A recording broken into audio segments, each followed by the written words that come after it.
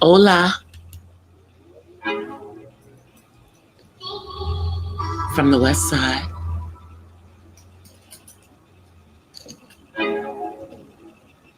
It's me, DC, the Purple Diva, and welcome to Not So Random Chat. Happy Friday, y'all. I hope everybody has had a great week. Hey, Silent Army, how are you? I hope it's been a great week for everybody. And everybody's ready for the weekend. I know I'm ready for the weekend. I know I'm ready for it. Let me turn this music down just a little bit. There we go. So, as you can see, I've changed my avatar. My avatar is now a purple angel.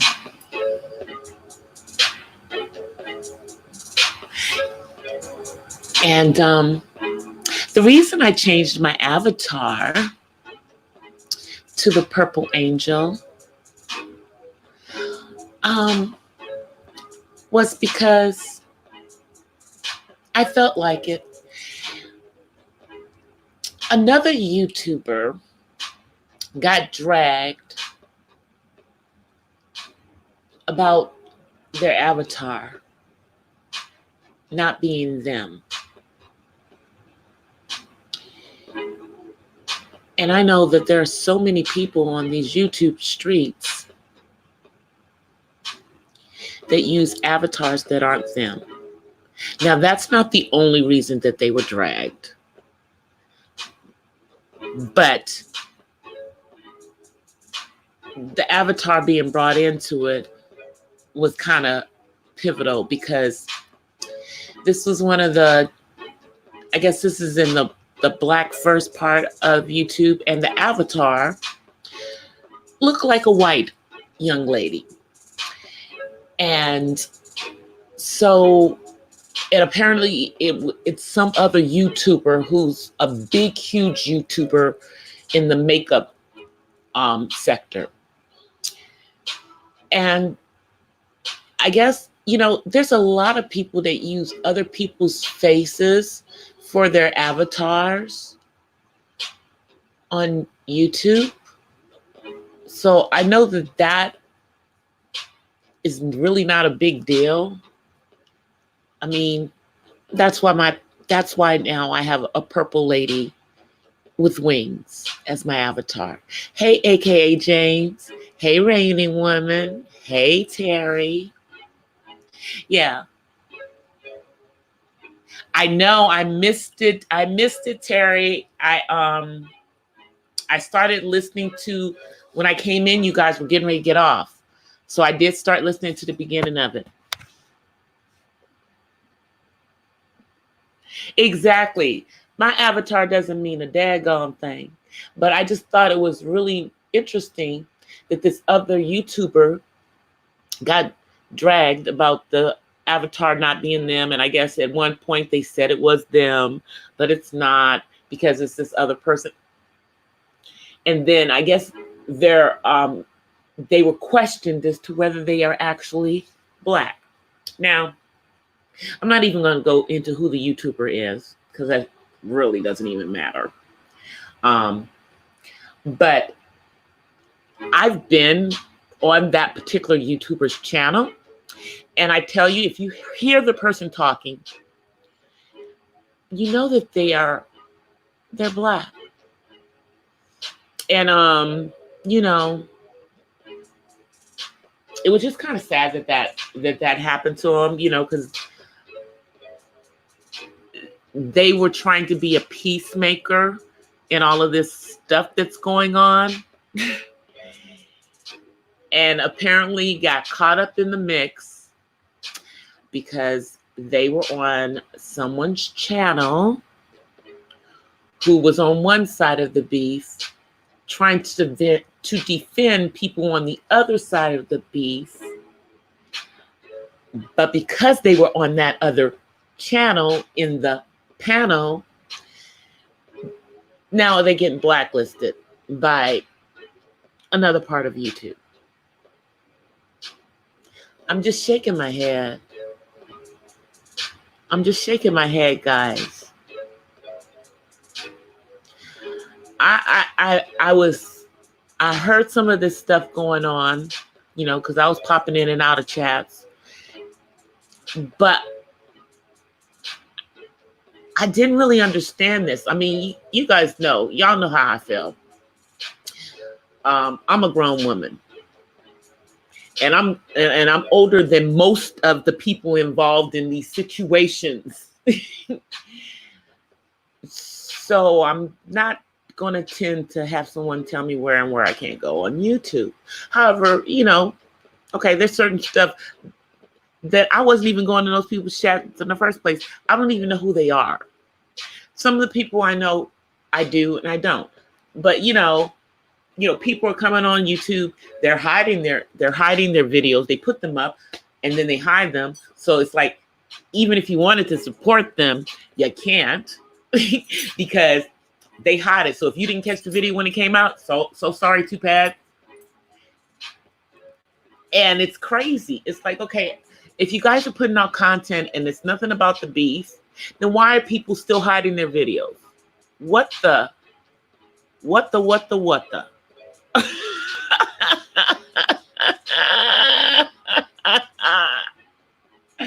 You know what I'm saying? I'm like, I really just want everybody to move on. I swear I do. And I felt bad because this particular YouTuber who got dragged in part about their avatar has been on YouTube for a very short period of time. So they couldn't have possibly been involved in all of this stuff for real, you know? And I just don't get it. Can't we all just get along in the words of Rodney King? So for the moment, I'm gonna be this purple angel, y'all. That's who I'm gonna be. That's my avatar, because she's my inner self. Okay? You know, I mean, what difference does it matter what we look like? What difference does it really matter, guys?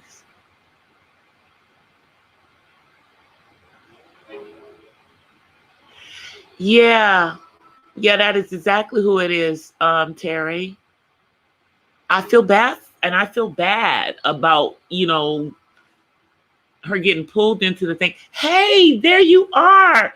I'm talking about you. I'm talking about what happened. You see, I changed my avatar. Now my avatar's not me either.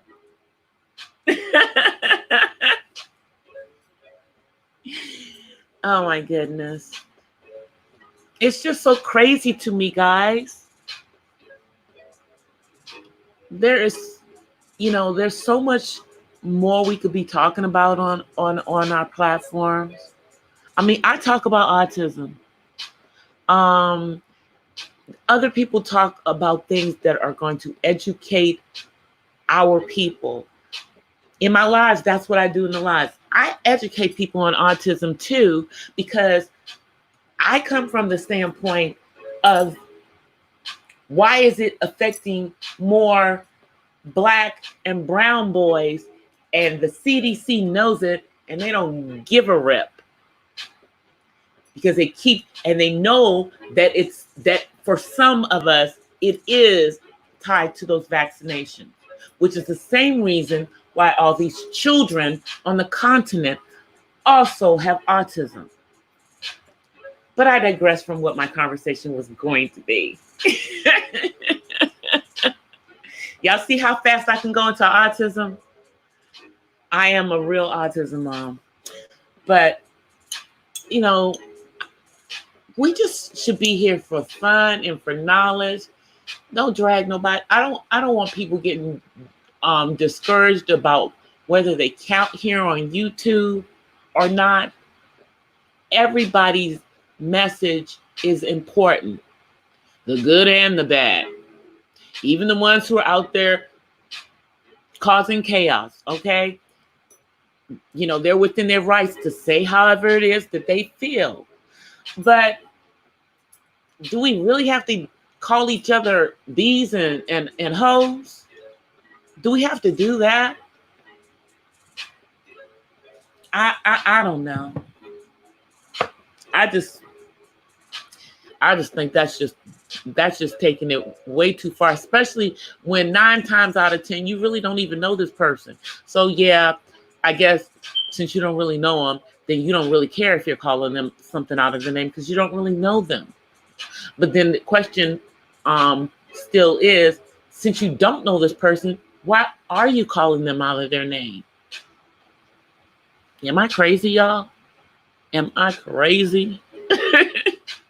Is it just me? Is it just me?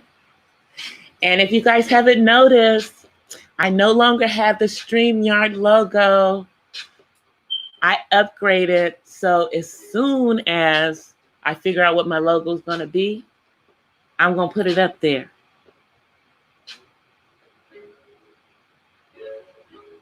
I know that. I know, but you know what?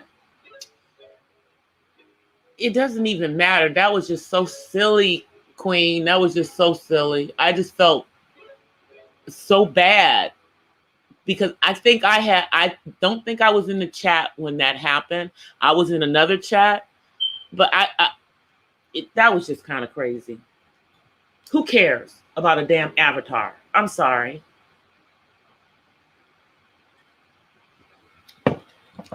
Ciao. I know you don't. I know you don't use the avatar. I'm like, so everybody knows that the picture that you have, who it is. You know, but they're just talking about the pictures, the picture people have on their profile. There's a lot of people that have, you know, other things other than a picture of themselves on here for whatever reasons. I don't care about my picture being out there, you know, but that's me, you know. I mean, because I'm up here for autism, and my son's an adult. Can't nobody call CPS on me or anything, but there are other autism parents of color that don't even show their faces or their kids. They just do straight, you know, videos with, you might see the back of the kids' heads, but not the front, you know, or you might see their hands or their feet and stuff. They do their stuff like that, you know, for obvious reasons. Because I know some of you guys know, and I said this once before, one of the other autism channels had CPS called on them by another YouTuber. So, you know, when we're getting into all of this stuff with people going after each other on YouTube, that's how serious it can get. That's how serious it can get.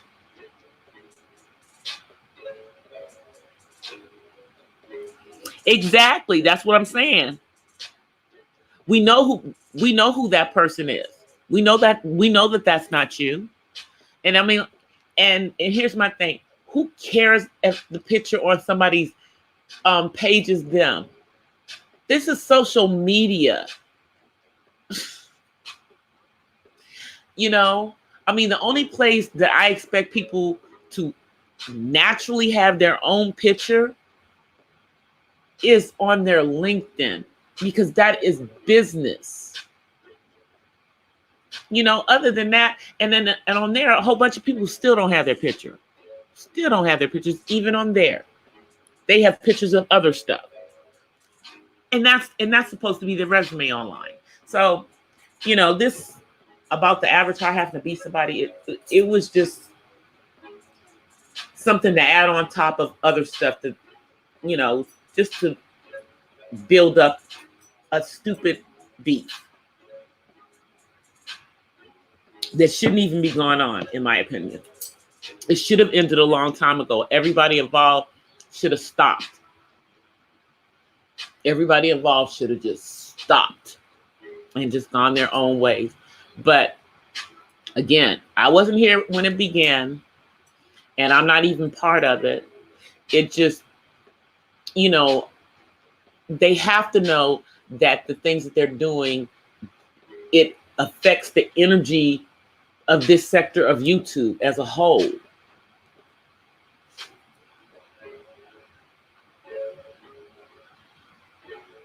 And then, we all know about, you know, the Carbonation cult getting arrested and stuff in Panama.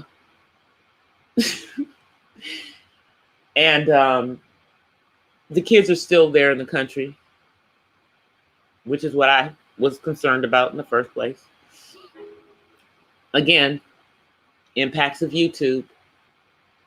You know, of course, there were people that didn't like them, and they're straight out cult. And yes, I believe that somebody should have called on them because they had kids down there. So don't get me wrong, but again, it's just part of the continuous thing that's going on here. You know, people having certain things being called out because they were doxing folks in their own camp. You know? Yeah, I know why that's your picture on here, Terry. I know. You know, it does, you know, it's just crazy. But I'm glad it's Friday. I'm glad you're good, Queen. I'm glad you're good, Terry. I'm glad you're good, Reigning Woman. I'm glad that everybody in the chat and Silent Enemy, Silent Army, and AKA James, I'm glad all you guys are cool. I am going to drop the link down in the chat if anybody wants to come up. You know, this is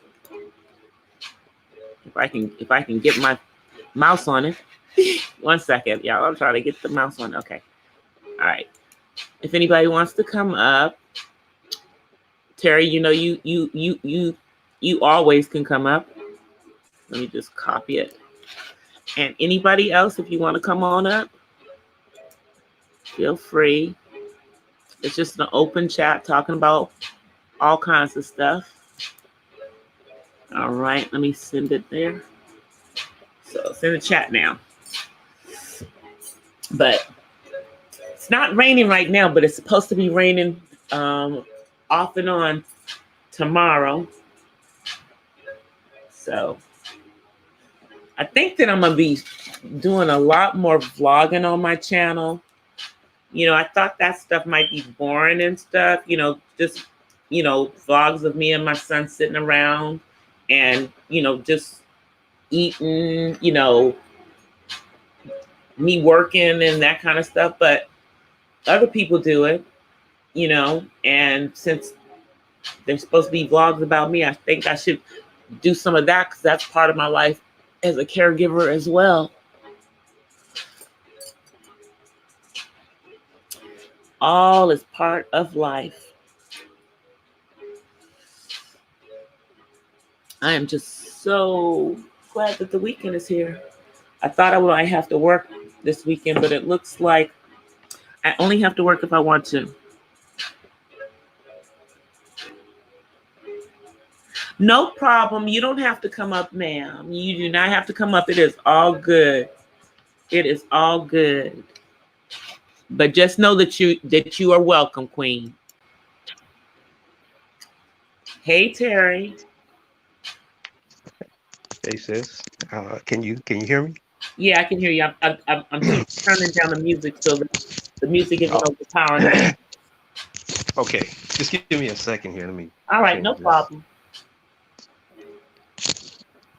I have my nice relaxing music, y'all. This is called Sacred Love in the background because I need us all to be about love. He fell off. He'll come back.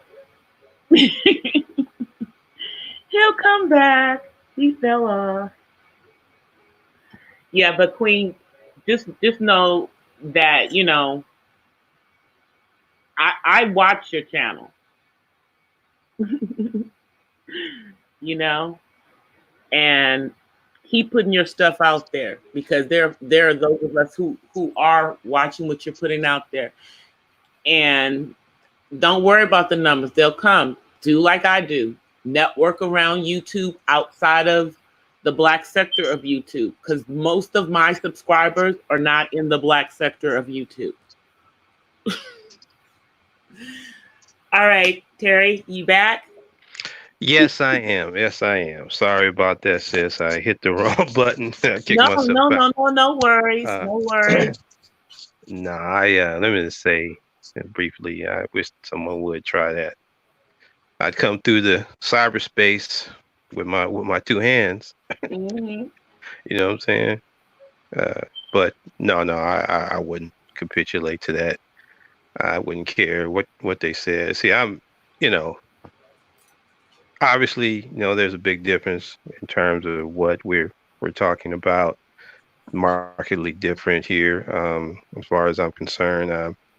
I'm just here in terms of what I do as a supplement. People may not know that I've been organizing for almost 30 years.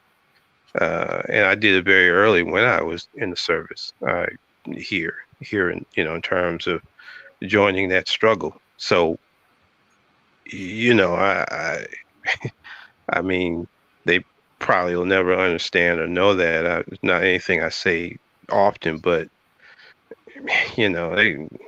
And that's why like when wasting their time with me. Yeah, and I know like when I'm in chats and everything, I'm just in there just to listen to everything. I'm not in there to talk about autism unless somebody happens to ask me about it. Then I'll share. Otherwise, I'm really just like everybody else. I'm newer to our sector of YouTube, and I'm I guess I'm disappointed in us. Understood. I can see why.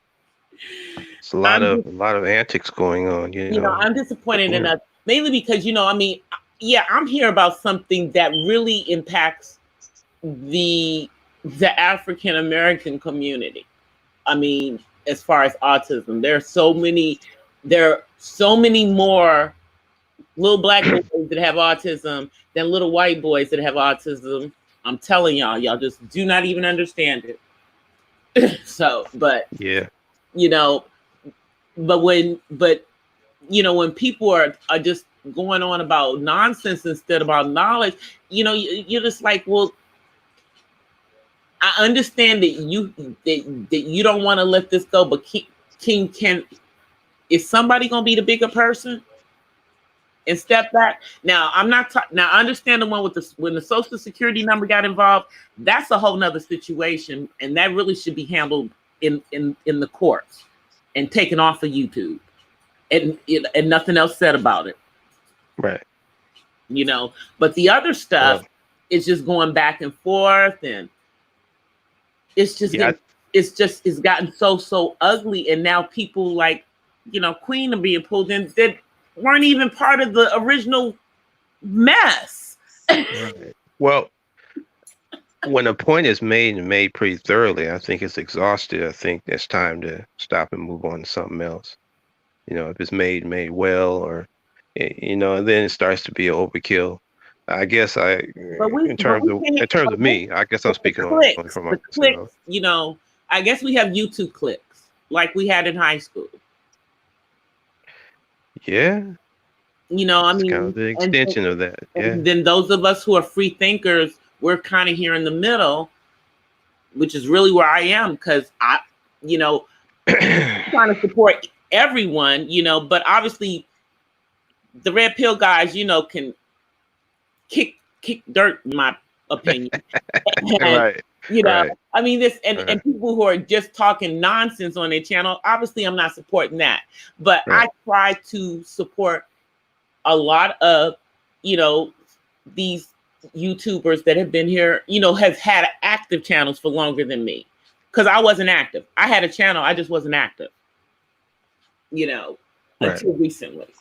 So I'm, yeah, they're, a lot of them are monetized or close to being monetized. And I'm nowhere near being monetized. Of course, I do have enough subscribers to get it, but I don't have the hours. But, and so I'm looking at, where they are and how they got their platforms there.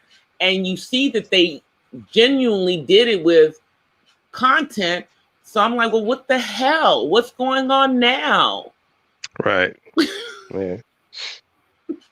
Well, it just seems like it's one chaotic episode to the next. And in terms of just I'm not particularizing that Hey, of Mella. any person, but it seems that's what's going on, really, in a general sense to me. But I haven't seen every video that I haven't pertains seen to all of that, the videos, but I definitely, yeah, you definitely get the gist of it, though. You know what I yeah. mean, in terms of that, I because mean, I'm not on that much, really. I'm no, not, you know. and I'm most of my time is really spent in the growth streams, getting to know people all in other parts of YouTube, or I'm in Right. the autism sector, Right. but then when I come back over, to my sector, it's like, okay, what the heck? And yeah, and you really don't have to be on that long or that much to sense that there's something wrong here, something's going on that you know there's some animosity, some dissension going on. Even if you don't know all the players, you can kind of tell.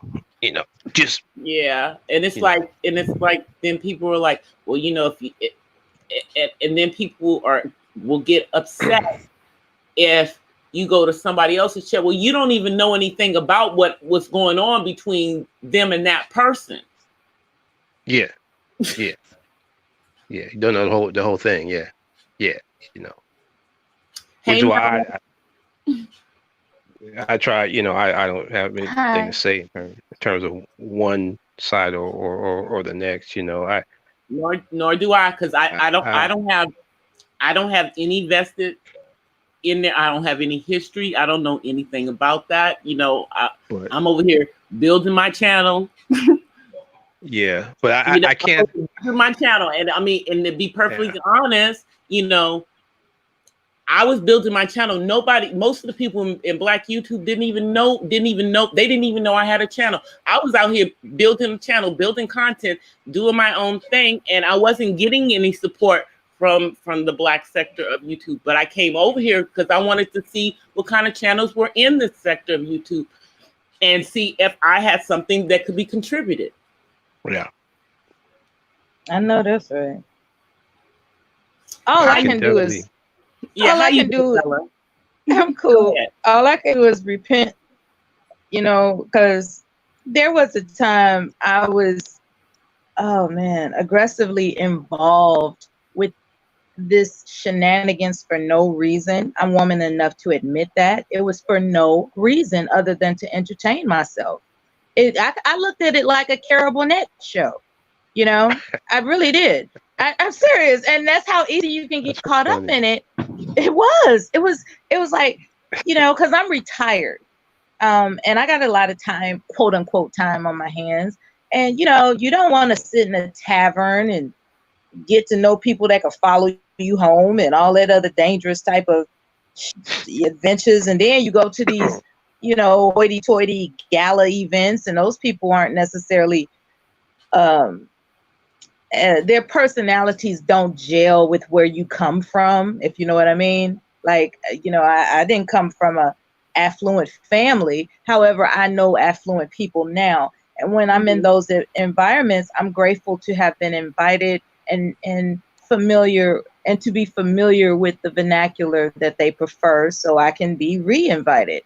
However, sometimes you feel like the type of shenanigans that goes on when you're from the quote unquote hood, right? You know, not projects, but the hood, you know, which is two different things. You know, one is the projects, like you have no idea if you're gonna be snatched up, cut up, shot while you're on your way to school. The hood I'm talking about is like there are no mansion lined streets, basically. I mean, everybody, they may not necessarily own their home, but you know, Yeah, it's no, not. I get what you're saying. Yeah. So I wasn't. You grew up in an Yeah, urban area. absolutely, and it wasn't necessarily middle class, but it wasn't lower class either. It was that, you know, like my parents were government workers, but they weren't banging like that. You know what I'm saying? It's not like he bought a new car every year or something. You know, Right, but you know, but you know, you lived in a neighborhood where some people own, some people rent it. That's just the way it was. Yeah, it was black, multi-social, economically diverse. Yeah. And so I grew up around all black people all my life until I went to the service. But and where, you know, what I've learned throughout these years is it takes every kind of people, you know, it takes every kind of people to where you experience, if you are observant, how to behave in one area versus another. And what I encountered were people that I found had very beautiful topics to discover more about, like for instance your topics about autism and it being very personal to you. And I looked forward to valuable discussions about what I'm passionate about, which is nutrition, and how the two commingle. Like how can those with autism benefit from certain certain types of diets, exactly. Yeah, and meal plans and stuff, you know, because of, you know, I've studied casein proteins and lectins and all this other kind of stuff, and I don't have anybody to talk to about it in Black YouTube because all they want to do is bicker. That's all they want to do. And so next thing I know, you know, I get attached to a few of them, and when I say attached, I find them endearing in some fashion, even though if they just cussing like sailors all the time and you could tell they got a little devious side to them, but they're still funny, you know, that kind of stuff. You just get caught in it, and next thing you know, and God forbid they upload regularly. Like if they going live regularly, like, you know, and that's why I got caught up. I think the springtime earlier this year, there was a series of Black YouTubers that were live streaming on a regular daily basis, if not multiple times a day. And it became something that was more entertaining than television. And the more I found myself listening to it, the more I was able to catch on with the conflicts. And I also found appreciation in the humorous ways they were handling the conflicts, you know. Right. And so next thing I know, I called myself visiting the panel. It was pleasant enough until it became obvious that some of these conflicts are not intended to be resolved. Like if I didn't know any better, I think it's their medicine. Okay. Possible. I'm serious. I'm thinking like, it's something really, really kooky about just living to argue with somebody. That's kind of kooky to me. I know how to do it. But you know what? Some people thrive in toxicity. Yeah, at toxicity. Thrive in it. And there's an environment that I think it's an environment of escapism. Like if you're a manager, like if you work for a living as someone that has tremendous responsibility, where you have to be conservative and then all the stress is built up on you. You come home and everything is pretty much laid out. You know, everybody's catering to, because you the breadwinner, everybody's catering to you at home, but that's not good enough. You need a way to relieve your stress. So next thing you know, you found a different outlet. You know, just make up something to argue with Black youth. Just, and when I say sex is an outlet for your stress, if you're having sex, that is. Well, the thing about that, now I'll touch on that as well. You can't do that without examining the person's medical clearance. You can't you can't just be exchanging fluids out here. I'm talking about people who are in a monogamous relationship. Well, those who claim they are, that's not necessarily the case. That is true. I mean, but in my age range, let me just say in my age range, because we're probably in the same age range. I'm separated. I'm separated from my husband for a very good reason. And, of course he wants to reconcile, but that's not my problem at this age. At this age, I have no need, unless I'm trying to have a baby, I have no need to reconcile with him, to be honest with you. I'm sorry, that shop has closed over here. There will be no more babies ever. That's what I'm saying. It's like, I am over a certain age. What can you do for me that I can't get accomplished for myself? I mean, what are you? I mean, true enough, I'm not gonna sit up here and demean my husband. I'm not gonna do that. What I will say is that midlife crisis is a real thing. Like everything could be blissful, and then all of a sudden he flipped. He just started tripping. I have a couple of friends that went through that, and then they ended. And here's the funny thing: he went through that. They went through that, and then 7 years later they got back together. But that was by the grace. You hear what I'm saying? That was by the grace. That's what it would have to be by, It was, because there's something. It's like, no, you're not gonna sit up here and expect me to die trying to be patient with you. That's not what's gonna happen.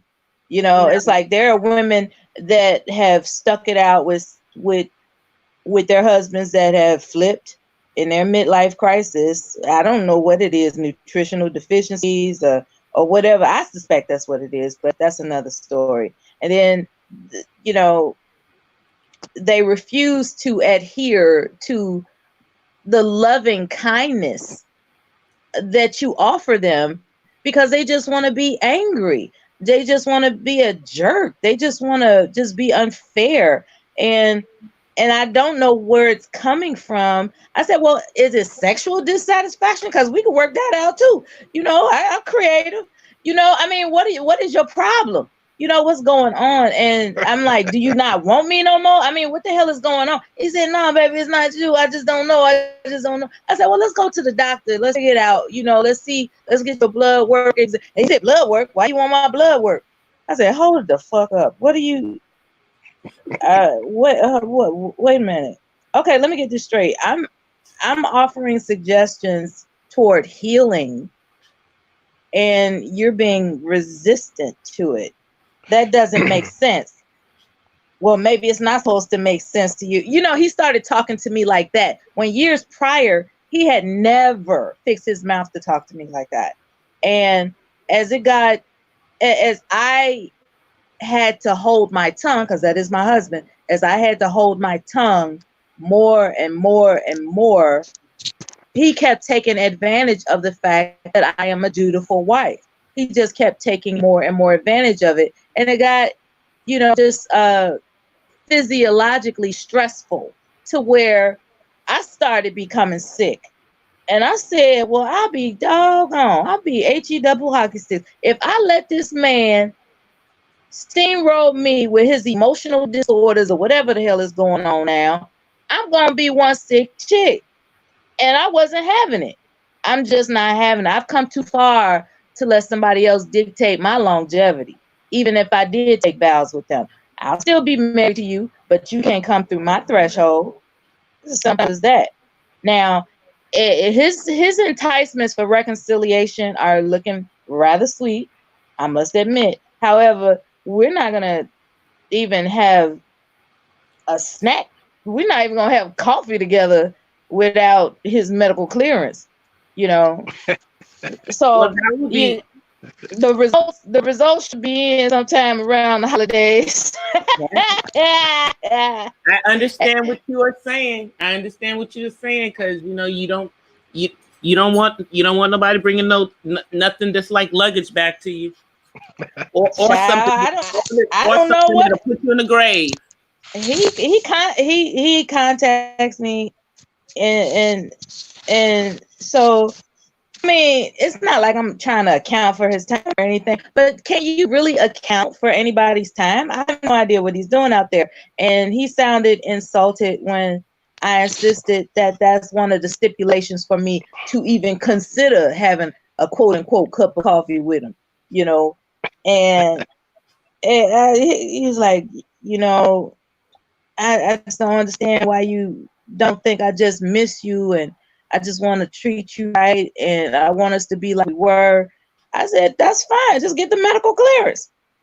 That's fine. No, that's understood though. That's understood. I have. And he really tripping about that, So he shouldn't because I mean generally because it's like I'm like I'll show you mine. You show me yours. I got mine on deck, and I also because I'm a veteran. So not only do I have mine on deck, I also submitted to another battery of intensive blood work. Like here's the updates, just so you can be extra sure. Ain't nobody messing around. At least on my part. And then I'm at least on my part. What branch of service were you in? Oh, here we go. Now, Air Force, sir. Oh, okay. Are you a veteran, sir? Yeah. Had you always wanted to be asked what branch of service you're in? Oh, it doesn't bother me. Doesn't bother me at all. What branch were you in? I was in Marines. Now you get my respect. I'm gonna open. People get upset at that. I'm getting ready to open the can and shut the blank up. Okay, no problem. Well, hold on. But wait. Have it the hardest. I love Marines. But wait, let me ask this. But let me thank you. Well, let me ask you this. People actually get upset at that? The question? Really? Well, since I've been participating on Black YouTube and they got all this whole doxing and all this other kind of stuff, I'm getting to the point where people I haven't been introduced to. I got you. Formally, understood. Like, what the hell are you? That's how bad it's got. Like you can't. I understand. Because that does seem kind of unfriendly for me to say, well, why you want to know? That's an unfriendly thing to do, and that's what occurs. I hadn't thought about that way. It's kind of understandable. Like people not saying what part of the country they're in, what part of the country they're from. Child. I mean, my name says DC, which is in my first video. I tell you where I'm from. So if you bother to go listen to one of my videos, I tell you I'm from Washington, D.C. I tell you I'm in Southern California. But of course, I'm not stupid enough to tell you which city I'm actually in. Well, depending on whether or not, it depends on even whether or not that doesn't matter, in my humble opinion, because some streams of revenue just can't. Yeah. You're starting to. Okay, now I can hear you. I'm sorry, you were borging. I can hear you now. You don't want to go to jail. Mm-mm. Oh, but at the same time, you don't want to go to jail because some idiot stalker then tried to. I've been stalked before. Visit your address. I'm not trying to go to jail shooting somebody in the mouth. I'm not trying to do that. We gonna hold you for questioning until we could prove, that it was in self-defense and all that other kind of rigmarole. I ain't trying to go through that. No. I'm not trying to go through all that. I don't even get my mail at the address that I live at. All my mail goes to a P.O. box. That's all. That's the only address people have. It's on my driver's license too. It was my intention to be friendly. It was my intention to be forthright. And when I discovered just how ruthless these environments can become, in general. Now, see, at first I thought it was just individuals that were targeting one another, but it's gotten to the point where they're picking on people that have given their opinion about by a channel holder that they have a problem with. Like, yeah, I saw you on that panel, you know, and I done looked up your address, and I was like, well, damn, I was talking about cookies and cream. What the fuck? You know, I was talking about shoe sizes. And because I'm on a panel with somebody you don't like, now it's turned into something else, and it's just ridiculous. I know. I can see your point now. Yeah, a lot of people. I'm just speaking my piece. Yeah, it's not like I want to go on panels or into people's channels, because like, well, if that's how it's going to be when I come in here, maybe I shouldn't be here. Well, it does expand your discernment capacity. I won't say I'd stop, because there is a such thing as censoring. Like when you get so frustrated to the point where you no longer, it impedes your enjoyment. You know, there are some channel holders that you still enjoy, and there's no reason for the disconnect. However, be mindful of the consequences attached to that channel holder at all times. And it's not about expecting repercussions. It's just that when they start talking that yang about whoever their so-called enemy is, just have your mind made up. That ain't got nothing to do with me. I just like your personality. I just like your personality in general. All that stuff you talking about, whoever over there and over yonder, that ain't got nothing to do with me. I was just going along because it was funny at the time, and when it stopped being funny, when it stopped being fun, I was like, you know, this is some vicious stuff. This is some vicious stuff that's going on here. I like these people's personality, even those I wouldn't acknowledge. I do like their personality. It's just that it's getting real hairy, you know. It's like, dude. Well, I mean, to me, the thing is that if I think that a live is going to just be all about a bunch, you know, going off on other YouTubers, I'll probably just not come to that live unless, you know, sometimes I will, you know, if I want to know what, you know, if I want to find out what's going on right then and there. Some other times I'll just come back, listen to it when they put it up later. If they make it private, oh well, then I won't know, because I wasn't involved in it anyway. It used to be so simple when it was just Tommy and True Freeman. It was simple. It's like, okay, those two, they be going hard at each other. You know, everybody else just having fun. That's the only thing I heard about when I first came here. I mean, I heard a couple of different names, but I didn't even know any of these people. Now I know who they are, and now I'm knowing about this beef that's been going on for like over a year. Girl. And I'm like, I can't believe that this has been going on for over a year. How it's got I know. because I'm like, this has been terrible. Going on for a year. It's Y'all terrible. been doing it for a year. I can't imagine people who it's gotten to the point where they know what color pack of Kool-Aid is in a cabinet. They just get down with it, you know. It's like, what?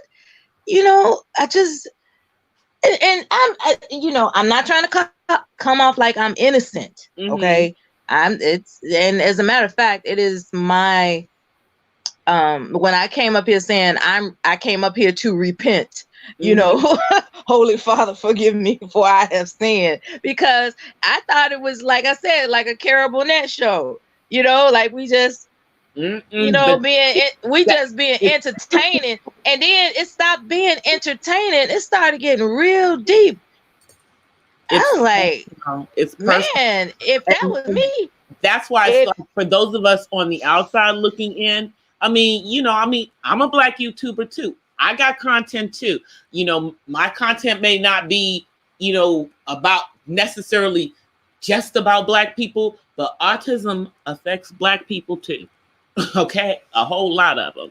And definitely. What I have found is, as people have found out, that's what I have a channel about. Everybody say, "Oh yeah, I have so and so. I know somebody that has," because most of the people that have anybody with autism in their family, they're not talking about it because there's a stigma on it. People feel sorry for it. There's no pity party going on over here.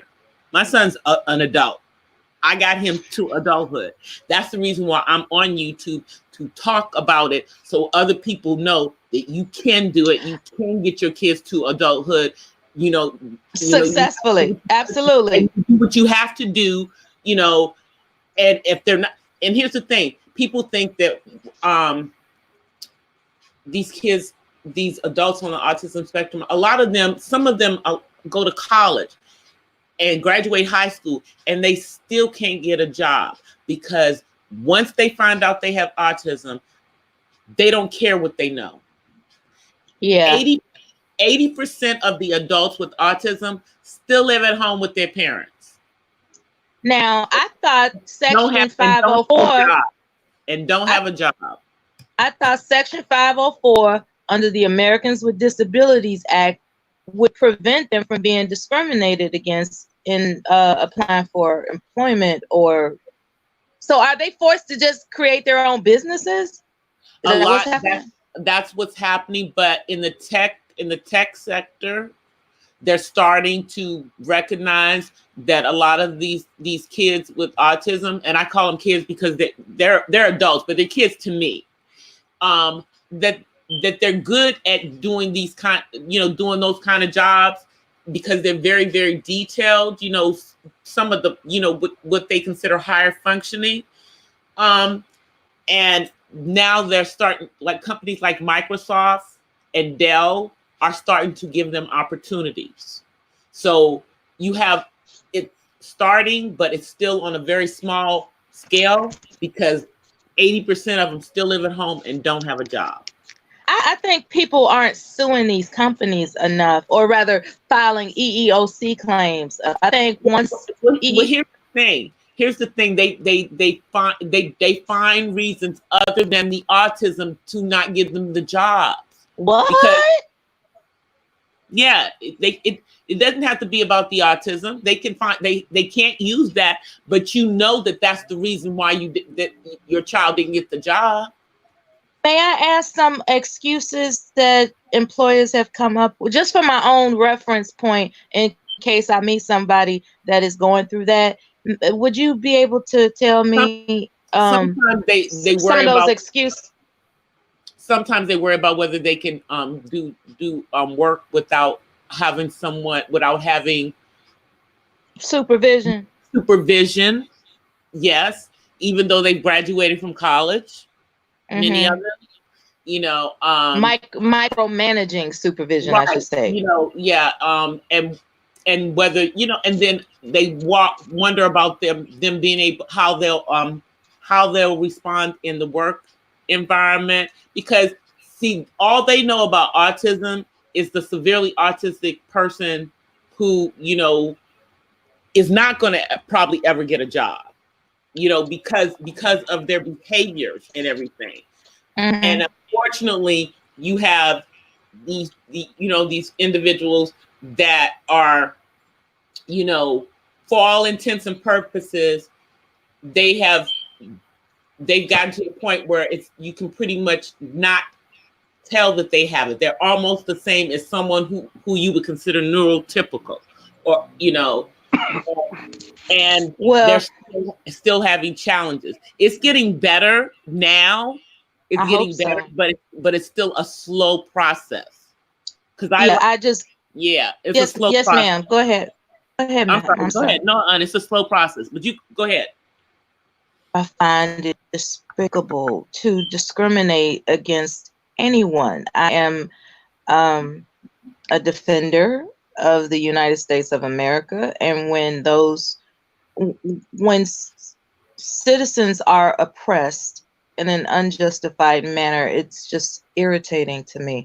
And what I am contemplating now as we speak is that based on what I've heard, because that's all I could do is just like read EEOC reports occasionally.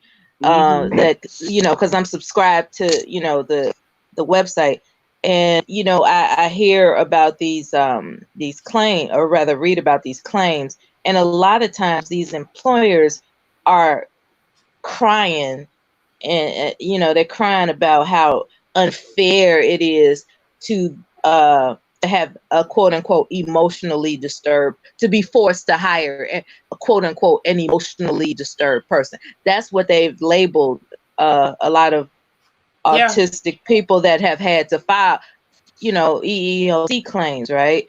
And so it was very infuriating to me that they would come up with such a clever tactic as to skirt around the law.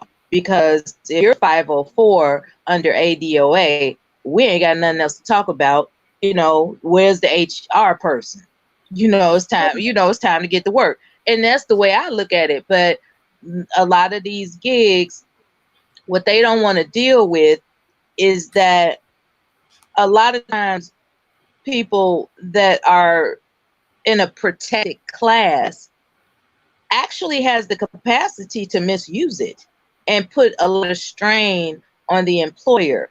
And so the employer would rather not deal with it. And so they've come up with clever terms like emotionally, it's not fair that we're being forced to hire a quote unquote emotionally disturbed person, right? And so, and what I would, well, I'm not in that realm, but when I read that, I was like,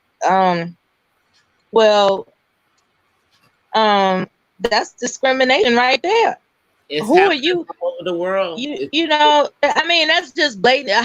Who are they to determine what is already defined in the DSM and other medical circles of industry in the healthcare system, that somebody that's autistic is quote unquote emotionally disturbed? I think that's an inflammatory statement, and EEOC claims should be filed, like immediately. Like, okay, you don't want to hire me, I want to know why. I want it in writing. And the minute they start putting some old slick ass terms in there, then put a claim on their ass and get their money. That's what I think.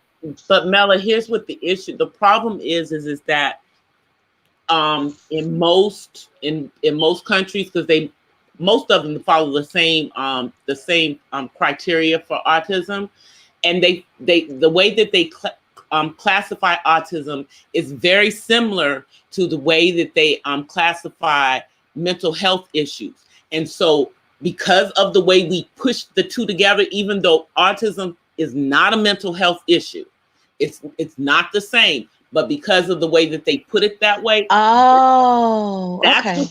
that's what makes these employers have these perceptions.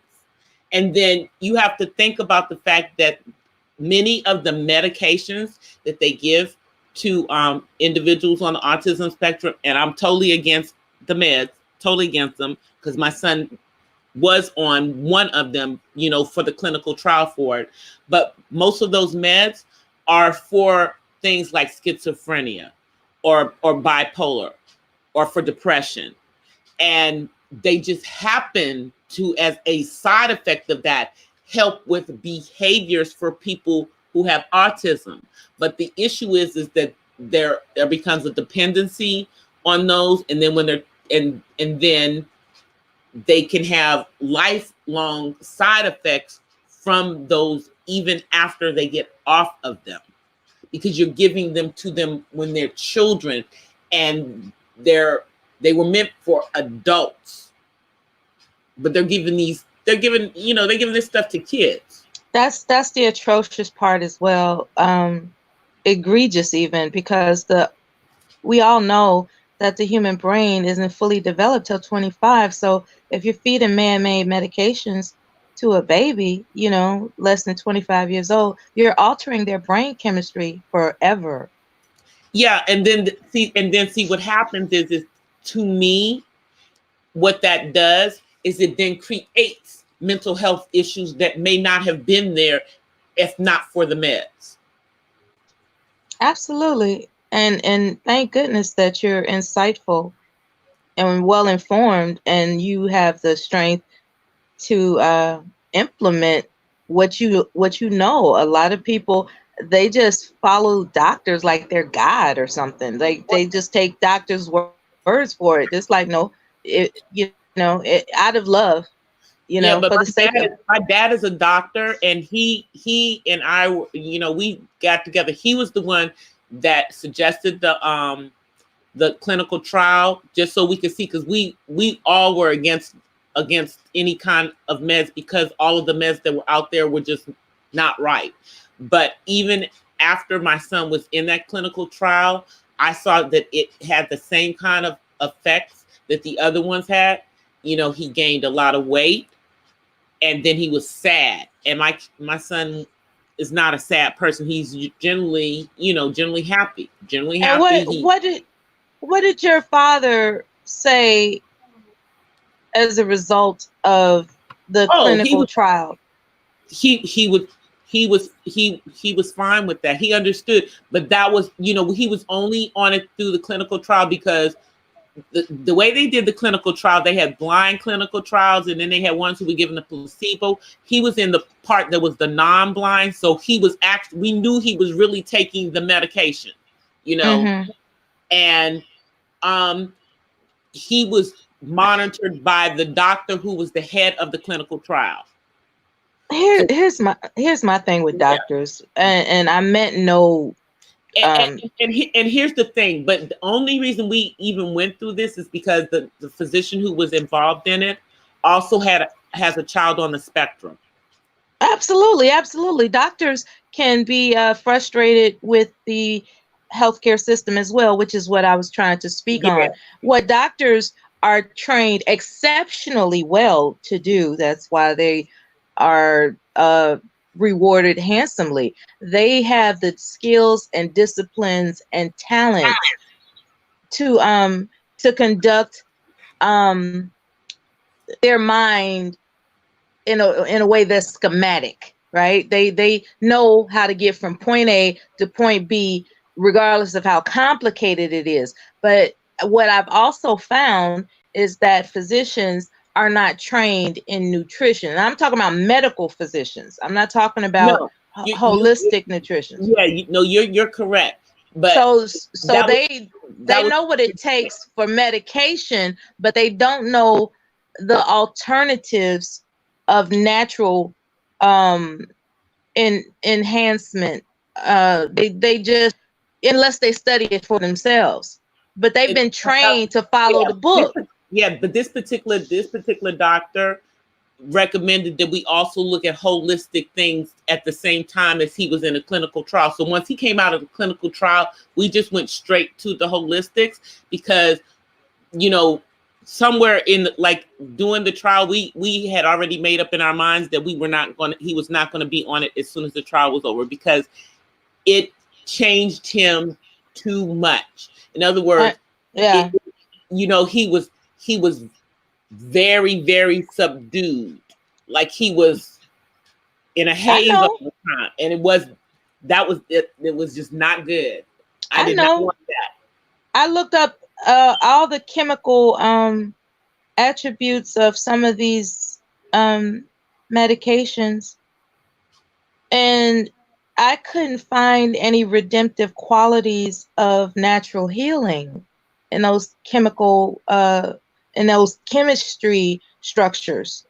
Well, I was looking at these chemistry structures of these medications, because I study a lot. I told you I got a lot of time on my hands. So I'm looking at these chemistry structures. I'm like, that's gonna mess their liver up.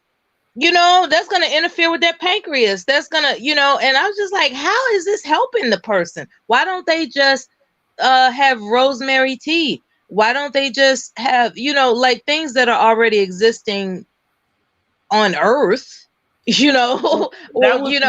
That's one of the reasons why I was glad that they made CBD legal. So, because CBD is one of the natural things that people on the autism spectrum can utilize. And So that's one of the things that now that my son can utilize. But I wouldn't have given it to him as a child just because I wouldn't, but now that he's an adult, that's one of the things that he has. We also use melatonin, we use herbs and everything. I have a holistic doctor that I deal with for that, but some of the things that he's dealing with are also like behavior, that he's got to learn. Yes, with the behavior specialist, so that he doesn't exhibit certain type of behaviors, so that he's kind of brings his behaviors more in line with where he is age wise, versus doing things like a 2-year-old. You're not 2, your emotions can't be at the 2-year-old level. So it's getting them to rein his emotions in check, figure out what's triggering him, figuring out a better way to deal with what the trigger is, which is the same thing that other kids learn. Naturally they start to learn the social norms. It's like for someone on the autism spectrum, a lot of that is like they are an alien on their own planet. Yeah, it sounds like you're more successful than most people. I'm happy about that. I'm trying, but I did do a video, Mela, that I talked about about the 3 main medicines that are used for kids on the autism spectrum, and I go over the side effects of them, and I go into why I don't do meds for my son in that yes video. Yeah. Yes. I'll give him some of the melatonin, to help him calm himself down, Child, I almost OD'd on melatonin because my circadian rhythm is off, and I remember I took extra amounts of melatonin, and I couldn't even, and I participated on a live stream, and I couldn't even recognize myself. I was just like, I just knew I was talking regular. I just knew I was, and I heard the playback. I was like, "Who the heck is that?"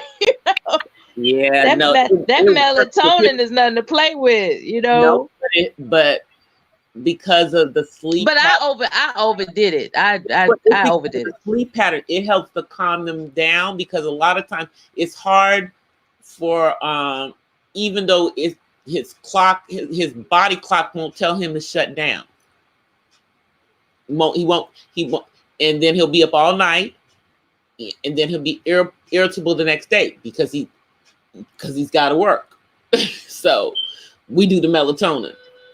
Yeah, I had no idea how important the proper sleep cycle is for longevity until recently. Like at first I was thinking, well, as long as you get your hours of rest, what's the problem? But there's more to it than that. So that's good that he's getting his sleep cycle rhythm in order. That's good. Yeah, that's one of the things we're working with them on now, that'll help, and hopefully they're saying that'll hopefully help with him in the meltdowns. But he's supposed to be meeting with the critical care people this upcoming week, so that they can evaluate how he acts at home and how he acts when he's at work, so that we can figure out what's causing him to lash out. Because I'm gonna have a scar on my face from this last one. So yeah, I think what works for most people in general in humanity is we're creatures of habit. So in my humble opinion, once a simple task is introduced for a period of time, and then another task in conjunction with the goal being, it might take up to 6 months, but we've already. I know you. It's going to be a year. It's going to be a year. It's going to take us a year to get him to where he needs to be, because he wants to go into the entertainment industry. And there is a program they have for people on the autism spectrum, here in where we live, but he has to get his behaviors intact. So that's his motivation. So we're going to see, That's cool. That's cool. And I'm speaking in reference to my imaginings of a future grandchild. Oh yeah. Right? Like any event that I have a grandchild, that's the realm in which I'm speaking of, because to be honest with you, I am fully confident that you know exactly what you're doing and how to implement your plans to absolutely perfect his life. I'm confident you have what it takes to do that. I'm thinking about the fact that you have, not you, but a person doesn't know whether or not they're going to experience a child with these circumstances. Yeah. And I'm just thinking, I'm projecting to myself, like, wow, what would I do if my grandbaby had autism? Because a lot of people, they want to take for granted they're going to have, this carefree experience of parenthood, and that's not always the case. There's going to be some instances where it's not going to be smooth sailing, and it's best to be informed and already aware of what hurdles could lie ahead. So I'm very pleased to have this conversation with you in the event that I face those hurdles. But I'm confident that you're going to be able to achieve all your benchmarks for that young man. I mean, there's all the opportunities of success is open to you guys, and I'm confident that you're dedicated enough to where it'll be all right. I don't know how, because I'm not a professional in that realm, so I don't know how. I'm just having a conversation. Oh yeah, no. I get you.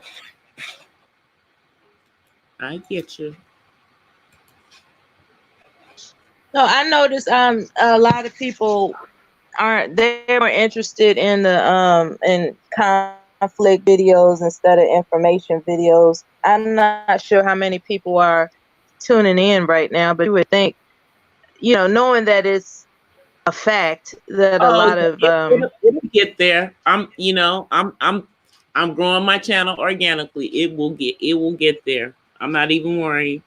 It'll get there. The information will get to the people that it needs to get to when it needs to get to them. Because I'm gonna keep doing it. So yeah, that'll work. I just I think it's a worthwhile commitment. Yeah. It's and one of the important things to me is for people to understand that there is a difference between autism and mental health issues. Now, there are people on the autism spectrum that may have mental health issues as well, but the autism is not the cause of the mental health issues. The mental health issue, generally, like some of those things may be genetics. They have not been able to prove that autism is genetics, even though some people tend to have more acceptability if they have one child with autism, that they may have another child with autism, but that's not always the case. Yeah, I didn't know that.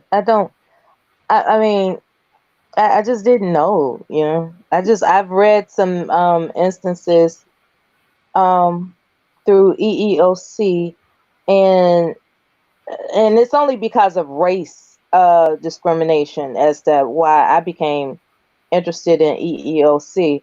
But then there's these other protected classes that protect the citizens and their claims that came up, and I was just always curious as to some of the the details about it. It's interesting. Well, It's a journey. It's a journey, but I do what I have to do as a mom, and What's the most rewarding part about the journey? my son, the times, here's the thing. When my son started talking, I mean, he doesn't like have full conversations with me like I would love him to have, like, but we'll have a 5-minute conversation. But the fact that my kid is one of the children who is verbal, because there are some parents that their kids don't talk to them, even as adults, they still don't talk. So that's the most rewarding thing to me, is that I know that part of him speaking is because I would force him to talk. It's important. It's important to be able to communicate for yourself, so that in any event, and I'm not trying to sound morbid, but any event that something is displeasing to him, he can communicate it, and that's very important that you made sure he was able to do that. That's very important. Yeah. Like people with dementia, eventually their cognitive function depletes to the point where they can't communicate what is displeasing to them, and next thing you know, they're being they're in environments, supposedly therapeutic environments, that assume they know what would be pleasing to the patient, and the patient is like, no, I ain't with it, but they can't speak on that. They can't say it, and that's so discouraging, to not be able to communicate with others. Like, look, I don't like that.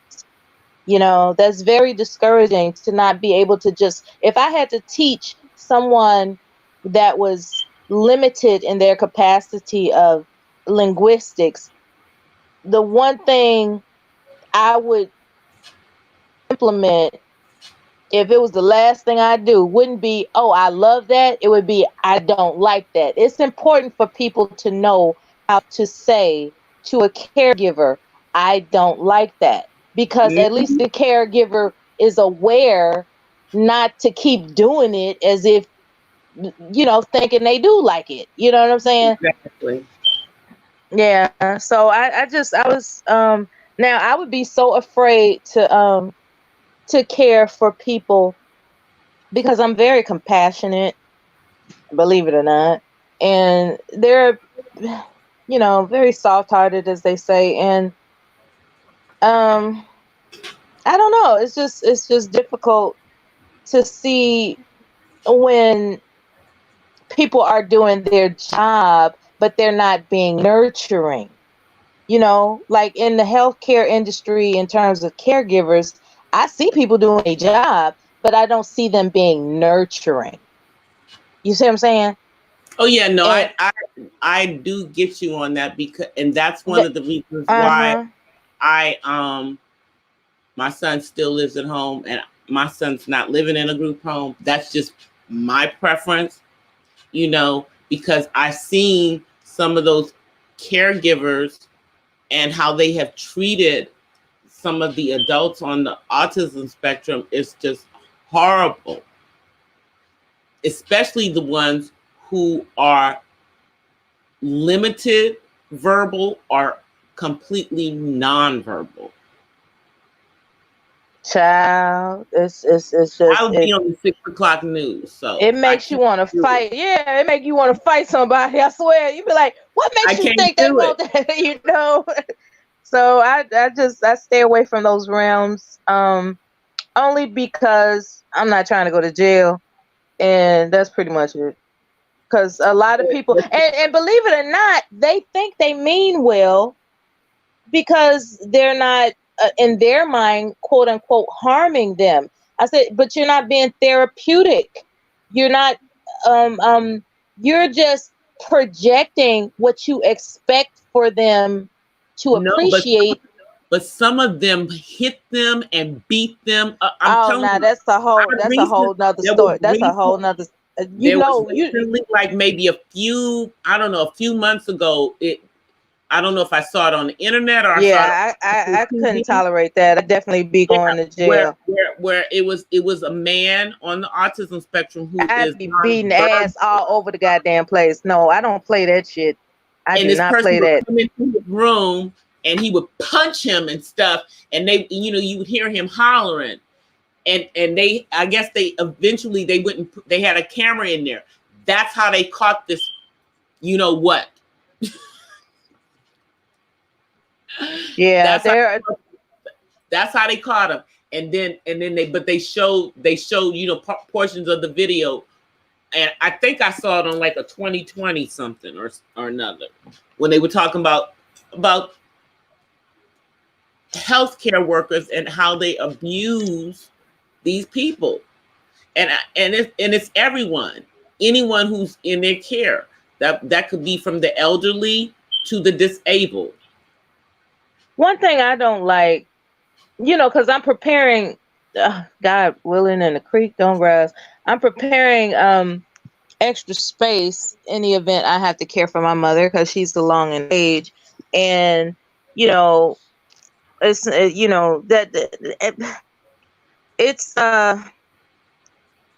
that's something, even if you can get the most exclusive, luxurious, 5-star rated place in which for your parents to be cared for, have long-term care, that doesn't mean that they screen these nurse people. I mean, when I say nurses, I'm talking about the home No, I care don't give. understand. One of my friends, she allowed her mom to stay in her house until, almost up until the point where, she just couldn't, and then she had her come stay at her house. But she was screening those people like she was a policeman. I'm gonna give them personality disorder test. Shit, they're gonna have to submit the blood work. They're gonna have to submit to personality test assessments. They're gonna have to submit to, and I'm being serious about this, they're gonna have to submit to aptitude tests. I want to know everything about you before you come around my mama. Okay, you're not just gonna be up in here like, yeah, you seem nice. Yeah, because the person is coming. Fuck that. No. Coming to your house too. My dad, who is my mom is deceased, but my dad's second wife is not much older than me, so I don't think he's gonna have a problem. And my dad is still working, and he's 80. He's a doctor, so, and he don't look like he's 80, but he's still working. He's still in great health, and I hope he stays in great health for a long time. But if something happens, I will pick up everything and move my butt to North Carolina. That's what would happen. Sounds great. Sounds great. Sounds like he's as strong as a horse. That's awesome. Yeah, but that's how doctors are. They don't retire, or a lot of them work until they're really, and he likes working, so he's got several jobs. he got several hustles. That's how they were trained in all their life. They were trained to never stop, Yeah. They just, that's how they can't conceive the concept of just not doing anything but relaxing. It's uncomfortable for them, Yeah. Well, his wife retired, and then she came out of retirement and went back to work. So now they both working again. But she's not, like I said, she's only in her 60s. She's not that. She's way younger than him, so she'll be, if that time comes, she is capable. But I would probably be the one that would end up moving the closest to him, because I work from home, so that's good too. Exactly. I can be wherever I want to be within the United States. That's good. So That's good. So that's oh, you got all your bases covered. It's just that that young man is going to be acclimated into the program for the entertainment industry successfully, and that's looking yeah, forward you to just the news. yeah, you just want him to get where he wants to get, do what he wants to do. I mean, right now, I told Raining Woman this. Right now, I'm doing an art therapy course so that I can get certified in art therapy to help him with art because he likes that too. And I'm the one who's artistic, so Art, like sketching. painting, What sketching. type of art? I Okay, paint, I image, sketch. imagery. Okay. Yeah, I can do, like draw landscaping. I can draw people too. I do pen and ink art. I know how to do My son. ceramics. I know how to make jewelry. Yeah, I know how to do all of that. All this stuff. Lots of artistic stuff. I don't know how to do sculpting though. Never learned that one. Well, that's a very interesting avenue as well. My son, when he was stressed out in college, I told him to pick up a hobby, an artistic hobby. And the only thing he came, oh, I shouldn't say it like that. That sounds negative. But what he came up with was photography. And lo and behold, he takes beautiful photographs now. When he was younger, he took the most craziest photographs. Yeah, I was like, photography is a what am I photography, supposed to do with this? photography stuff is a good one because you can make a job out of that. He just likes taking uh landscape type of photography. He's not interested in being a wedding photographer or anything like No, that I didn't mean yet. like that, but I'm talking about because there's places that want just certain types of photography, and if you do the type of photography that they like, they'll pay you for those photographs. Yep. Yeah, yeah, I'm sure. I don't know if he's in it for that at the Yeah, moment. he's probably just doing it just because he likes to do it, and there are a lot of people that just like the art. You need an outlet when you're trying to discover when you're on the path to adulthood. You need an outlet. You can't just be playing basketball all the time. You can't, how can I put this? Your hobby has to consist of yourself, like playing basketball, baseball, and all of the kind of stuff. That's a group, like that's a group. You have to, in my humble opinion, it's more, it's soothing. It's a matter of self-soothing. Mhm. If nobody else was around, how would you soothe yourself? That's what a hobby is for, you Yeah, know. And the and hobby has to painting matter is a good more. one. Yeah, painting and photography are good ones. For stress. And the hobby has to matter more to you than in the event you have a conflict with your group. Like if you're on a basketball team and you get so infuriated with your team members that a person might become prone to depression because they no longer cool with their boys. Well, you have your hobby to fall back on because your hobby means more to you than those relationships outside of yourself. And when I explained it to him like that, I think he considered it and came up with photography. And maybe he'll develop a couple of more. I don't know. But hobbies are very important. I think a lot of people online don't have hobbies because it seems like bouncing on each other is their hobby. I don't know. I mean, I have hobbies. I have a lot of them. I don't get to do as much of the stuff that I like to, of my hobbies now, but I'm I do them from time to time. I'm just saying, it seems like a lot of these YouTube thieves, it seems like their hobby consists of only reaction videos. That's what it seems like their hobby is. Reaction videos. And Well, and yeah, the problem yeah, the yeah, pro yeah, yeah. I know there are a lot of people doing the reaction videos, I don't know. From what I understood, YouTube was trying to not really monetize those type of videos. So they, if they're doing them, they're just doing them because they want to do them, not because they're trying to make any money. It's just because. The hobby. It's yeah. That's their idea of a hobby. Apparently, It could, yeah, you're right. You're right because, I mean, for some people, YouTube is their hobby, and for some people, it's their job, and then for other of us like me, I'm doing it.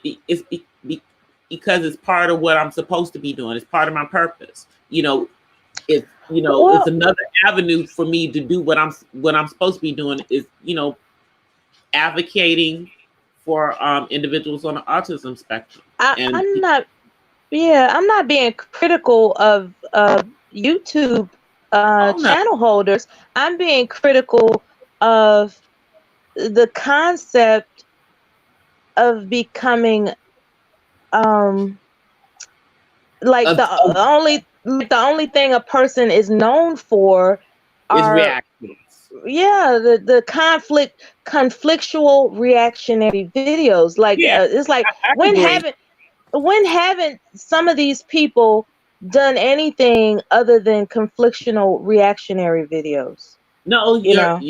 you are absolutely right. It's Now like, some are seeing the light, some are actually sharing what they like, what they're interested in, and it has nothing to do with so-called banging on that B or that H or whatever they calling themselves these days. true, Some of true. them are actually sharing, their own interest now. And I think when YouTube did announce these restraints that they're planning to implement, I think it got people to thinking like, damn, I better get my act together and stop thinking that I could just fire up the old computer and start banging on people. I need to actually be known for something with a little bit more substance than that. Yeah, and the thing is that they're like, okay, for example, I'll give you an example. There is this, I can't even think of his last name. His first name is Stefan, but there is this racist troll that goes around Black YouTube spewing racist stuff in everybody's chat. That's somebody everybody should be going after instead of after each other. Oh, in a perfect world, only in a perfect world. You know what I'm saying? It's like, make a video about the crazy people that come over here and do stuff like that, or about people who are doing things that are anti-black, that kind of stuff. That will be the kind of content rather than tearing down other content creators. It doesn't make any sense to me. Oh no, right? It seemed fun at first, like back in, I guess, April. It seemed fun, and then it just went left. Like, what the hell is going on? But what did I do? I'm participating all over the place, and I've grown to have personal attachment. When I say personal, I don't know these people technically from a can of paint. I really don't. However, their personalities have rubbed off on me in a way that I'll say this: I've become familiar with them. I'll put it that way. Mm-hmm. I'm impartial to all this conflictual stuff. Like, I just, at the end of the day, what they're doing actually is not something that feeds my body, mind, or finances. It doesn't feed my finances. So why should I care in that regard? However, I do have an affinity for some more than others. At the same time, while I want to be impartial, I'm actually just familiar with everybody. I'm just familiar with this so-called, there's like a handful of channels that all these hundreds of people are just familiar with, and That's pretty much what it is. It's like, you know, if I'm in Starbucks and somebody strikes up a conversation about Ren and Taz, I know who they talking about because I've been informed about the different channels for the last couple of months, and it has actually replaced television. You Mm-hmm. know, it has replaced television. There was a time, and it's almost like a soap opera. You know, I remember growing up, and the grandparents were, I mean, you couldn't pull them away from One Life to Live and General Hospital and All My Children. They could tell you everything about Erica Kane and who shot JR and all that other kind of stuff. Well, they putting up their business on YouTube. But With what I mean, not April, but like I'll give you an example. It's like the conflict that started came because of, in my opinion, things that were off YouTube coming back on YouTube. You know, because I guess that was some money being exchanged. So child, there's there's all types of names out here that I only found this say and a whole bunch of people's names have been thrown into the equation because apparently they saw the information because they were in chats. Now I can tell you, I'm in a lot of people's chat, and sometimes I'm listening to what's going on in the chat and actually looking to see what's going on, and sometimes I'm not. You know, but well, those two names in particular are the only ones that were mentioned. Mm-hmm. They had become infamous in circumstances they never intended. I can say with all sincerity that young man Taz, because I suspect he's younger than me, that young man Taz, he never conceived that he would be introduced to all this aggravation. And it must be a struggle to think to himself, damn, did I bring this on myself or is everybody just mean? And then Ren, the same way. She never conceived that she would be nitpicked in such a way. And those are the two specific people that I discerned that had no intention of being considered villains. You see what I'm saying? And I find that interesting at times because, right, you know, how would I feel if I came on with some boisterous personality thinking I'm funny, thinking everybody should take it lighthearted and not seriously, but lo and behold, everybody takes it seriously. So seriously, they start pounding at you. And next thing you know, you got your name spread around in infamy. It's kind of really frightening, you know, like wow, that's messed up. I mean, she just Mm-hmm. came on the scene with the intention to be humorous and it just went haywire because people didn't get their type of humor. You know, they just didn't get it. And you know, it's just well, I mean, you can't go around calling black men bitch ass niggas, and you right. can't and then you can't go around calling women Babylonian whores and thinking it's gonna be cool. You just can't do that now. But Nope. but not, you know, not everybody like me.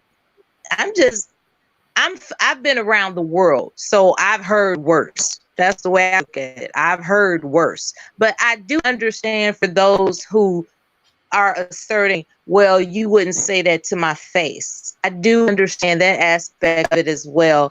And it just, you know, I'm not saying that they're the so-called focus of any conflicts, because there's plenty to go around amongst a lot of people, perhaps even myself, more likely, if for nothing else, by who I had come affiliated with, and it just got so soap opera-ish, it just got so soap opera-ish. I'm like, what is the wait a minute? And like I said, I just considered it at first like a Caribou Net show. Like, oh, okay, these are these variety group conversations that our people are participating in. This should be fun. And you're listening and listening, and it's getting more and more inflammatory. And I just like I said, whatever my participation in it was, I repent, because I didn't know it was gonna get this fucking crazy. I just didn't. I was like, wait a minute, y'all tripping. Y'all tripping, step back, breathe in through your nose, breathe out through your mouth, find a hobby, and reconstruct how you want to actually conduct yourself. Because this is getting, I mean, you can load some. There was a time there were people that could load a video verbally attacking somebody, and then within 5 minutes, the person they're verbally attacking, they're starting a live stream. And it was just a continuous cycle of that type of behavior. It just got so ridiculous. I just didn't know what to think, but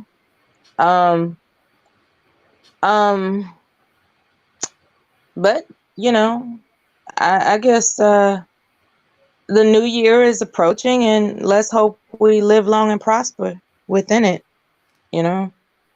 In the meantime, I gotta use the bathroom and come back on. Okay. Okay. Let me get. All right. Hey, Terry. Hey. Woo. I was eating candy. I'm sorry. What was that again? I started eating candy. As a Mello was talking, so I took that moment to eat. Right. But I mean, but like I said before, I mean, like Mela explained it, I guess, from the perspective of somebody who was kind of, circa involved in some of the stuff, because she associated with some of the players that are involved in some of the things. I don't know any of these people, not really. I mean, I'm just meeting some of them like in chats, but we don't know each other, I mean, like out of all of the I've never even been to Taz's channel. I've been to Nyla's channel. Neither have I. Never been to Taz's channel. I went and I subscribed to Nyla, to see what was on her channel, and that's how I happened upon that whole discussion that was on, and that was a good discussion. It had nothing to do with beef. Yeah. It was long. They were going back and forth about that, but I said at least they were going back and forth about something other than. Yeah. For me, it was when I think Taz had a debate with New Possibilities. Yeah, because he didn't understand. He's the one who I think didn't understand why Africa needs our help. That was part of his issue. Well, who? I think Taz. Oh, okay. Yeah, and that's because he I guess he had a critical opinion of it, and for someone who's been part of that movement for as long as I have, I definitely had a problem with it. Yeah, and then but so the gentleman that was on the panel, I don't think explained some. He might have started to talk about the fact of the currency, and then that's when they got into the debate about the dependency on Europeans on the continent. And basically, the the fact that they've been probably, and if you look at it from that standpoint, they've probably been enslaved for longer than we were, just in a different kind of way. But their freedoms weren't taken away from them, and nobody was beating them and making them work in a field like they did our ancestors. And they weren't breeding them to make stronger and more lasting by mixing different tribes together, or making as doing that kind of stuff. Just the craziness that our ancestors went through, which to me is more horrific than any colonization on the continent could ever be. That's just my opinion. Yeah. But at the same time, it's like I have a frustration too about the individuals on the continent being apathetic about the situation that they find themselves in, when we all know that the majority of the resources of the earth are coming from that continent, because that's where civilization started. Mm-hmm. That's true. And everybody wants it, and yet and still you have people on the continent of Africa who are starving. We get to see the commercials late at night Mm-hmm. for World Vision. And all and you think to yourself, because they don't have control of any of the resources, so you have all of these people. Only the people who live in the cities have anything. It's crazy. Yeah. But they think that that they're better off being colonized than being free. And then they look at us, who they consider to be free, and don't understand that we are not free. We were brought to this our ancestors were brought to this country as property, as chattel, as not even human beings. They still, even though they can't legally do it, still don't consider us 100% human, even though we're more human than they are. But I digressed. No, keep going, sis. No. I was like, see, like Mella was, she said, I grew up in DC, so obviously I grew up around in a predominantly Black environment, and the stuff that we see on YouTube, I wish you could say we were all kumbaya offline, but it's the same kind of crap that goes on offline within the Black American community, or Black, American community, however you want to call us. Those of us who are of African descent here, we don't seem to be able to come together, and then yet we think that those on the continent would know how to do it when we can't do it, and we're a much smaller number. Mm-hmm.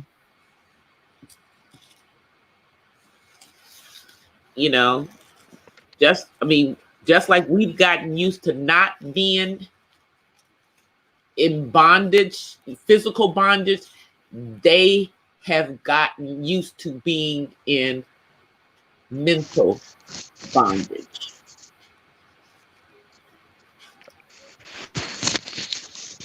And some of them seem to like it that way. I understand that it's not all of them, but I think that's the ones that maybe, Taz was talking about. Maybe he wasn't really thinking about the bigger picture because he doesn't know the bigger picture.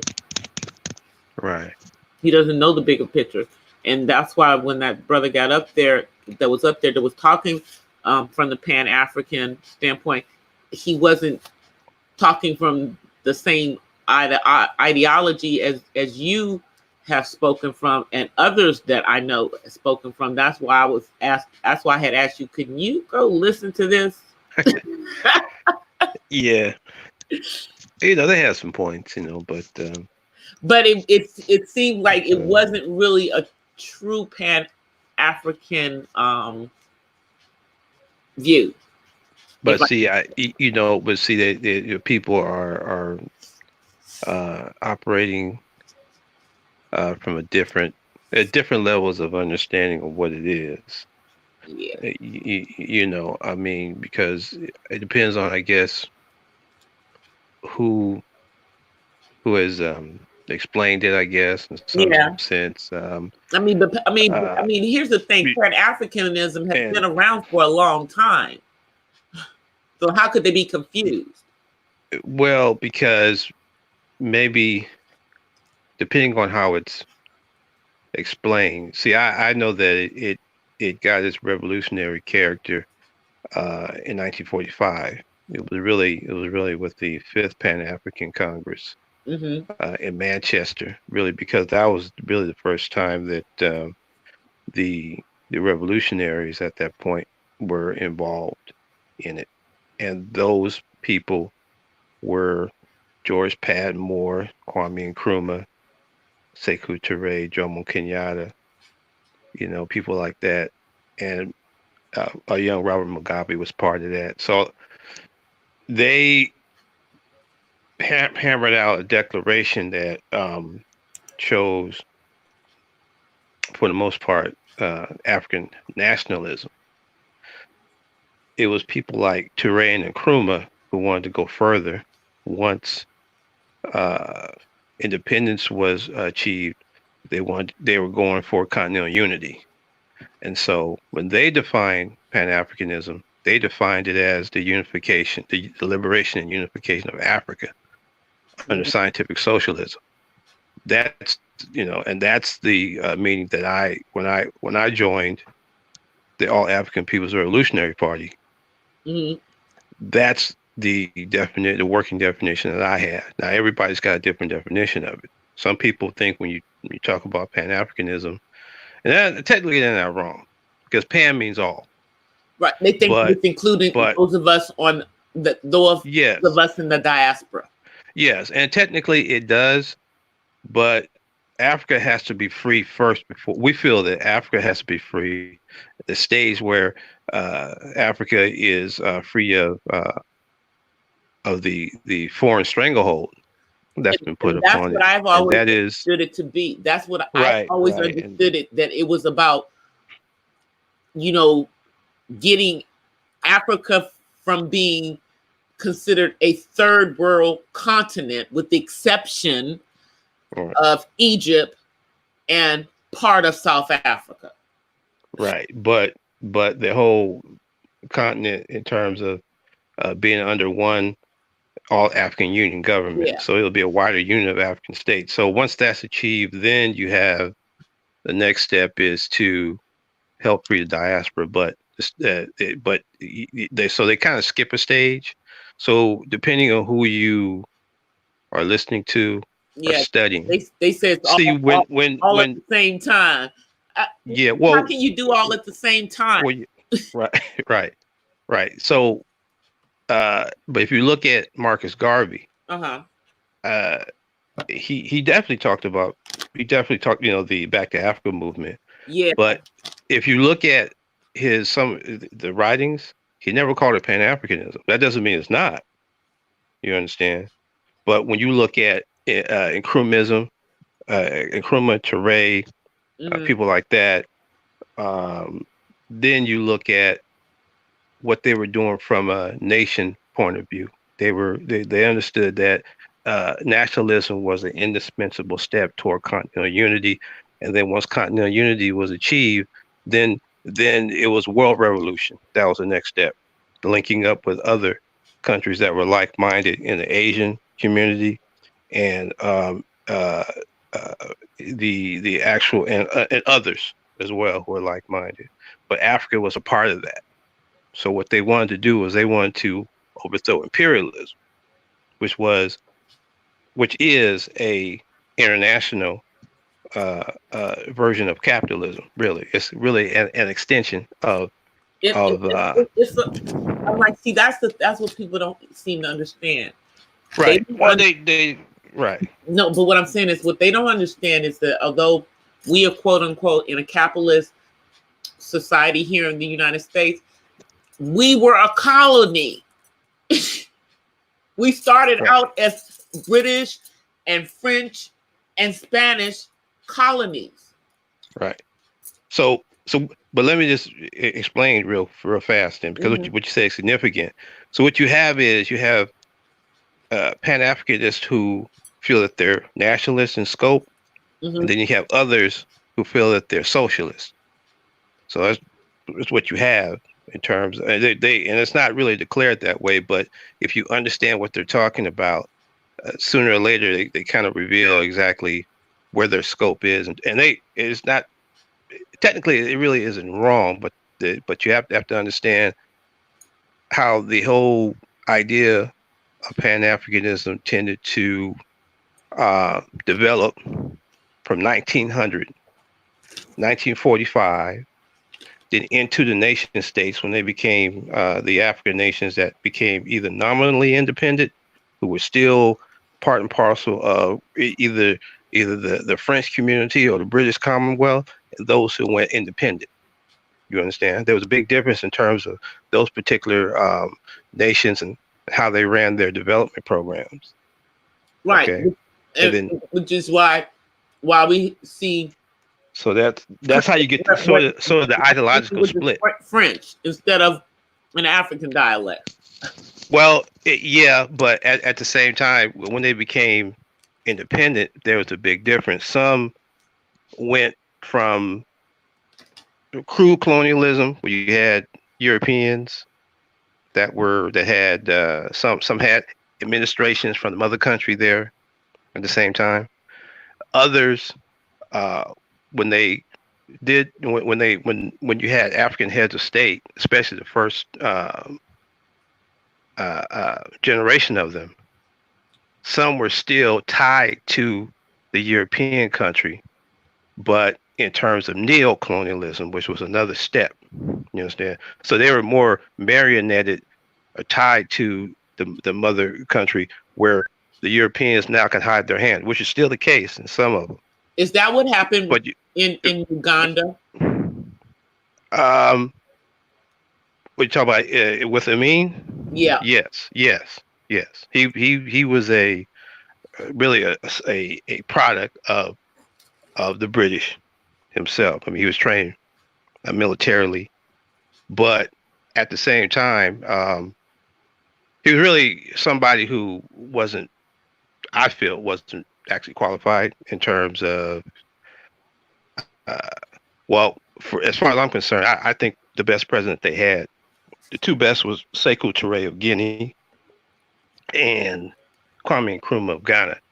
Kwame Nkrumah actually was overthrown in 1966 when he went to, he was going to see Ho Chi Minh in Vietnam to help with a negotiated settlement. They needed him, but when he got to Hanoi, he found out, of course, that they staged a coup d'etat, which is a whole nother story. I haven't gotten into that yet because I felt that we were doing other things, but that was part of the struggle. Right. Did you hear about, I can't think of her name, the young lady, I think she was from Mali,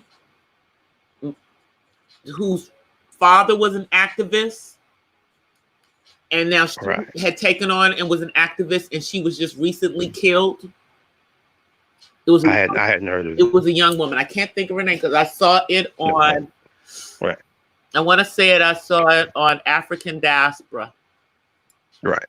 No, I haven't heard of that. But the reason why I'm trying to make these distinctions, I don't really want to get into the details of that right now. I could at some future point. I'd be glad to do it.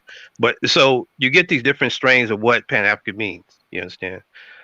I'm on the revolutionary side of it. You understand? You know, some people are on the nationalist side. You know what I mean? So it becomes this idea of when you talk about Pacific, you're talking about everybody, and technically that is true. But from an operational point of view, what and Krumah wrote a book. Kwame Nkrumah wrote a book called Handbook of Revolutionary Warfare. Anybody knows about that book or haven't read it, I recommend you go buy it if it's still being sold. There's a because at the time he wrote. Let me just say one thing, Terry. Oh. The revolutionary type of Pan-Africanism, that was the only one I ever knew about. I didn't even know about this other one. So continue. Well, continue.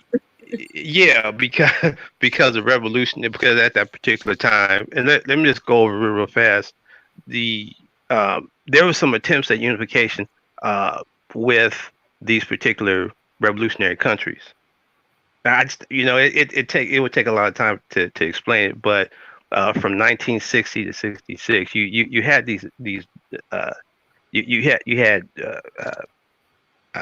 Mali, Guinea, and Ghana. They formed a nucleus for a wider union of African states, and what they did was, they got in a community called the Independent African States, and those particular countries fashioned they had provisions in their constitution to give up sovereignty in part or whole for a wider union, to bring the continent in terms of either the United States of Africa or a regional grouping, as other countries were, other territories could become free. They were free to join this particular community of independent African states. And it's documented. I could cover it one day. In fact, if you listen to my video I did on the history of Pan-African Congresses, but I did a first video on it. Okay, yeah. I go into. I looked at the political musing one. I looked at that. Well, yeah, right. But I had one I put up. I think it was yesterday, and I kind of go in. I'm gonna go into that, but right now I'm trying to give a view on the Congresses and how they went from something. They was concerned about the Africans who were put under this settler colonialism from these 6 European countries. They went from that, the concern of it, to them wanting rights. And they didn't protest at the time. The first 3 or 4 Congresses, they weren't protesting that, or at least not publicly at the time, these groupings, that the colonialism shouldn't be there. It's just that these natives should be sort of treated better by these people who went in there and took these territories, all right, and started these frontiers. To the 5th Congress said, no, this is going to be a showdown between the African nationalism and imperialism. So, see, it was a marked difference when it got down after World War II. You had a whole new sort of generation of Africans that said, no, we're not negotiating anything. We're taking, And so it was those people, and many of them, like Jomo Kenyatta, he became president of Kenya. Of course, Nkrumah was the first one. And so the evolution of that. So these were revolutionaries. And so my understanding, in terms of those who are the more dynamic personalities within the Pan-African movement, were the revolutionaries. So when I talk, I come from that position. Mm-hmm. So I guess that's the point that I'm trying to make. I'm trying to get to the point. Yeah. That was when I heard that other view. I was like, I've never heard it this way. What the heck is this? Yeah, it depends on who's speaking, who's if they're reading at all. I'm not sure. I can't say if they are or aren't. I know that most of the publications that I've seen were written by revolutionaries. So I mean, I know that it was a good point that one of I think it was Cerulean made on the panel about the fact that, those who are on the Back to Africa kick need to understand that when we go over to Africa, we are foreigners, and in most countries, we are not allowed to buy real estate Mm-hmm. on the continent. Right. And on the flip side, you know, the United States arms are wide open. Anybody can come over here and buy property. Anybody. You can, Right. and I'm gonna tell you that just from working in the real estate industry, foreign nationals can buy property in the United States. They have to put more money down, you know, and of course they have to have certain documentation, and they usually have to be working, you know, in this country. But you have ones, you have permanent and non-permanent resident aliens that can buy property. Yeah. Yeah. I'm It's telling you, probably here. and I wouldn't doubt that the fact that because you still have a colonial power that's still behind the scenes at this particular point, and we know that neocolonialism is a system that really more efficiently extracts materials from Africa, and Mm-hmm. the actual policies and how it's set up is that a country has a nominal independence. It has all the trappings of political sovereignty, Mm-hmm. but in actuality, its policies are ran from the outside. So when these particular countries, the countries that the French controlled, Mm-hmm. the Congo, the Belgium, the British, the territories that the British controlled and such. What happened was, what I said before, with the exception of those who said no, we out for independence, Mm-hmm. they still kept really let's say the marionette strings were still attached to those heads of state, and so anybody that actually ascends to those particular offices have to play ball because they still do business as usual. They're still extracting the raw materials. You know, they still have monetary zones that are foreign monetary zones that are That's what controlled by this foreign is banks. about. And so, yeah, and that's how they set it up. So that's still, the economies are still colonial, but you have African heads of state and African parliaments and these kinds of things. But they're really the hidden hand, or the people who are really controlling Africa now masked behind blackface, if you will. So that's the difference. So when you see these policies, what you're saying, it's probably based on that setup. They're not. They really don't control. They're more or less like. I mean, we can go into some of the other things that they don't control, but it's Terry, kind of like, Terry, yeah. quick question for you. Which country is the one that people from America, former slaves from America, went to and founded? Which one is that? Are you talking about Liberia? Liberia. That's the one. Yeah.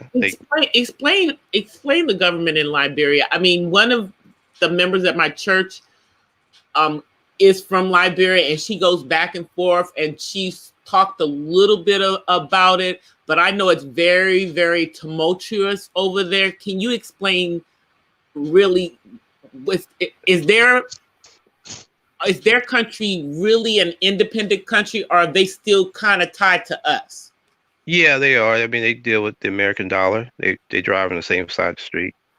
Their institutions are the same in terms of, or it approximate the United States. So what you see here in terms of the side of the road we drive, the kind of the currency, yeah, it mirrors all of that. Now, what particularly is going on between the personalities, I couldn't tell you at this time. I'd have to do some more research, but as far as the setup is approximate United States. Yeah, I mean they have a lot. What I do know is that there's a lot of corruption in the government over there. I mean, coup d'etats, that kind of stuff going on. Yeah, precisely because that particular setup, though, it can only exist within the teeth of the scarcity that remains in Africa, while the lion's share of the raw materials are extracted. See, that's the condition for that, and it's going on for a very long period of time. So unless But that you particular you country is more, excuse me, American. well, it's set up in terms of its institutions, the American dollar. Yeah. So it's tethered to the West. Absolutely. Absolutely. But What about judicial? Executive. yeah, They the whole nine. their Yes. branches. It's like ours. The whole nine. Yeah. The whole nine. Wow. Yeah. Yeah. I mean, the money is the American same dollar you see over here. The same thing. Yeah. They drive on the same side of the road as we do in the West. All that, but they're affected though too because um the the stranglehold on Africa is economic. You Right. see, you have uh, not only uh, multinational corporations that are controlling the resources that come out, but they also control ancillary companies that tend to aid and abet the process on a local level, and Mhm. many foreign uh, firms control the local economies as well. You see, some more than others, but uh, so again, the banking finances are foreign. Like Bank of Paris, You know what I'm France, thinking, Britain. Terry? Huh? The only the only countries that don't have a European style in any type of way would be Asian and the Middle East to a Right, certain degree. right. But everything else, South America, North America, Africa, Well, you because see, that's at Australia, ugh, right, right. But see, there's no de facto independence anywhere. that's what I'm The saying. difference. So Yeah, you have what's called de jure or nominal independence. It's a limited independence. You understand?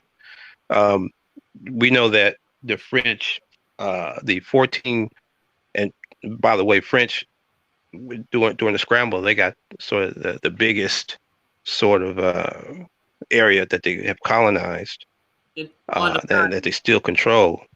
Um, continent.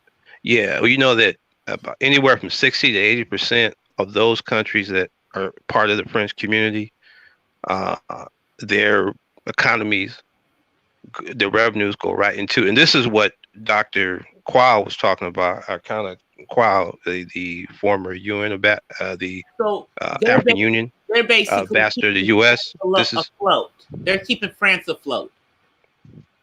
Yeah, the same thing with Britain and the other ones. Yeah, with Belgium and the Congo That is such relationship. bull. So it doesn't. Yeah, so it's a continuity. So you might have the heads of state, and I was getting at that. It's like to me, it gets to the point where these African heads of state, even if they mean well, they're really puppets, and they're like they're like they're heads of essentially to me no more than what's considered a fiefdom in a sense. That's to me that's what it's analogous to that to me. You understand? Because they don't have any power. That's why these foreign countries can come in at will and destabilize certain parts of Africa whenever they want. They have they have CIA branches all over Africa. So who's you so when you start looking very, very closely, uh, these particular countries and their politicians really have no power at all. It's very, very limited. See, and It is now in to crew, the United States and to Europe's benefit that Africa stay crippled. yes, absolutely. That is so insidious to me. Three, 400. million Africans in sub-Saharan Africa, yeah, at their expense. That's the business as usual. So you see, so those things that evoke these objective and subjective conditions create revolution. It creates a force that's uh, let's say opposite to it. These people don't become um, anti-imperialists just because they think it's cool or they like it. It's the conditions, you understand, and the illogic of constantly, uh, you know, you know, being a dependent client state. Essentially, that's why they deal with these countries on an individual basis. The thing was to carve out frontiers for their benefit, and it carved them out really with the understanding that they were never really to be viable independent nations. So with that happened, so when they finally they opted for independence, some of them fell short.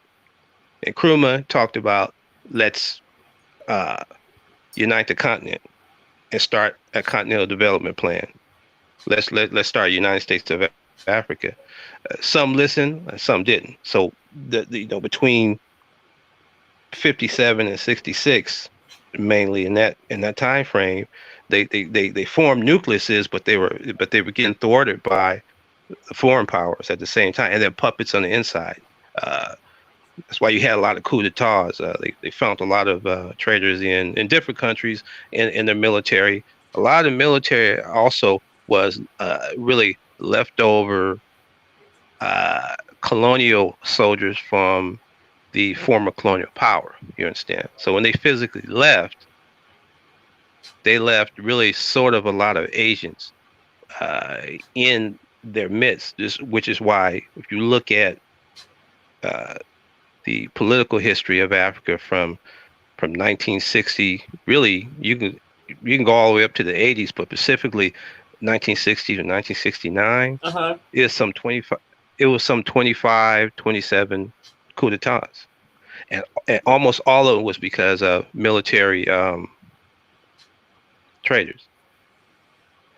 In fact, that's what happened. Mugabe, they military. So this so-called democracy, the separation of powers, they try to approximate these governments in Africa to look like they would if they're from the West. It really means nothing. They draw a constitution, and when you have the CIA can pay certain people who don't like the politics of that particular president, like they did to Nkrumah, and in that situation in February '66, yeah, the police collaborated with the military, parts of the military, and it was just a change of regime. It wasn't even a popular coup d'etat. They just, they took over Flagstaff House, and they took over the communications, and they cut off certain access roads, so that because it was really an element of the military. Others were so far deployed, so far away in the country that they couldn't get back, and boom, that was it. You know what I mean? So you see a lot of that. A lot of that going on for that particular reason, but you can bet the CIA is behind it. The White House, State Department, these kind of entities. See, this is the kind of stuff that I have studied over the years. So it's more than just what you see. It's other players involved here. You understand?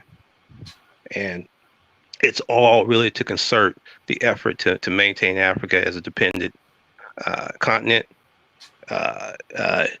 disorganized, and fully in control of the West. See, that creates a revolutionary situation, though. I think people need to understand that. That it tends to create conditions ripe for revolution. They need them to be that way, because that allows Khazarian Jews to stay right the heck where they are. Absolutely, yeah. They definitely have joined in the exploitation too. But yes, these particular countries, when they do their business and their trading, yes, they need those raw resources. And Of course, deals are made with these folks, side deals. Joseph Mobutu, who was a dictator in the Congo for 32 years, they dealt with him. He got paid directly to give access to the rubber and a lot of the precious metals of the Congo. He was finally ran out in 1997. The man was worth $4 billion while his people suffered. He was a butcher. The CIA propped him up for years. I mean, that's fact. That's documented that's fact. the one who was torturing people to get he's the one that delivered Patrice Lumumba to Morse Tashambi in Katanga in 1961, and they murdered him. Lumumba was he was a legitimate prime minister, had not only plurality of the people, but he also had a majority of the seat in the parliament. See, this is so he was definitely. All of this is because they segregated the tribes from each other and did not allow them to form tribally, because you wouldn't have so much conflict. Because it's like you can't trust your own countryman because he's out for his own interest. He's not out for the interest of the country, because maybe whatever tribe he's from is a small minority who's at the top, while the rest of them are from another one. I'm just making up the example. In some of the countries, that's really what's going on. Well, yeah, but you had others that were involved that exacerbated the situation everywhere, though. See, it was an African situation that needed an African solution, but you had all these people from these particular countries that had been in there for so long. You got to remember, they came in there in 1884, 1885 off of the Berlin Conference. Okay.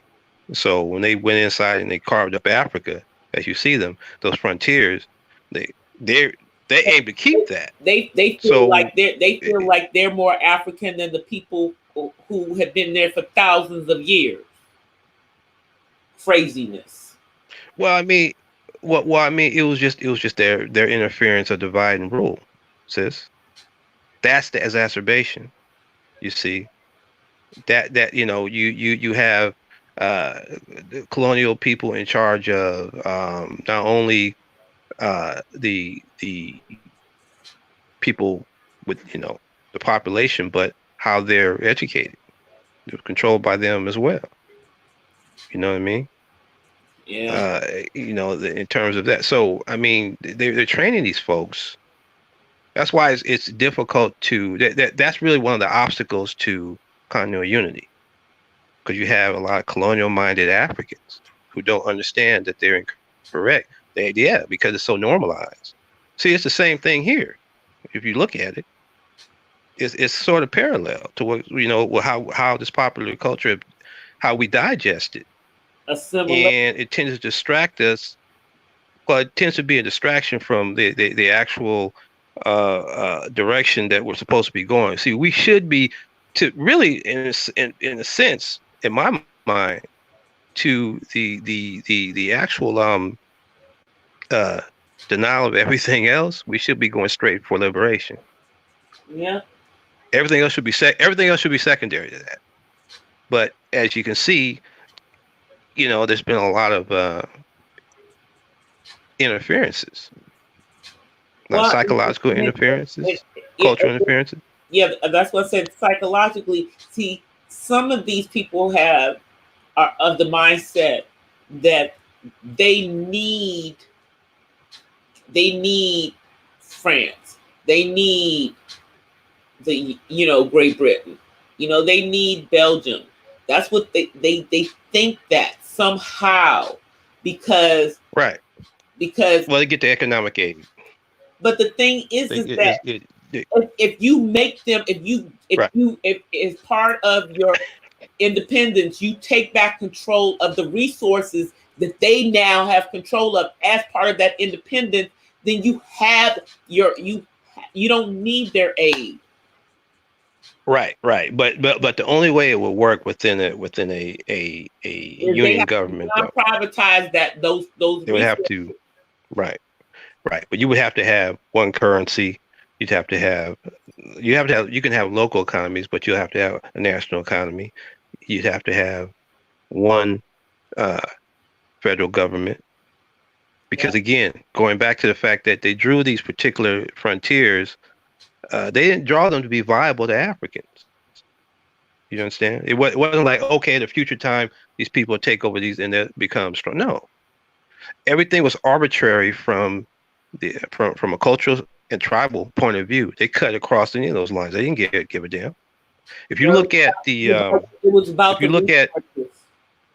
yeah, if you look at the southern border or the borders between Togo, just to give you a quick example, the border between Togo and Ghana, that's cut right in between of a people called the Iwi tribe.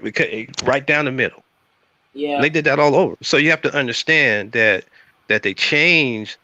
That was the divide. That was a process of the division as well. And then when you look even closer at some of these countries, you see some of how these countries were divided by certain regions inside of these borders that these Europeans imposed on Africa. But we know that it was for their benefit to feed their economies.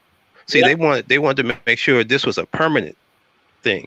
So when they did something that was probably unplanned, unforeseen, when these people did achieve some sort of nominal independence, with the exception of those few nations that became independent, and those independent nations understood that their independence was meaningless unless it was linked to the total liberation of the African continent. Mhm. Now, Ghana had declared that.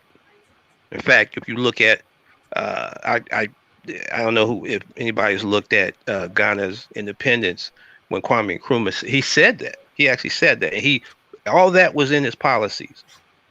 The independence of Ghana is meaningless unless it's linked to the liberation of the entire continent, which means that all his policies had two purposes: actually to end a colonial a relationship that Ghana had with Britain, and actually to aid other territories not yet free to become independent and join in the African Union to make Africa strong.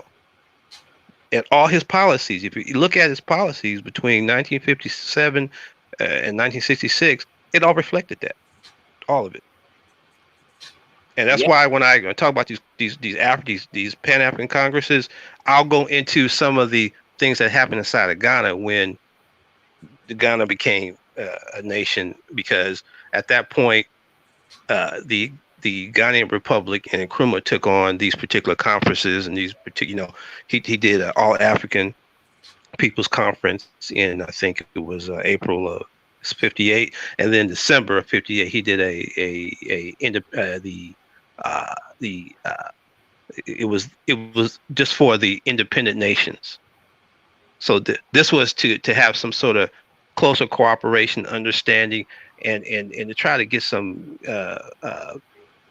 set a date to actually bring these particular countries in so that they can start forming a nucleus for all African Union government. See, Mhm. that's what made him dangerous. Him and Touré and others, Mobito Keita and Mali. So that's stuff that, now I'm kind of revealing stuff that I was going to tell you later, but yeah, it's a lot more to this than just Pan-Africanism, this and that. No. You have to look at what these folks were doing here. You understand? Crazy. The OAU, yeah, I can get into all that, but I'll get into that. You and I will be talking about that. Oh yeah. But so we understood the program.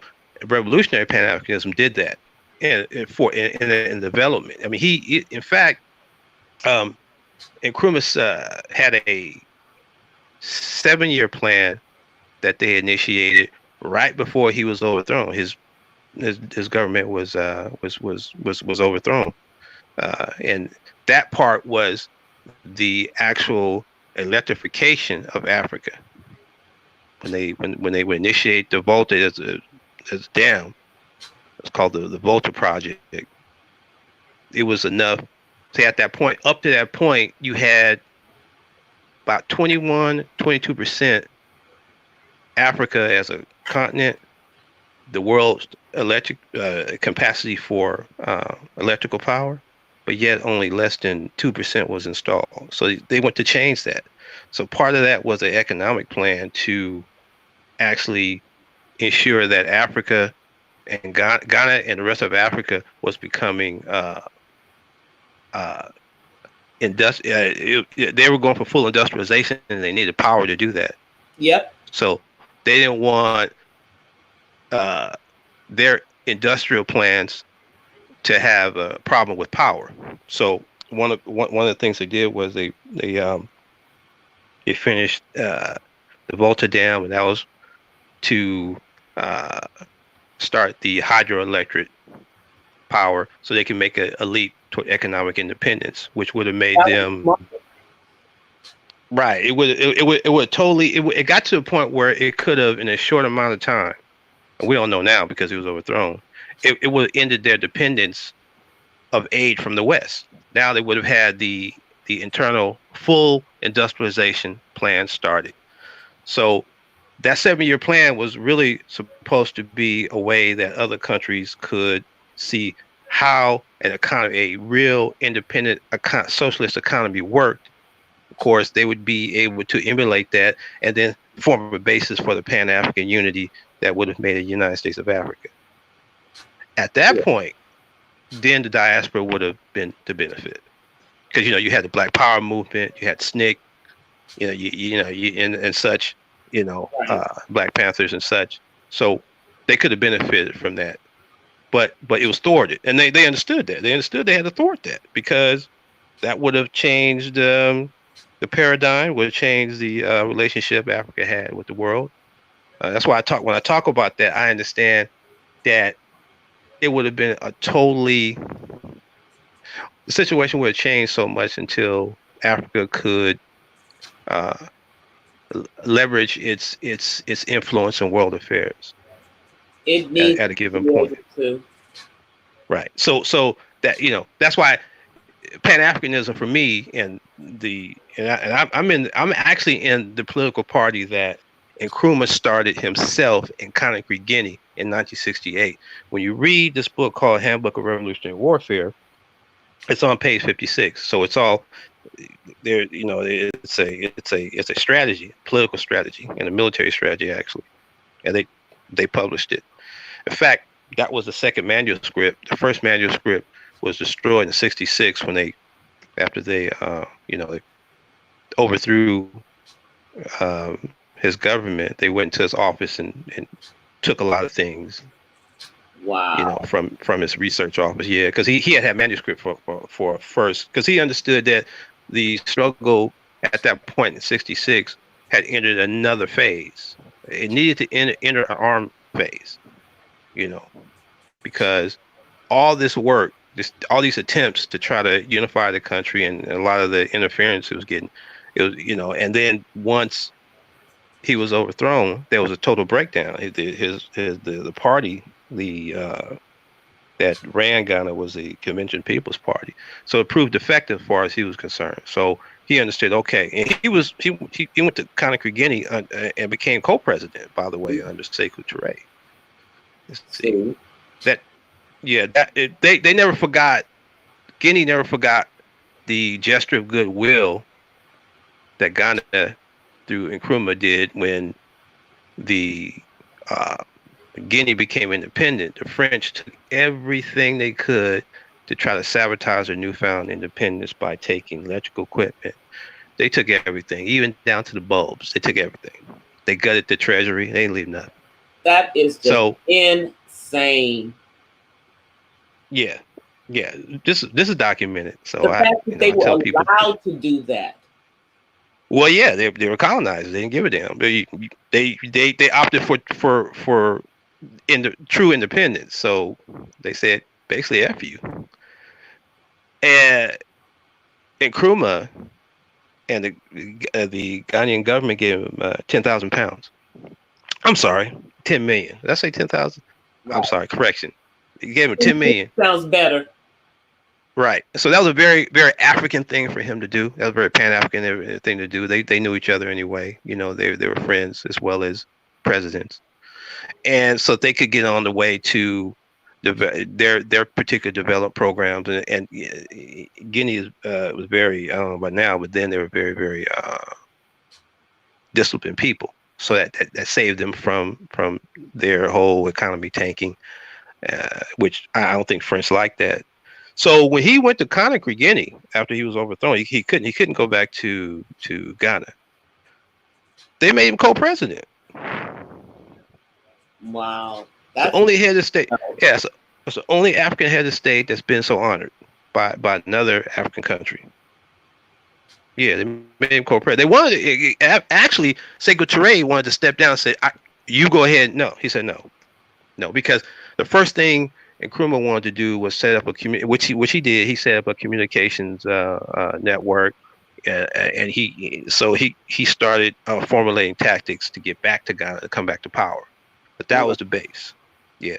So a lot of people made pilgrimage to see him. They wanted his advice, this, that, and the other. You know, while he was there, he was there from '66 until I guess '72, and then he died in I think he died in Budapest. He had gotten sick. A lot of people think that he was poisoned, though. That's another story. But yeah, he died in 1972. But he, you know, he had always been the sort of the symbol. In fact, he had become even more popular when he was deposed. And if he had lived, he definitely would have came back to power. No doubt about it. The masses of Ghanaians at that time were still with him because it was a legal seizure of power, of course. But this seizure of power was backed by everybody. It was backed by France, Germany, United States, all these folks, Israel, all of them. So you can kind of see where people are in terms of these countries, what side they fall on. They did all this duplicity going on here. Yeah. See what I'm saying? But that right there was a handiwork of the CIA as well. They had a lot to do with that. They just find people who don't like the policies, and then they just put people in line, and they gave them. It was actually we found out it was 12 million that went to the co-conspirators. It was 6 of them. Some of them were. I'm talking about Ghana now. Some of them were in the police force, and then some of them were in the military, and they got $12 million for that to thwart the African Revolution. Where would we have been right now if he was able to complete his work without interruption? That's the part I'm trying to wrap my brain around. It's like we are our own worst enemy. Right. Exactly. So a lot of those guys don't know that. They probably haven't. They probably, you know, they could have a cursory. You know, they're not dumb guys, but they probably haven't read it to that degree. Know any of that? They probably think that it's just been the way it is, and that no one actually tried to fight against it. Well, yeah, maybe. I'm not really sure. I mean, they've probably. I'm sure maybe a couple people may have taken. I think in that conversation that was mentioned. They did mention Kwame, so they did a little bit. Yeah. But see, as somebody who, I was trained inside the organization that he started.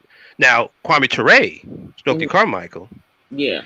A lot of stuff. I'm one of the people who I'm a result of his work in the 90s, and you know, I knew him. I actually knew him, and he was one of our most renowned cadre on the Central Committee. You know, and you know, he's very active, always traveling. He was always building a party. But Nkrumah thought that he needed a Pan-African organization. But when Kwame Touré, well, Stokely Carmichael, when he went to live in Guinea, Nkrumah asked him to be his political secretary, and he was speechless, but he accepted. But he had struggled with Nkrumah at that time, and to include the diaspora in the African struggle, and that's how it became really the in terms of even people calling themselves African was due to his work. To be honest with you, that was part of his work. The fact that we even call ourselves African, even though it's hyphenated, a lot of that was his work and others that he brought in. Knowledge that our ancestors came from the continent. Yeah. Yeah, but the actual struggle itself, the Pan-African struggle on the continent, and what we could do here, those of us who are here, in a position where you can get the constructive use of your critical skills and give support to the movement to imagine unify the continent. Could you imagine if Obama had been a Pan-African president with his father being from Kenya? He wouldn't have made it. Well, yeah. Oh no, that's a bit. His father he wouldn't have made it. His father wasn't a big person in politics, but he was in like local politics. Right. Well, it's not in the interest of the West to do anything that could initiate, real development. That would mean, the Africans will control 100% of their resources, which meant that really true development would be fabulous. But no. So that's what I'm saying. This is a struggle. This is a positive forces, negative. This is a struggle here. And as I've said before, I've said in my I think one of my videos that the most revolutionary people are in the mass political parties. They're not part of the government themselves inside of Africa. Uh-huh. So I was going to go over those at one time. See, now I'm kind of revealing a lot of things that we were going to speak about, but I'm kind of glossing over it. But these things actually happen. These things did happen, and they did thwart. So even the buildup of troops there now of the West is not because of any external enemy, because they're the external enemy. It's to forestall the African Revolution, and people need to understand that. That's what they don't want. They don't want Africa being free and independent, the continent, because I can tell you that is on the agenda. That is something that's wanted, huh? It needs to happen because right. It would change the complexion of the Middle East. No pun intended. Right. I'm just saying. So when they talk about that, they probably are not privy to those particular. The only reason why I'm, it really, people who are in Nkrumah is probably one of the very few people who understand it, because I'm in Nkrumah's party that he started, the political party that he started. So I'm in that, so I can understand why when they set up our ideological and educational apparatus back then, and the things that we have to study, it's all there. It's all there. And so unless you kind of know that, and then obviously they're not going to promote it here, I would have probably never knew it myself. I want to I want to do one of these days. I've got to finish doing. I got to do the research on it, but I want to do a talk about how they have purposely dumbed down the education system in the United States. I see. Now that would be a good one for you to do. I would love to hear that. Yes. Yeah, because actually, and I think there's a video out somewhere on YouTube with a former, I think she worked in the Department of Education. She was like, they had her at the head of it. And the way that they had her, it's what they had her do is really what formulated how public education would go from then on. They made some changes in how public education would be. And that explains a lot about what our kids are taught in school now. Yeah. Because there was a purpose to it. They changed the purpose of education when they did this. See. Right. You know. Yeah. You know, the education was for people to do certain things, you know. Right. It was more entrepreneurial before, but that's not the way that it's formulated anymore. Right. It's formulated for you to go work for somebody else. Right. So we can see maybe the differences in terms of where our people have been affected. It may vary from detail and degree, but the end result is the same. Yeah, because when they made those changes in the education in the education system, if you didn't go to private school, you were subject to a lot of that stuff. Because I'm now, I mean, you know, people can poo-poo on Catholic schools that they want, but they have one of the best private educations for the cheapest. They're the cheapest of the private schools. Right. You know. See. You know, only thing you have to suffer through is 12 years of lies about God. Right. That's the only part is you got to suffer through them 12 years. But I was brought up Catholic, so I didn't know the truth until after I got out of Catholic school.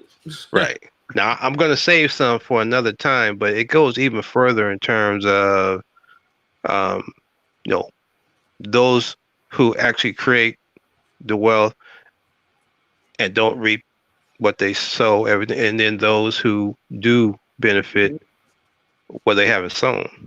Yeah, but you have to get into that if you're really honest. You got to get into that. But that's easy stuff. It's like if they purposely and the way that they did it, because I did watch the video. I just have to go back and find it. It's out on YouTube. But I understand. But some of the stuff that they did was I guess she felt was so bad that she left, and that's how this, you know. Because this video obviously is of an interview someone had with her, and it was a phone interview. Okay, yeah. Because, you know, she's not going to come out in public and say the stuff she said. Right.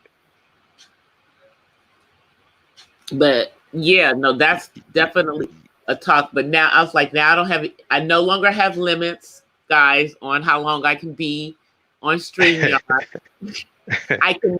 I can now stream simultaneously on Facebook and on StreamYard and on Periscope if I want to. But I don't know but I'm not ready to. But I think I won't go into details on this either, but when you get into analyzing the relationship between labor and education, that too, but the 1%. Oh yeah. I think that is really where you start looking at, okay, that explains everything else that's wrong with the society, but it's worldwide in scope. And the effects span intergenerationally. So so therefore you have to look to the Khazarian Jews, even though people don't realize it. Right. Even though they don't realize it. Yeah, we're gonna finish talking about that. Because part of that right. that 1% are Khazarian Jews. Right, of course. But in terms of the nature of the relationship and why it's evil, why why it's inherently evil in terms of the monopoly and the difference between the haves and have-nots as business as usual. And that kind of explains a lot of things that that's part of we've talked about here. The changes in the education system. It's the nature, but it's the nature of the relationship between those things, between labor and production. You understand? That's where they only want you to know they only want you to learn as much as they need you to know. Right. You know, but see that's one of the things that's shooting them in the foot, because now you have all of these baby boomers who, you know, are aging out, and we're dying for doctors and nurses because they were so busy pushing everybody to go into vocations, you know, instead of going to college. Mm-hmm. But that's another story. But all of that, it has to do with the way that they structured everything, and then it really hurt specific areas when they made those changes in the way that education is structured, as we all know. Right. Because it was built to facilitate that particular mode of production, that particular system that, yes, that was structured in that way. And it still explains everything. More people like Catherine, what's her name? The one that mathematician that was in that movie Hidden Figures. I heard the movie, I never seen it. Okay. No, I forget what her last name. I think her last name, I want to say it's Turner. I can't remember. But they didn't want people like her and the other ladies. They didn't want them to exist. They didn't want us to be good at math. Right. Yeah. They didn't want us to be good in science. We invented it, but yeah. I'm just saying they didn't want us to be good in those things. They were okay with us being good in music because they think music is an art and it's really a science. Right. But you know. So see the conflict. Go ahead. The conflict in this particular system, where you have on the inside, you have the domestic economics, and then from that you have the racist component to it. On the outside, you have world imperialism, and then you have colonies that have been set in the orbit of this particular imperialist country. You understand? Or numbers at this point, plural of imperialist countries. So that's how it's operated. And by 1917, there wasn't one part of the earth that wasn't already carved out at that particular point. I think I might have covered that in one of your live streams. Look at it. I mean, well, the only part that's technically not carved out, because it's at the bottom of the earth is Antarctica, and that's simply because not too many of us can live down there. But if they found a way, they found a way. Yeah, you're right. Exactly. That it would be carved all the way up to. Right. Even though the continent is under all that ice. Right. So it's a way of maintaining an empire, really. Something that's never said or admitted to, but when you look at the formations of nations in the 20th century, even going back to the scramble for Africa, I think that was part and parcel of it as well. But when as you move into the 20th century, you move into World War I and II. We talked about that. Right. We talked about the Ottoman Empire. Yep. We talked about how Palestine was put under the not only the British mandate, but then the UN partition of 1947, and then of course the Khazars took it over as the United States, their prominence after World War II. We talked about that. I mentioned the Marshall Plan. So all this was part and parcel of that moving into, the Cold War. You understand? And I know we were going to talk about. I remember the Cold War. And here's the thing: we think that the Cold War is over, but it's not. Right. Absolutely not. Yeah. It's over, but it's not. Right. So agreed.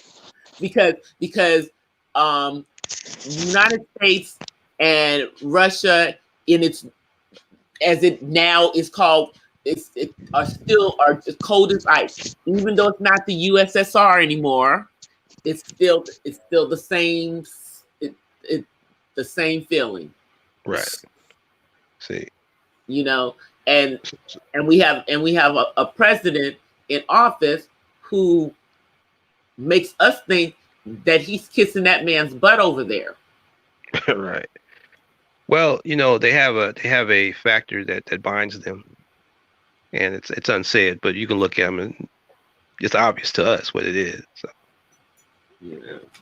you know, they're both white men. So Yeah. I think that tends to supersede all other political beliefs that are opposite in terms of the East and West. I think that's the thing that binds them. Because and the reason why I say it, because if German officers could and would be captured and eat better than the black troops that were in the services fighting against them, then surely there's still a brotherhood that binds these white men, even though they're a different ideological fronts. You see, in terms of what they feel the actual political order of the world should be, and it's true that the German officers ate better than a lot of the black troops. That I'm talking about the ones that were captured by American forces. Can you believe that? Yeah. See, so I mean, it tells you a lot. It tells you a lot, you know, in terms of, and that was, you know, we're talking about the 40s here, late in the war. You see, World War II, that is. So it would stand to reason that's more likely than not. It's going to be the factor that binds them. Oh, it's always a possibility of a miscalculation to start some conflict, but if they avoided it during the height of the Cold War, I'm sure they can do that now. Yeah. In my opinion, yeah. It's just so much. You see? Like all of that. It's like all the information is swirling to me, because it's like I'm like, right. All of this is just. It's like there is so many conspiracies that have been going on for so long to keep the continent of Africa down. Well, they're only. I say this a lot when this comes up in my discussions. They're only limited by their imaginations. They're very very creative. The Mossad, CIA, KGB to a lesser extent over there. Yeah. So you know that's. And here's the thing, it's like they want us to think that there's less people who are black, or because that's their color for us, so they call us all black in this world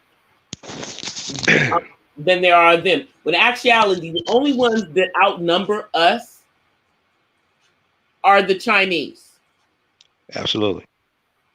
Then comes people who are of African descent, wherever they are in this world. If you took us all and put us all together, we would come in number 2.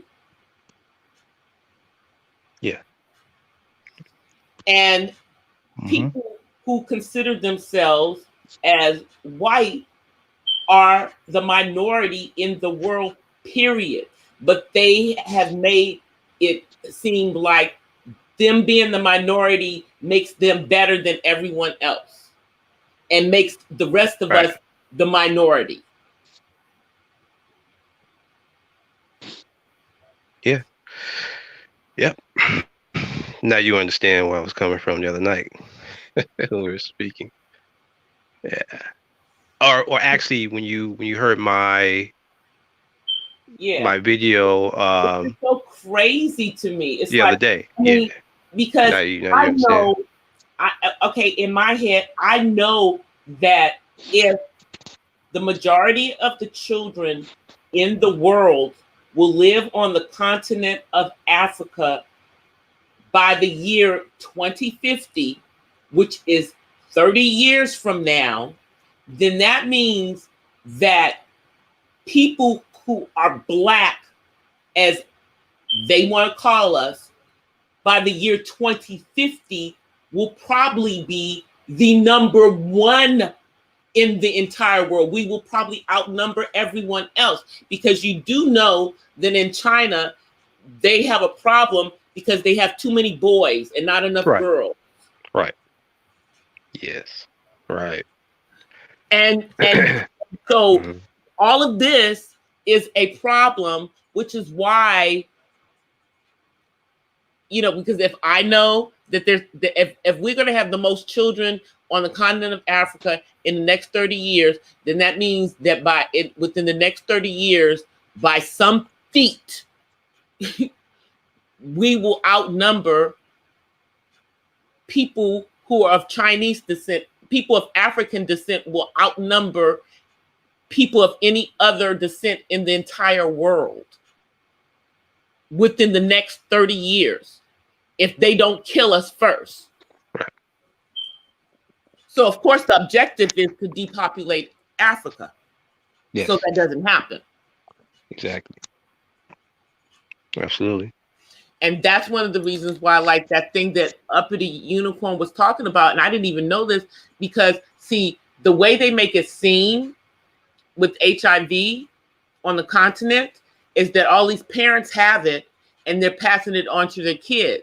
But from what Uppity is saying, some of these parents don't have it, but their children have it when they leave the hospital. Yeah. So that means they're being contaminated so that they don't live past a certain age. And obviously, if you're HIV positive, then you're less likely to have a child. Yeah. Absolutely. So it would, by definition, start the process of depopulation. Because we all know, regardless of what anybody says, that when the original virus, because that's not what's going around now. It has mutated multiple times from what they created in the laboratory. But the original one, part of the objective was to depopulate the continent. Yeah. See, we're improperly organized. If we are properly organized, we could. They keep trying to find new ways to come to that objective, because that's right. One of the objectives of certain groups such as the Zionists, to depopulate. Absolutely. Yes. To make it an optimum population. Exactly. Yeah. I know what you speak. Yeah. I know what that's a eugenics program, so to speak. It comes in under that. Yeah, sure. Yeah. But see, all of this stuff, the thing is people think that this is like something new. This has been something that they were thinking about from the beginning of the 20th century. Mm-hmm.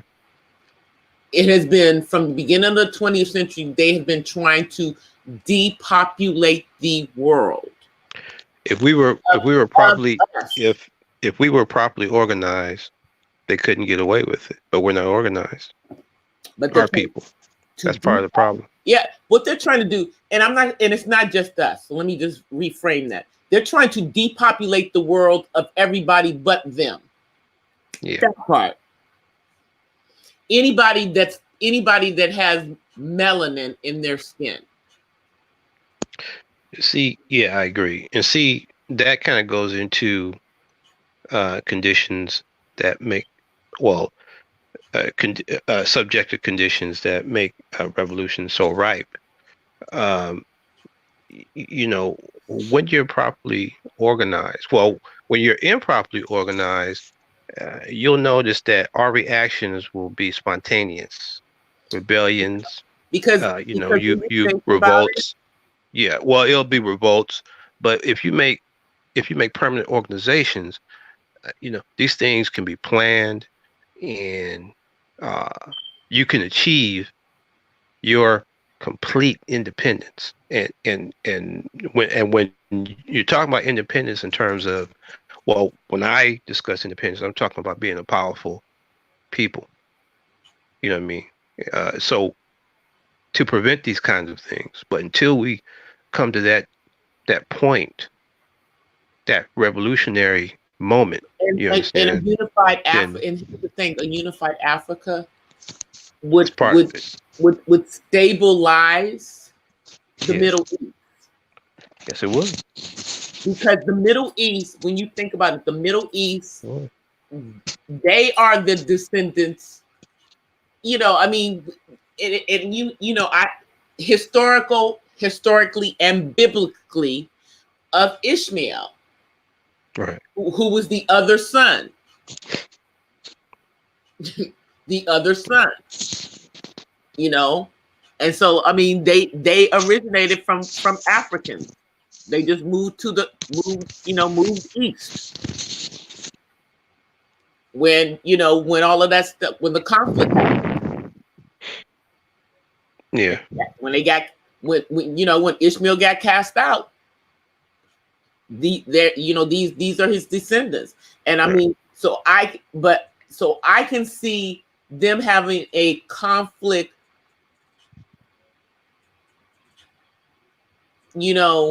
with these people that are in Palestine, because they know that those people don't come from there. And Right. they're probably looking at the rest of us like we are out of our crazy minds to think that these people are really the biblical Jews. Well, also, when, because I know it'll happen, when Africa becomes unified and industrialized, Hmm. the Khazars' position becomes very tenuous. Very, very tenuous. In fact, they wouldn't last long at all because the power balance will have shifted, Yeah, which is what they're obviously trying to prevent. But well, that's what um, everybody that.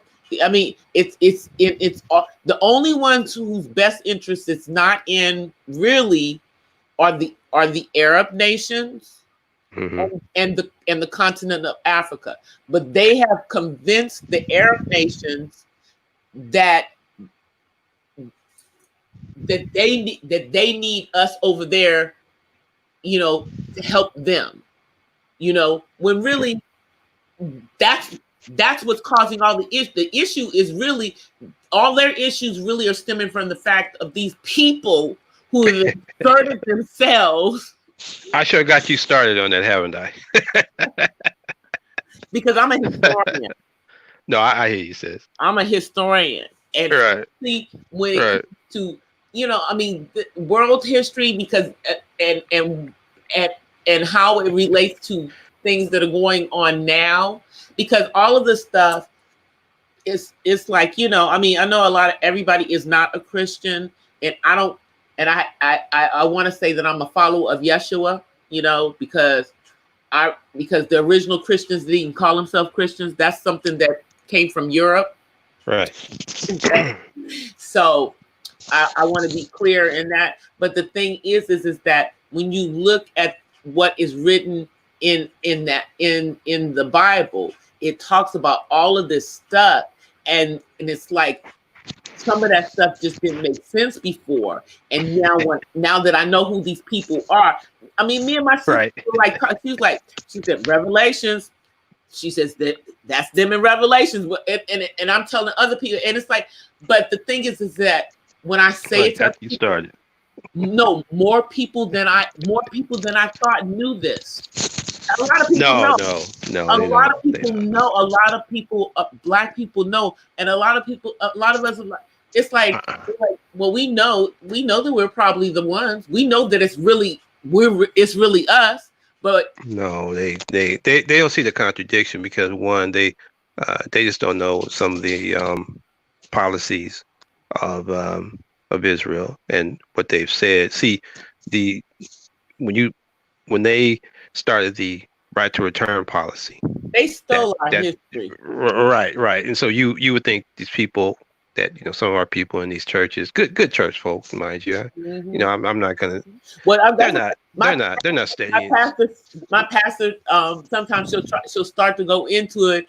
She mentioned Well, it. She mentions it, but it's not something she talks about in Sunday service. It's something that they're not gonna in our Bible studies on Tuesday night. Right. In fact, they may even lose, if they talk about it too much. They may even lose their tax exempt status. Believe it or not, because I'm saying in terms of the churches, I'm sorry, I meant to say the churches themselves. They understand because they have the United States have such a pact with Israel.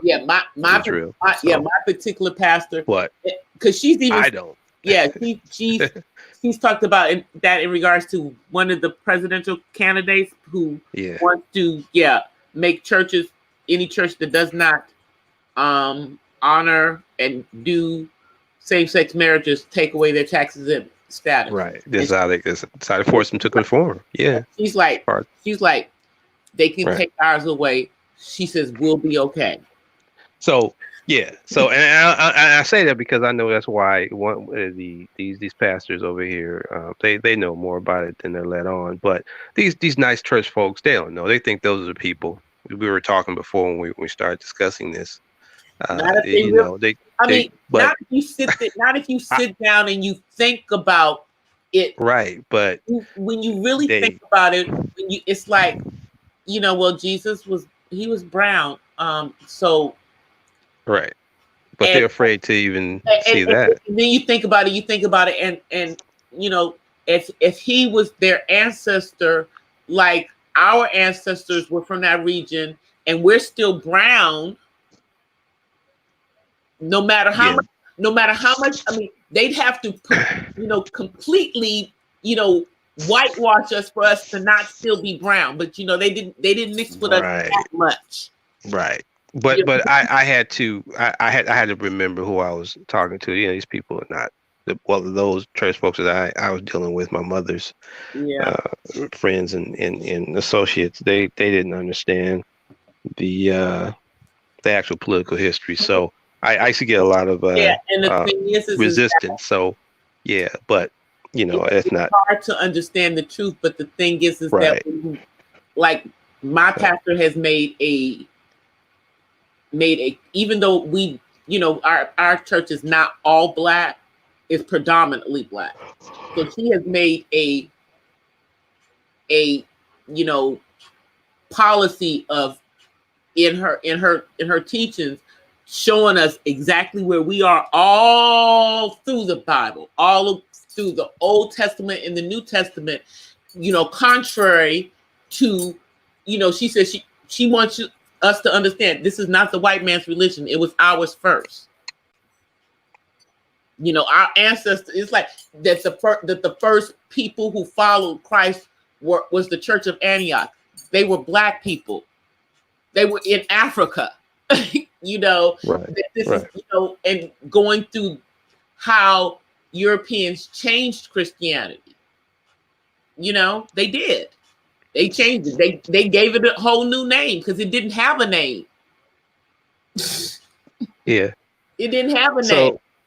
So so a lot of people are under under false impression. They don't really know. This makes me angry because the deception goes to the highest level. Yes. And I know this. And here's the thing. Yes. You and I know that they know the truth, but they continue to promote the deception. Look, I too had the same sentiment, but I had to take that anger and I had to channel it into another direction. Once I found out, I was upset. I feel part of the issue is just making sure as many people as possible know, because the more of us know, the more of us can be motivated to be part of the solution. Right, and that's why I always say before we come off the live, I always encourage people to read who don't fully have the full picture of these things. I'm talking about people who don't read a lot, to read, to study these things on their own, to get the information and check out and verify what we're saying here. Because Yeah, I mean, because the thing is it's something that that it's not everything's information that available needs on to the be internet now. monopolized by a few people. It needs Everything's to be no available on the widespread. internet. They can download the books. Some of these books, Yeah, they can download them. yeah, absolutely. And I have references, to certain ones to read, of course, but uh, This is stuff they don't I teach in really school. I mean, you I don't giving want them to people take my. Pardon me. I said, this Say is that stuff again. they don't teach in school. You're Oh, giving people absolutely. education.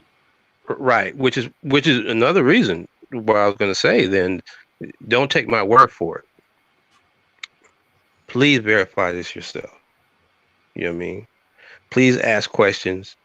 I like to get into discussions about this and give you my references and help you go at it on your own. Because, yeah, it can't be information that's just monopolized to a few people No. who are, And the thing is that if you go out there and you look at the channels that are that are giving this knowledge, and you look at how many people subscribe to those channels, it's just so upsetting. I'm Because see. what it We should tells never talk about this. no. I mean, I already know I'm joking with because I'm you. subscribed to some of those channels, and it's like a Right. lot of the channels. Right. You go to a channel and they only have, I mean, and this they may have 20 subscribers, and they've been on here for 10 years. But they'll Yeah. have like thousands of views. Right. Yeah. So they have. Yeah. So in other words, they have the watch hours, but people just come by and just rape the information and keep it moving. They don't support the channels. Oh yeah. Yeah. Not surprised. That's what I'm saying. They don't support the channels. But yeah. I'm hoping that that's changing. That's why I was telling Queen earlier. I was telling her, I was like, keep putting the information that you are out here to put out. Don't look at the number. I told her, like, go to other parts of YouTube. Go to some of those growth streams where everybody in the growth stream is Filipino. Yeah. Or go to the crafting ones. Contrary to popular belief, there's a lot of Black women in those crafting ones. You can get some of these people to subscribe to your channel, because just because you're talking about something that is a Black issue doesn't mean other people aren't going to support what you're talking about. Yeah. And here's what I say is that it's a very small group of people when you look at the whole of YouTube where the stuff is going on. And I'm talking about in each sector, because there's beef going on in every sector. Trust me. I've been in other streams that aren't even Black streams, and suddenly two people start arguing in the stream about something that happened in another stream. Right. So it goes across YouTube, but again, the people that perpetuate stuff or take things to personal levels, it's still a small portion of the people on YouTube. Most of us are here for the right reasons. Most of us are here to create content, to get knowledge, to have fun, to network, meet new people, learn new things. Yeah, I always thought that was the intent. That's I what it always thought is. that it's supposed to be fun. I'm not in high school. I don't play high school games. I'm one of those people that I actually keep an attorney. on that, I do. I actually have an attorney. If some wise decision. I have to, with the fact that I have that I am a caregiver for a disabled child who's now an adult. So yeah, I have an attorney. I pay a fee, to get the premium service, because they have the basic service. No, I got the premium service. You know, if I need somebody that includes criminal. So Yeah. if they want to play, you know, I know how to do it. I know how to do it the quote unquote white people way and take your butt to court. You know. Yeah. Unfortunately, we have to resort to that at times. You know, I mean that's definitely but last the resort. thing is that I support every. It's like I support everybody. I liked most of the people that were involved in all of this stuff. It's just really unfortunate, you know, that these situations happen. And I'm hoping, you know, that I think that it's well, you know, I mean, they ain't got but a couple more days to act up. So right. Yeah. Definitely some measures are going to be taken, but I would hope that it would run its course soon, though, just so that, you know, they can stop all this. You know? I'm hoping that it is, you know, I mean, I just hate that some people feel like they have to take a side in a fight that's not even theirs. Right. Yeah. Well, I mean, you know, it's a real some real dislike, you know, some real animosity here. Never thought that could happen during cyberspace because everybody's behind the safety of either their computers or, you know, whatever device they're using to get on this thing. That, you know, I have dealt with people who have stalked me online, people who have stalked me offline, you know, drama that was real life drama that people dripped onto line. Now we're watching stuff that starts as online stuff that's starting to fall offline. So it's like, you know, a lot of it was very, very serious because, you know, from my understanding, somebody's social security number was out there, where people's addresses were out there. People's government names were put out there who did not want their government names out there because they weren't using their government names on YouTube for whatever reason it may be. You know, like a lot of us don't use our government names on it. I don't use mine on here because I don't want to. Okay? Right. It's like, it's just that. I don't want to. So I everybody calls me DC, so that's what y'all call me too. It's like, you know, if everyone who knows me offline, that's what they call me. So what people call me online is the same thing that they call me in real life. Absolutely. So you know, that's basically, you know, what it is. But it's like I've revealed what I want on here.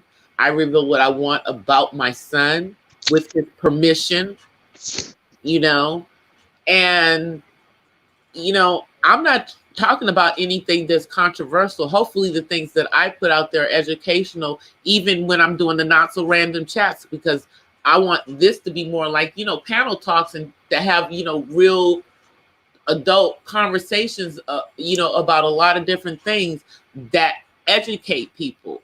You know, I don't need to deal with the, you know, nonsense. I want to talk about something that's important. Yes, I agree. I think it was only a matter of time as this YouTube thing gained popularity that the weirdos were going to join in. Yeah. Start doing what they're doing, you know. And it is a shame because, yeah, this is supposed to be really something that's fun. And they really are kicking the fun out of it, you know what I mean? And I, too, even though I just started making videos, I'm thinking, wow, man, maybe it's not worth it because the things I talk about. Keep doing it. Keep doing it. That's the thing. It's like, because what I'm watching, it's like, okay, if you've been on here, we just got on here, you know, and people, you know, and I already have, you know, I'm already moving towards monetization. Because that's my goal. But my goal for getting it has to do more with my son, which is the whole reason I'm on here. But I'm not looking at it to make a whole bunch of money. So therefore, I'm not going to go on here and do anything sensationalized. I'd rather, just get subscribers organic. I'm not going out there and buying subscribers. I don't need some dude over in India putting comments in my stuff. You know what I'm saying? Right. I'm not, I'm not that thirsty for it. Like I said, I'm doing this. I've done so many things before I even came to YouTube. I was like, Right. I was on radio for 10 years. Outside of having a full-time job, I was doing a radio show, every weekend, heard, all over the country. And a lot of my friends, a lot of people were listening to it. Then I just stopped. And they're still asking me why I'm not doing it. But, Yeah, I like to ask you some questions about that sometimes. Maybe give you an interview on that. We'll do that. We can do that sometime. Yeah. But I know we've been on here. Wow, we've been on here for over 3 hours. Oh yeah. This is one of the marathon things turning into. Yeah. Well, as usual. And I know that I know that Kinks is doing another the second part of the one from today tomorrow. So I'll be over there. Yeah, so but she does her stuff earlier anyway, but I got to listen to the one that y'all did tonight, so that I'm sure for the one tomorrow. Right. I meant to be at that one, but I ended up being out, and when I'm driving, sometimes the signal goes in and out, so I couldn't really be in the chat, so I just had to wait until I got home, and then as soon as I jumped in, she was jumping off. Yeah. Well, it's always an honor, and I appreciate you allowing me up here on your platform. It's nothing. Worries. I don't take it lightly, and I always want to make sure that I give you your thanks and make sure that I'm very appreciative. Well, I absolutely appreciate you coming up and sharing some knowledge. Yeah. Always. Yeah. I mean, I've spoken in public, before, but I didn't think I'd be speaking into a microphone when I'm looking at the wall, into a device, speaking to somebody on another part of the state, another part of the United States, what have you. So, I mean, it's definitely intriguing, and I'm having a great time. Years. I did it for 10 years. I'm having a great time. 10 years on the radio. Yeah. I had fun. Yeah. I had a great time doing it. Yeah. And I know that they have ways that you can start to incorporate like call-ins and everything, and maybe when it gets to be something big, we'll do that. But I like how it's growing organically. I'm not it's just about making sure that I'm doing it the right way, and I'd rather be doing things the right way, and that way that the people that come are the ones who want to be here. Right. I definitely appreciate the chat. I want to thank the chat as well for their participation, and giving me so my voice can be heard, and listening. That made sense to you. I appreciate. Well, thank you. I appreciate the attention. Mm-hmm. I just appreciate the knowledge and everything, because like I said, I mean, on our platforms, even though everyone says that they're about that, did you go or did he leave? Did he drop? No. Sis? Yeah, okay. Sis?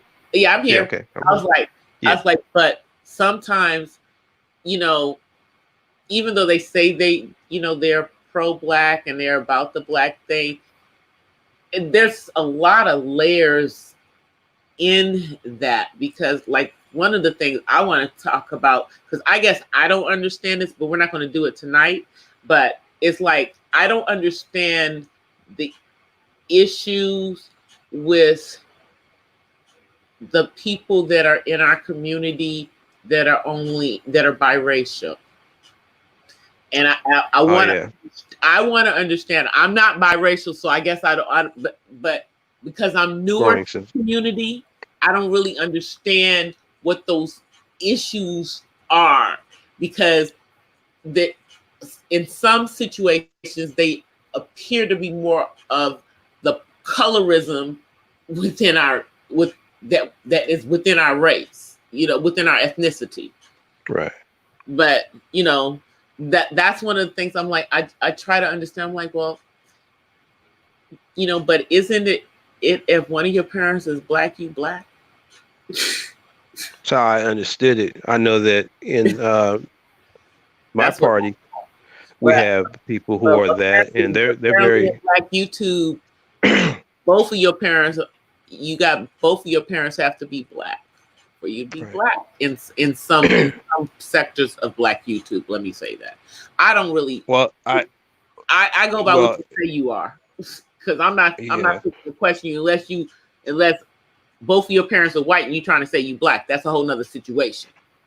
I will say this, that I worked with some very dedicated people in this particular political party that I'm part of, and these people are mulatto. So I mean, they're very dedicated. I mean, they're some. I mean, the ones that I've seen, and they're great to work with. But in and of itself, I guess, because to us, it's what's your dedication level.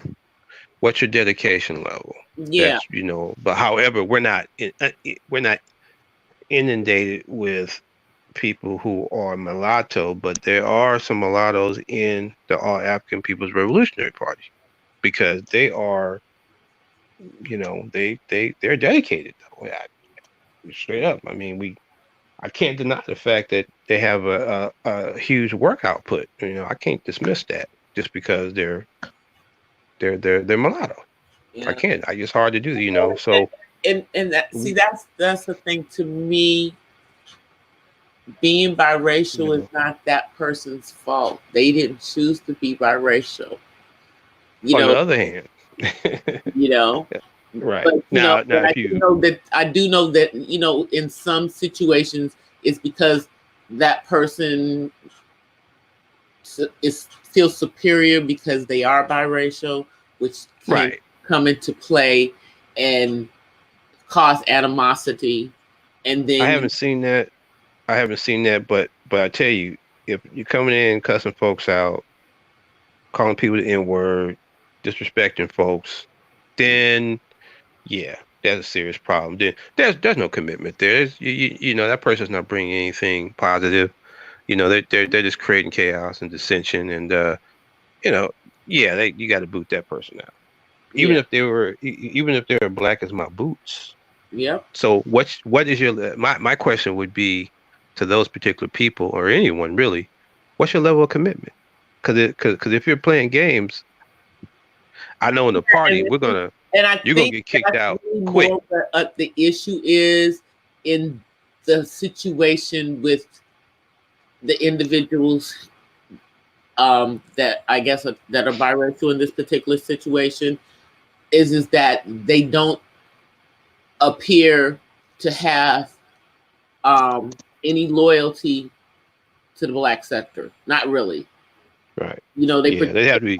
It's like it appears to be I think the issue is more that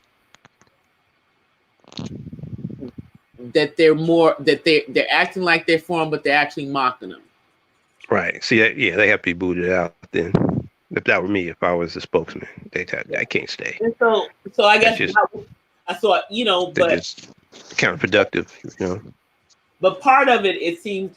But part of what I keep hearing is about, and maybe it's just in the woman part of Black YouTube where it comes into issue because of them being lighter skinned, and then it becomes the light skinned, dark skinned girl thing.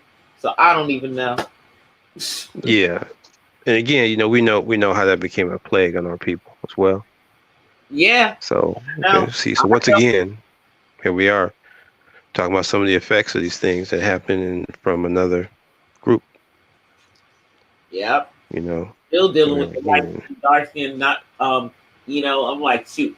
I'm like, I'm darker than a paper bag. So trust and believe. Right. So am I. So am I.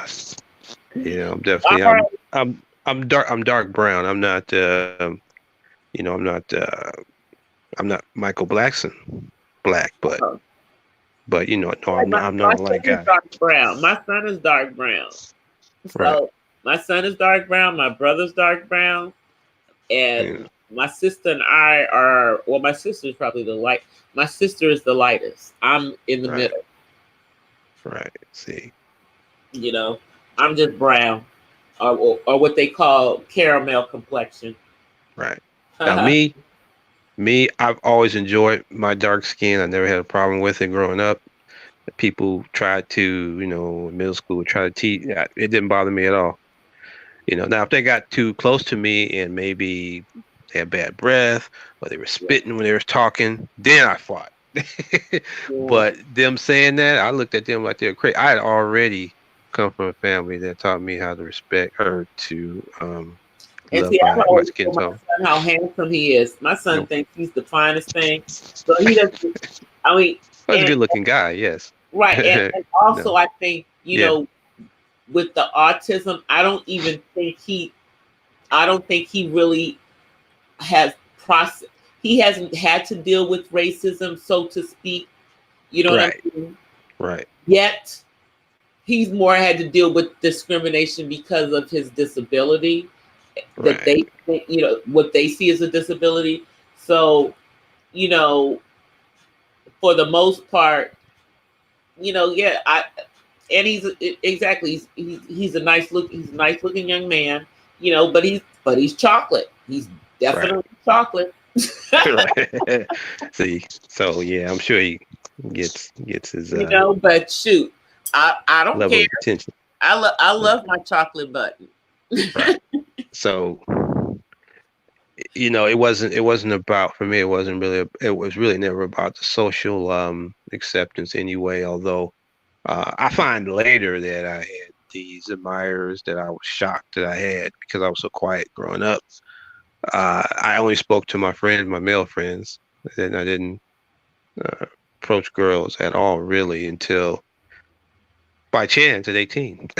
Really? So yeah, I did things like, I did organized sports. That was my thing. I thought I was gonna be like the next Vita Blue or somebody. I was pitching. I was good at baseball, but I mean, but um, I wasn't shy. I may have been a little in somewhat withdrawn, somewhat an introvert maybe, but I wasn't really shy. I could speak when I wanted to, but it's just the fact that I guess between the games I saw and my older sister, seeing how what they would do to the boys sometimes, the ones I had Right. five of the eight are older than me. So when I saw that, it was funny the way they would diss guys, but then I was like, man, I don't want to go through that, And so it kind of made me draw back a little bit, but it was cool because as a child, I look back on it, I had no necessity to date. I was too young to handle that. I was a Yeah. child. I shouldn't have been doing. So I like the way I came up. Do you know that I did baseball and comic books? That was my thing. Serious for years. Yeah. I was a I nerdy mean, girl. So and I was an yeah. athlete, So but I I wasn't. was like, but it's I was quiet. I was out because I was shy, and because I am a stutterer, but I don't stutter that much now because thank you for speech Right. therapy when I was a kid. Right. Right. but See. but if I See. get nervous, it comes out. You know, Right. so that was one of the reasons I didn't like to talk a lot. But also, if I didn't know somebody, I didn't talk. But as an adult, Exactly. I had to come more out of that. You know, Exactly. Yeah. Yeah. especially in a work environment and everything. You can't. People can't think because you're quiet that you're a doormat. So I'm Right. no longer that Exactly. quiet. Exactly. It's Well, for like, me, it was yeah, the Marine Corps, because you really have to be boisterous at the proper times in there, or you will get drugged and you won't get promoted. So I had to come out of that withdrawn, stayed a little bit there, and it really, and I did in a big way. Really, really did. Yeah, wow. When I look back on it, I was kind of shocked at what I accomplished. But I did 8 years. I just did 8 years. I didn't do 20. Oh But wow. yeah, I did 8. But the fact of the matter is, I found out later on that I had these female buyers. I had no idea because I never approached them. I, the other cats was trying to date them. I didn't. I was just high and go my way, and I used to hang with my male friends. You know what I mean? And I'm hearing now. I said, well, no one ever. It was never disclosed to me. They thought I just didn't like them because I was a snob or something. I said, no, no, no. Oh. No, I had nothing to do with it. I was just a quiet cat. I was kind of an introvert, but I wasn't shy. Two different things, but yeah, I was one of the boys until I turned 16, and then I wasn't. Really? Then I wasn't one of the fellas. All of a sudden, I wasn't one of the fellas. Right. I was like, then I wasn't one of the fellas. Then they wanted to date me, and I didn't want to date them. So right, of course, yeah. Yeah, once you start maturing and everything, what have you, then they see you in a different way. Yeah. I was like, no, I'm like, no, I don't see you like that. All right, you my boy. What's up? Exactly. But they don't see you as a girl, not like that. It changes. So but I had a very domineering mother too, though, and I just thought it was more the dynamic of the household that I grew up in really had my attention much, much more, to be honest with you. Mm-hmm. And see, really to a preoccupation. Are you the youngest? I'm one of them. Yeah, I'm close. I'm close to youngest. Yes. Yeah. See, I'm the oldest, so my perspective is very different. Because as the oldest, everything got thrown on me. So. Oh yes. Yeah. Yep. So it's my brother is the youngest, and he was the youngest and the only boy. So he. He's very, even though he doesn't think so, he was very spoiled by both of my parents. Really? Well, yeah, because after my parents divorced, my brother moved to California with my dad. Okay. And then him and my dad had some, once he got to be a teenager, he started feeling himself. And my dad sent him off to a military boarding school in Alabama. Oh man, okay. Oh, did I mention that my brother is very dark? No, you haven't. No, okay. Okay, that's cool. That's cool. And he sent him to Alabama. My brother who had been in DC and then had moved to California, and he was too young to really have dealt with any of the blatant racism in the DMV. And in California, he was around all little white girls. Little white girls loved his little chocolate butt. So, but when he went to Alabama, man, people started calling him boy.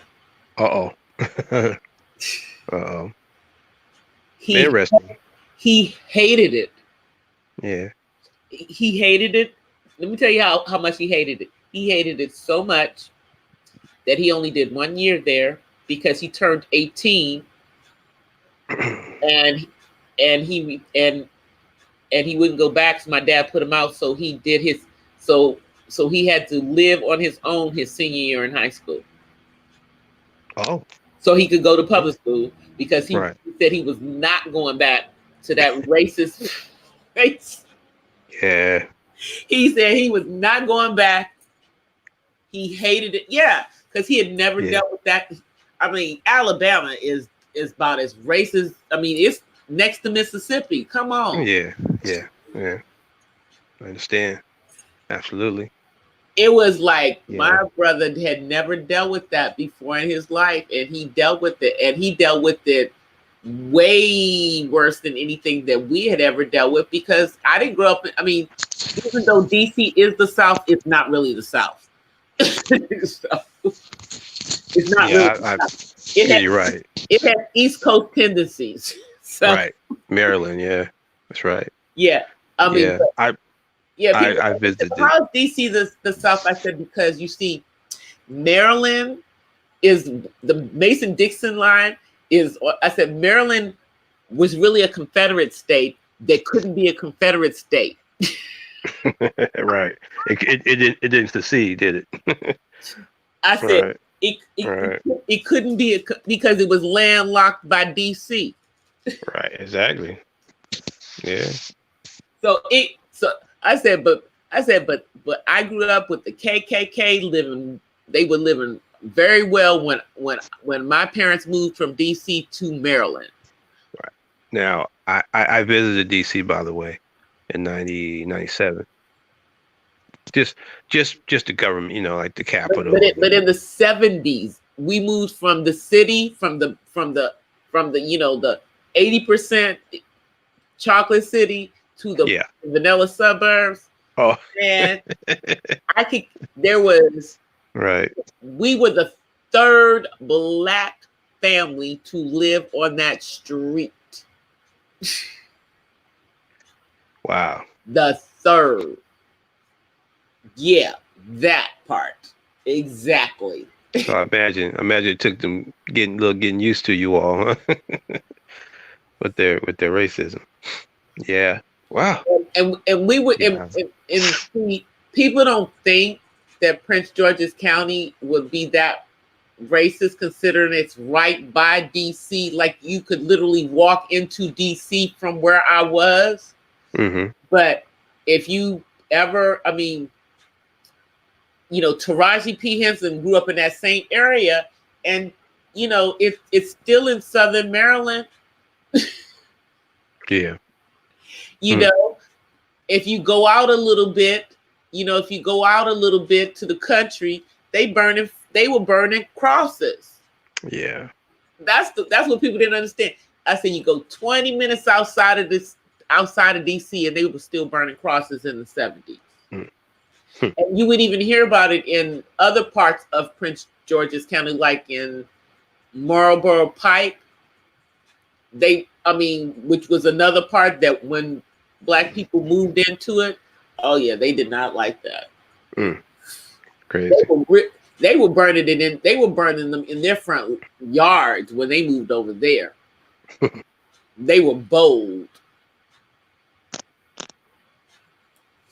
And that's why people think, I'm like, y'all don't understand. Y'all think that like the DC area doesn't understand. I said, but that was the South.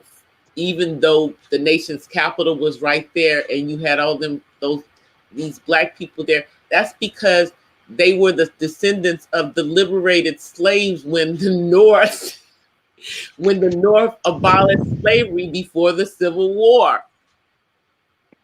I heard Malcolm X say, I can't remember the speech that he was given.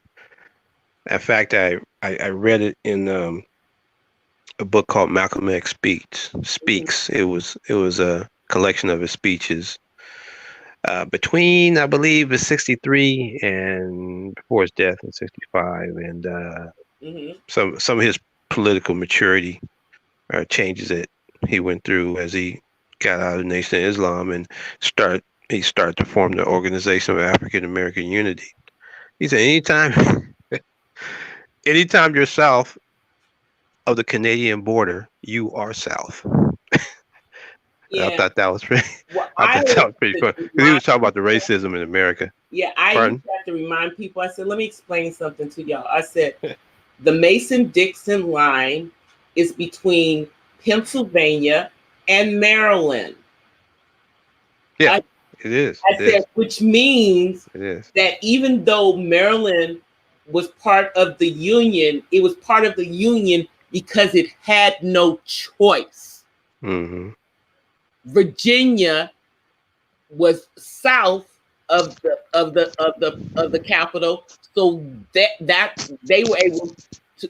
Basically, the people in Maryland, they had to run to Virginia, or they were stuck in Maryland. But I mean, if you guys know about all the atrocities that happened in Maryland, man, you just don't even understand. All the stuff that happened in Maryland before the Civil War. Oh, I believe that. Yes, I believe that. That was one of their places where they did some of their craziness. Let's just say that. Yeah. Oh, yeah, sure. I'm sure there's a lot that we still have yet to uncover and find out and analyze about all that. It's a good book by this gentleman called John Blassingame. I don't know if you've heard of that gentleman, but it's called The Slave Community. Good book. I recommend The Slave Community. Yeah, it's a good book. Good analysis of slavery in the United States. Good book. Get that. And if anybody's still in the chat, I would recommend that book too. You can find it in libraries, but if you can buy it, buy it. They'll get this. They'll get this on the replay because I think it's just me and you now. Oh, okay. I figured.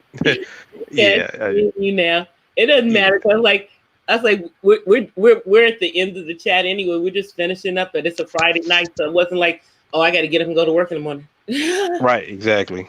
So I'm gonna have a little cake. I baked a cake earlier. I hadn't frosted yet, sitting there waiting on me. So I go there, frost it up, and then probably drink a little coffee with it or something. I think I'm going to go check out the L Word because the new L Word came on. I've heard of it, but never seen it. So. Well, the old L Word, Pam Grier was on it. And right, okay. Yeah. So now they have the new one coming out. Everybody else came back, but Pam Grier didn't come back because I guess it didn't mess with her schedule. Oh, okay. Right. But Jennifer Bill's back. Right. Yeah, I've heard of it. Yeah. And they filmed the whole thing here in LA. So that's why I like to watch it because I like to see where they're filming. And I'm surprised it's another one of those ones that they're rebooting. I like the L Word. I hope they, even though I did like Queer as Folk, they don't need to bring it back. And the reason why they don't need to bring it back is because I found out more about gay men that I wanted to know by that daggone show. I know that's what it was. It's okay. Like, we didn't want, it's like, I didn't want to know certain things that they showed on that show. Yeah. I mean, because it was close to porn. Oh no, I don't want to see it either. No. I mean, I'm saying is it was just the it's like I didn't need to know how two men had sex together. Oh no, sis, no. No.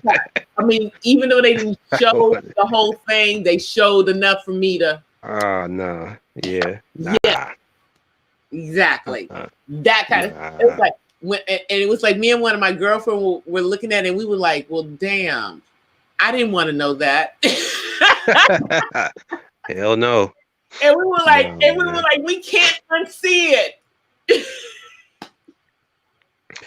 It's like it's crazy, man. It's crazy. It's like you can't unsee it now. It's like I can't unsee it.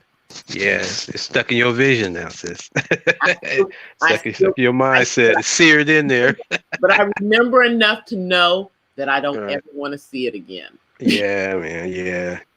Yeah, I tend to stay away from the TV. I have two actually, but when it comes time to find out some news though, and I might look at some sort of a vintage movie or even a vintage comedy of the past, something like that's on, then but. The rest of the stuff, the pop culture, I've divested myself as much as I possibly could. I watch the stuff like I watch The Masked Singer because I love music, and because I was guessing who's under the mask and seeing who I'm right about and who I'm not. I was like, so far I've been right about 3 people. Right. Yeah, so far I've been right about 3 people. I knew that was Patti LaBelle. I knew that was Michelle Williams from okay. Style. Oh, okay. It's like that. I was Raven Simone. Oh, okay. So, okay. The mystery guess. You have to guess who it is. And Sherry Shepherd. I knew that was Sherry Shepherd. Oh, okay. Yeah, so it was like, so all the black women so far, I knew that it was them. Right. But I still think the one of them, the other one that's still on there, that's dressed as a flamingo, is Fantasia. Right. But they try to disguise their voice. Is that it? Is that how they do it? No, but some of them do and some of them don't. It's just that they are actually in a full-on costume. Like Michelle was dressed as a butterfly. Oh, okay. Everything, including a butterfly head. Oh, okay. So you can't see. No, I get it. They're completely in costume. Last year, okay. Who was on there? Last year, what's his name? Dang it, the one who does the sound, the box, the music box. I have no idea. Oh, Dougie Fresh? No, not Dougie. No. I'm talking about uses the voice box. The singer that uses the voice box. The younger singer. Shoot. I don't know who that is. No. With the braids. The one who sang that song. Twist and Screw. Oh Lord. From the Dirty South. Don't know. T-Pain. Him. Oh, okay. T-Pain won the show last year because nobody remembered that man actually can sing. Oh. Because because he does like the rap singing, and then he does the singing with the voice thingy. So people they don't realize that he can really sing, and he doesn't need that daggone thing. So he did the whole show using his natural voice, and he won. And when they took the costume off of him, because he was the Thing. Oh, okay. He was the Thing. He was dressed up as the Thing. Oh, that's when cool. they took off his costume, nobody had guessed that it was him. Nobody knew that was. They knew they had figured out who most of the other people were. Like Gladys Knight, she couldn't disguise her voice. Donny Osmond knew who he was. Right. But nobody knew that was T-Pain. Nobody knew that was T-Pain. I was like, and the first thing I said, well, what the heck does he use that daggone thing? He can really sing. I mean, really can sing. But he used that to leverage boosting in his career, because he dropped the album as soon as he won the show. Once him winning the show aired, he already had an album dropping as soon as it aired. Oh, I know he sold a lot of copies of that. Wow, that was timely. And he said that and he even said that although he was the one who created that, using that thing, even though he was really using it in that genre, because Roger was the first one. Roger Troutman, sorry. Right. Roger Troutman was really the first one. Oh yeah, that's right. Huh? Yeah. But to do that, he vitalized the use of it for the younger generation. So right. And that, and once he used it, everybody was using. All the ones who couldn't sing would use it because it helped them.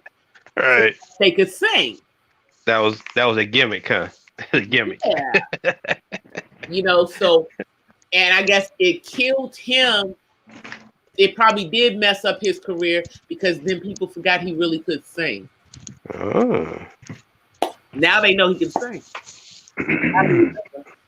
So I think this is probably good for Michelle because, we used to hear her with Destiny's Child. And I mean, she did have that one album out and it did really well. But, then all everybody's remembering right now is that she had a nervous breakdown and she was with that crazy dude. Yeah. The white guy, huh? I don't know if he was white or biracial, because Something like that. that was always my, I always be looking at Esplanade. Is he white or is he just damn near white? I think he was damn near white. Oh, okay. Yeah.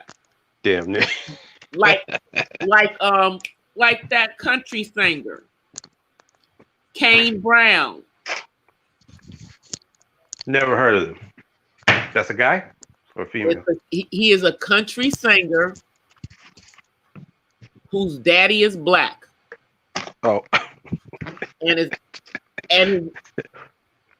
The way you said that was funny. I had to, because he wasn't raised with his daddy. Oh, okay. He's like one of the top country singers. But go Google him. When you see his face come up, you know that's a black man. Oh, okay. As light as he is, you know he's black. But he talk like one of them country rednecks. That's what he sounds like when he talks. Right. You know, and he definitely was not raised around any of us. Not at all. Yeah. And I'm not saying that because he likes country music, because we like country music. So I'm saying it because you can just tell by how he acts. Right. And I think country music comes from our people anyway. Yes. Isn't that right? Yeah. He doesn't act. I mean, he act like he don't act like he's black. He don't act black. He act. You know, he wasn't raised around us. I don't know if he knows his daddy or he doesn't know his daddy, but obviously he was not raised around. He was not raised around any black culture. He go around talking aspect. Are you my daddy? He walk like a black man. I hear you, sis. Yes, indeed. Yeah. The only thing I will let me just I like the Shark Tank. I do like that. So. Oh yeah, I love Shark Tank. Yeah, is that still on? Because I haven't seen it in a while. Yeah, it comes on ABC still. It still comes on. Yeah, I like. And then they have the other show, that deals with some of the businesses that have already been Shark Tank Beyond. Oh, okay, yeah, the progress of that one too. Yep, I watched that one too. Yeah. Yep, I watched Shark Tank. I think it comes on Thursday or Friday. I can't remember what night it comes on. It comes on late in the week. It might come on tonight. It might have come on tonight. I always watched it on replay on, I watch it later. Yeah. I watched it. I binge watch it, basically. Oh, I see. Yeah. That's a good way to spend free time if you have it. When I watch, like on those rainy days, if I don't have to clean the house on a rainy day, and I'm not going out in the rain, like maybe I might not go out in the rain tomorrow. I might be binge watching something. Yeah. I've been watching Mrs. Maisel lately, though. Oh, okay. That's that show that's on Amazon Prime. I've heard of it. Yeah, it's actually a good show. It's actually a good show, but as I watch the show, I also think about the fact that she's portraying a Khazarian Jew in New York. Absolutely. I can't. It's it's like it. I'm like, how women are like elephants. It's like, this is going to be. You don't forget nothing, huh? I'm not going to forget this one. No, I hear you, sis. I know it's something. I knew that there was an explanation. I knew. Oh yeah. I knew that they weren't the real ones. I just didn't know who they were. Right. That's what it was. I know that. I said, I know how genetics works. You can't change that much in it wasn't enough time. Right. It wasn't enough time for them to have changed from being black to being white. Right. If it makes any sense. It wasn't enough time. Yep. It's pretty deceitful. The only thing in their favor was that they did hair because of the region of the earth that their ancestors came from that was similar Yep. to our hair. Yeah, it's very deceitful. It's so they can get things in the way they want it. They don't care who has to suffer for it. That's why I think You that know, and do you know that's how some of them explain it? really, Because they really believe oh that yeah, their ancestors came from yeah, Israel. So I yeah. said, so that means they really believe that Yes, their ancestors were black. That's yeah. what Oh, they well, believe. They do. They believe that they were black and that they became white. oh, right. I'm So trying to tell you that, this that's how they reconcile the lie, huh? because they That's know crazy. that Jesus was brown skinned. That's crazy. They have. They can't deny it, but they're gonna change it anyway. Right. They know that those people were they know he wasn't they know they know. Oh yeah, sure they do.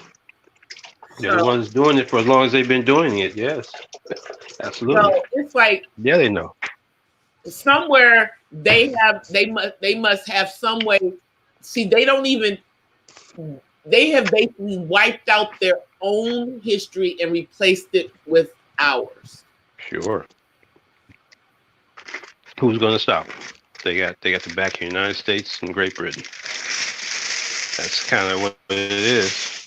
That's why we're that force that has to sit.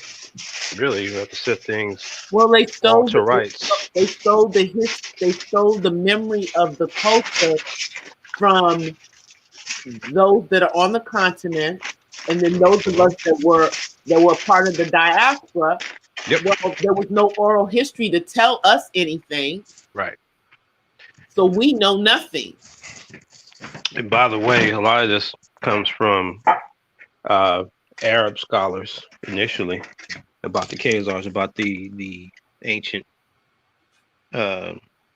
empire that we had discussed. And that's last the time. reason why the Arabs have such an issue with them sitting their behinds in Israel because they know the truth. That's why they have a problem with them. But they have armed themselves up to the brim, and they have the US and Great Britain backing them, who are more powerful than the Arabs. The only thing that the Arabs can do is withhold oil.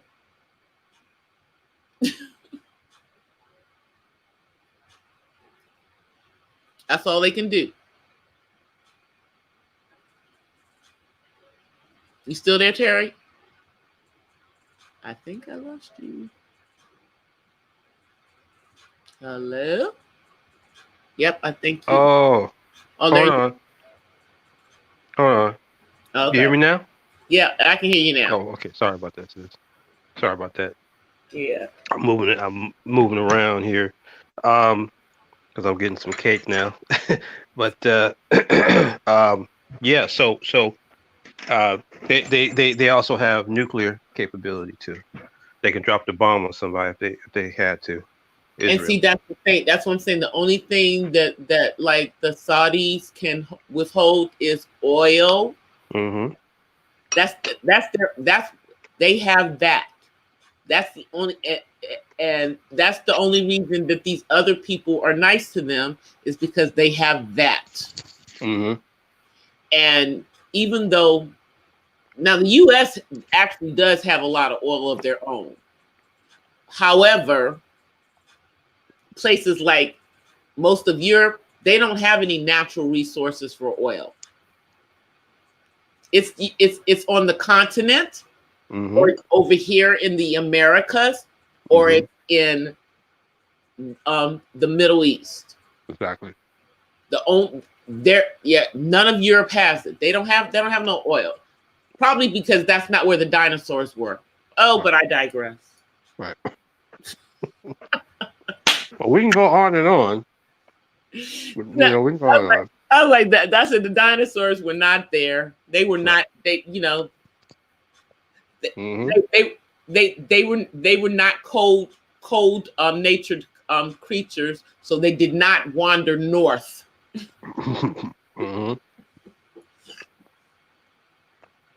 You know, and so I just leave. You know, it. You know, like I said, you know, I'm a nerdy girl, so. When I start it's just I'm starting to put stuff together so that other stuff makes sense to my brain. But things won't be put to right unless we step up to our responsibilities and become powerful people ourselves. Yeah, that's what's missing. That cake good, Terry? Yes, it is. Chocolate cake. Oh, I can cook too. But that's a whole nother aspect of my life. I keep telling myself because I did not make sweet potato pies for Thanksgiving, but I still have the sweet potatoes. So I'm thinking, I could probably make a sweet potato pie tomorrow morning. I was gonna say, you gotta go ahead and make that. I'm gonna make it in the morning. Sweet potato pie in the morning. It'll probably be gone by Sunday because my son will kill it. So I'm gonna have to make two. I can't just make one. But that's what's missing. Us being powerful. Well, here's the thing, and then the other thing is that when you look to the continent, it's like we need to be really looking at what we can be doing here, and then we need to also be looking at what we can do to help them do whatever it is that they need to do, or to you know what I'm saying, or make sure that they have the knowledge that they need to have and the proper people in place, because ultimately it is going to be up to the people that are actually there on the ground, because they're the only ones who have any kind of power. We have influence on this side, and it's just getting more people to understand that, and also to understand that not only do they need to be unified, but we need to get some kind of unity between us here, even though we know we are definitely all from different tribes, and that's probably part of the problem. We have the same problem over here that they have over there. Right. But even though we don't know what tribes we're from, we know we're not from the same tribe. We just know that we all from Africa. But that wasn't the basis of the differences, though, until Europeans got in there. I know. So now it was over other things. Now it's over. It's there's so much separatism within the blacks within the diaspora, as well as those on the continent. Because those of us in the United States, I mean, the rest of the diaspora barely wants to recognize that we were part of the same, ships coming across the Atlantic. Right. If properly organized, if properly organized.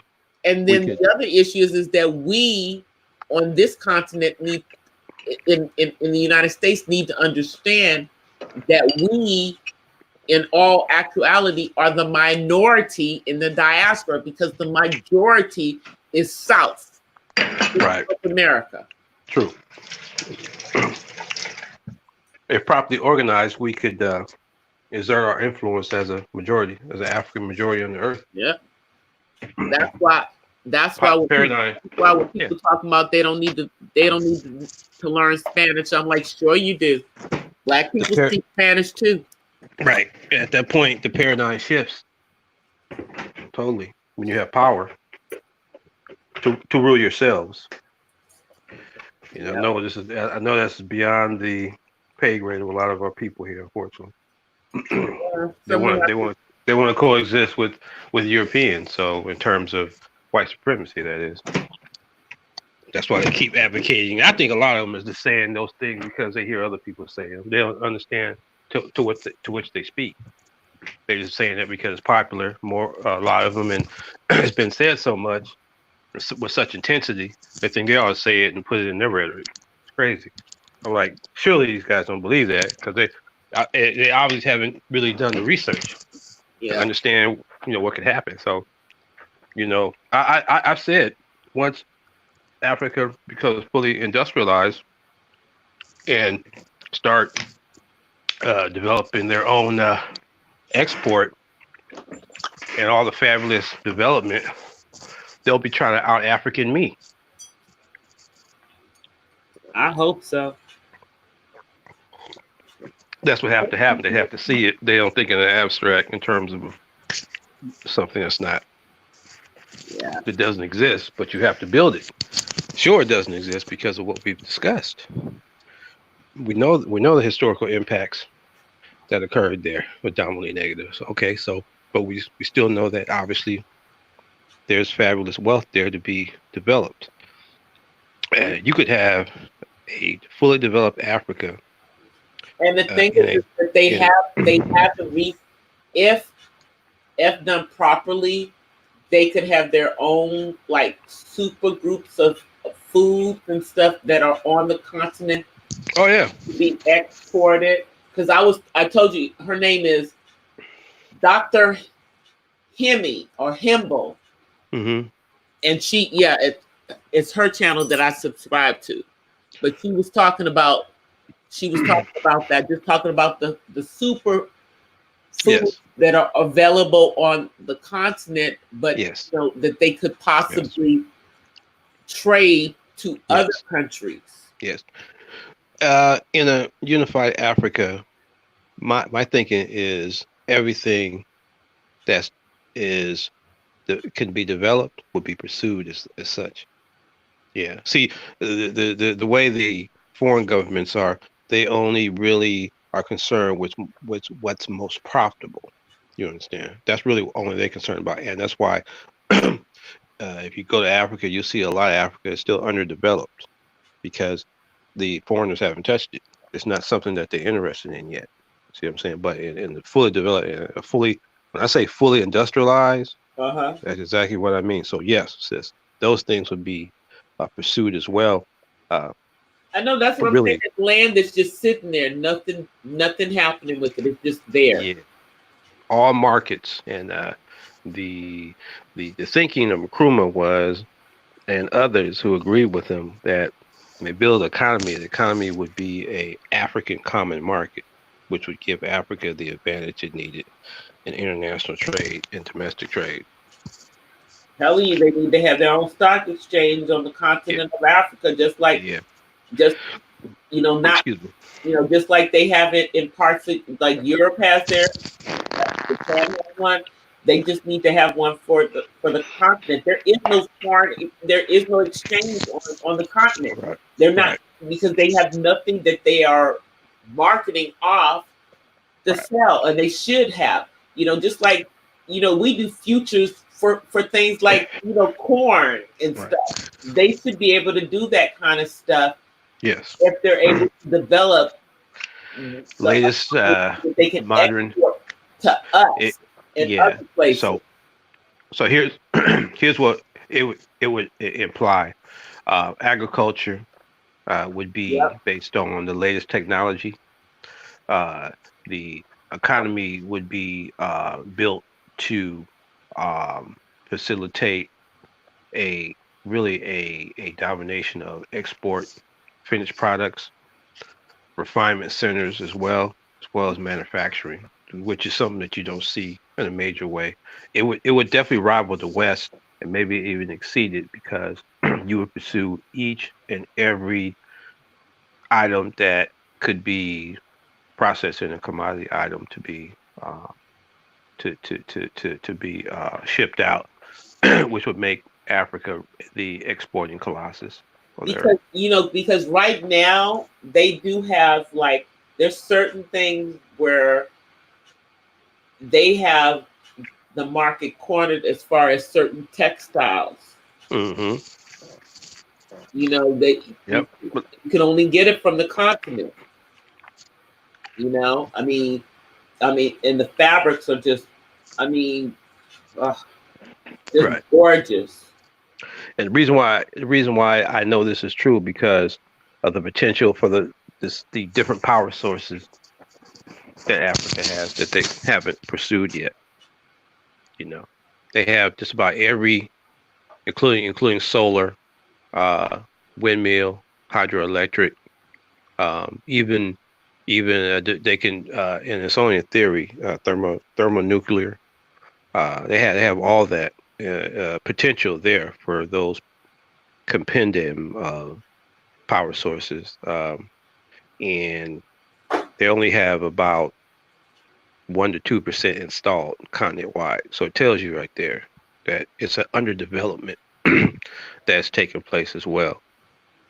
So yeah, you know, when you grow up, purposeful and strategically. Yeah. So you know that tells you what neocolonialism kind of explains that. You know, on the outside, I said the trappings makes it look like you're independent, but in actuality, your policies are controlled from the foreign government from the Yeah, outside. the thing is that they don't. It's like the one thing about the United States is the United States actually has what is considered a true independence with our own economy and everything. But that's not what happened for the majority of the colonies in Africa. Because see, here's the thing. That's what Europe learned from what happened with this country. Mm-hmm.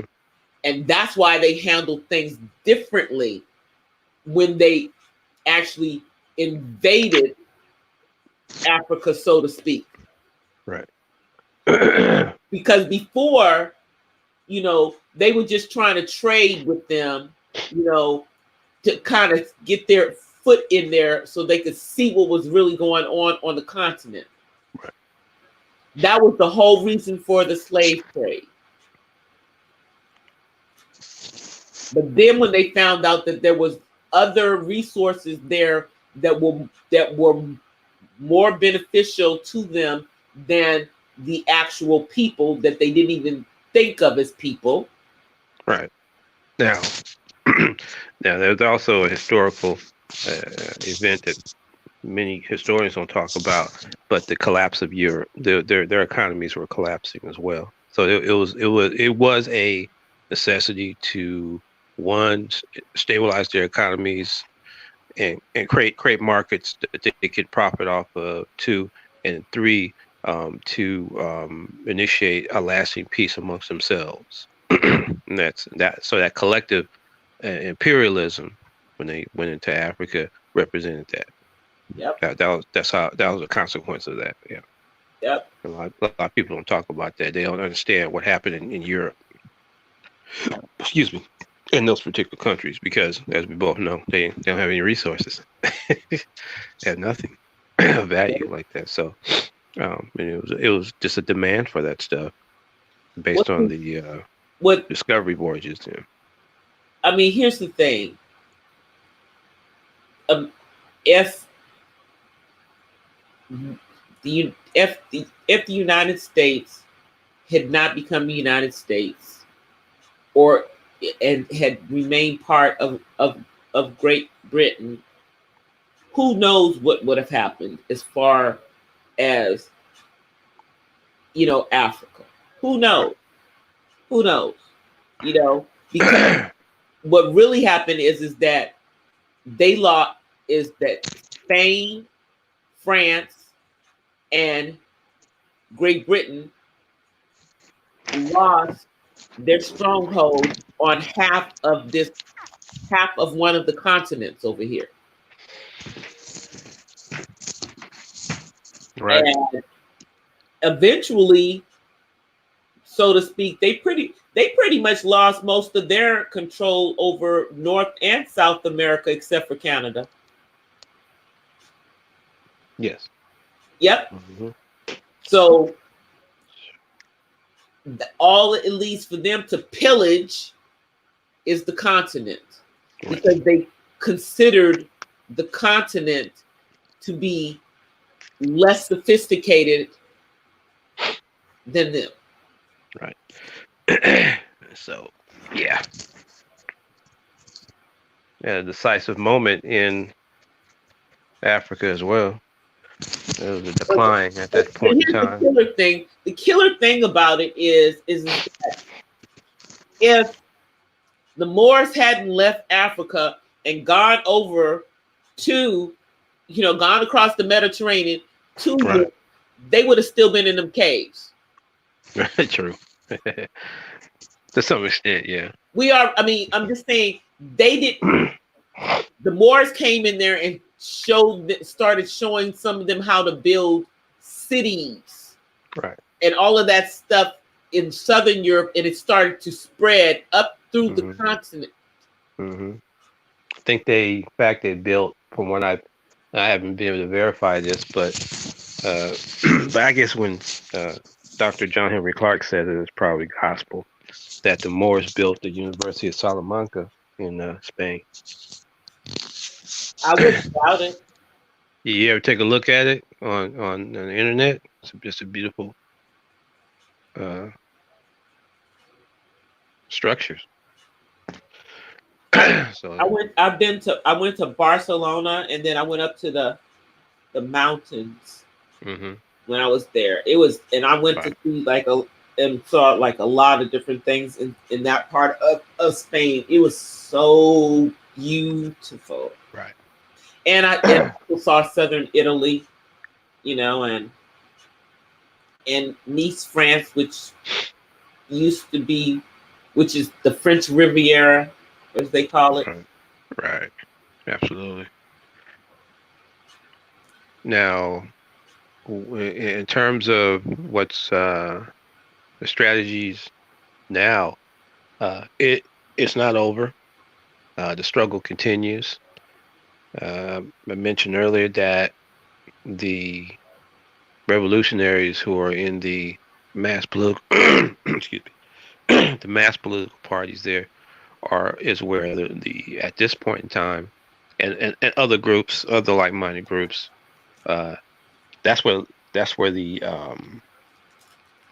leadership is at this particular point.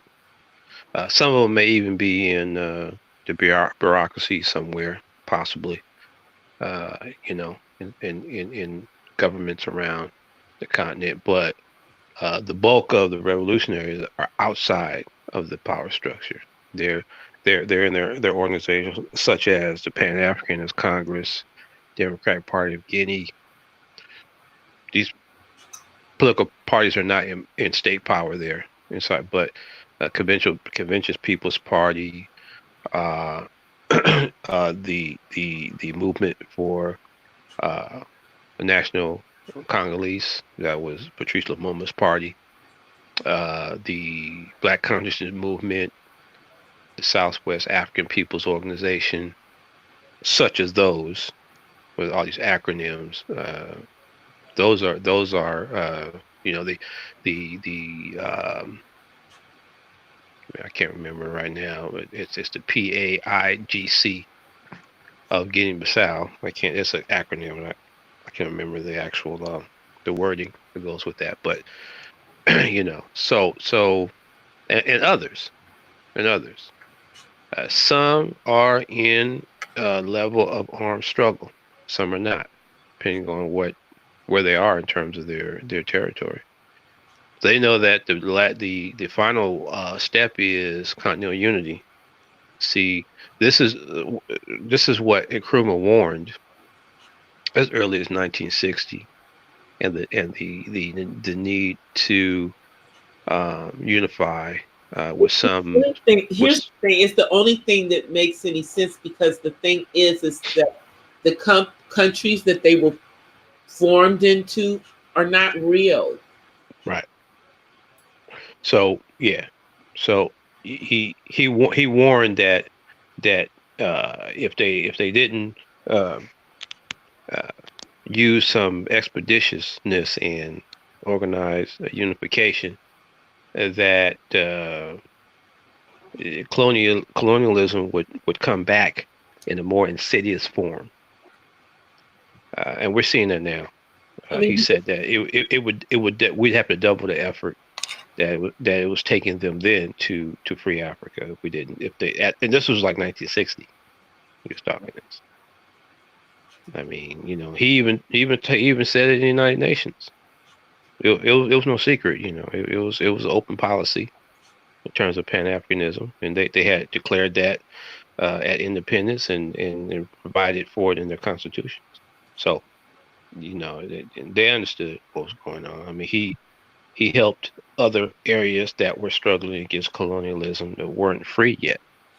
He was giving assistance to Zimbabwe when it was fighting against the Rhodesians, South Africa against apartheid. They discussed apartheid as early as, the 50-51. And when he held the All African Peoples Conference in '58 and the conference for the nations of independent African states later that year, they discussed apartheid. They discussed colonialism. They understood. They drew up proposals and declarations and stuff. So these are some of the attempts at unification that you can see, and it's documented in the books he wrote. He wrote a lot of books. He wrote this one book called Africa Must Unite. It's a good book. You should get it. Get a chance, you should read it, and all of it's in there. I mean, yeah, because to me, obviously to me, apartheid was just it was crazy, especially, growing up and it's still being around in the 80s. Absolutely. Yeah. And the school that I went to, because I went to a white school, being invested in that apartheid country. But what blew my mind is that it was just like, I understood how slavery was able to thrive here in the United States because we really were the minority. But I could not understand how those people were able to do this to the majority in that country. But now I understand because of the colonialism. I understand now. Yeah, multi-layered. Yeah, multifaceted. Definitely a grand divide and conquer scheme strategy that worked very, very well. That's why they deal with these countries on individual basis and not in a block. So when they have a problem with certain countries, because I told you about those that are in South Africa from countries like Uganda and Kenya who are trying to escape things there. They're being oppressed and being murdered in South Africa because they don't want them. They don't want these other people of color there because they're not South African. Yeah. And so now you have the factions of the groupings, the militarized blocks that are there. Nationalist crap. They call them warlords, but these are the militarized blocks that understand on one hand that, look, we don't want to be part of these puppet governments, but on the other hand, we're not going to be these poor refugees moving back and forth. They have armed themselves to fight either side that comes toward them. This is something that Nkrumah predicted would happen if Africa did not unite. In fact, I think if they would have listened to him, move swiftly, set up a joint command, start with a common currency, start their own banks and stuff, and full industrialization could have started within the development plan. Africa, and definitely with the Congo being stabilized, Lumumba didn't get assassinated.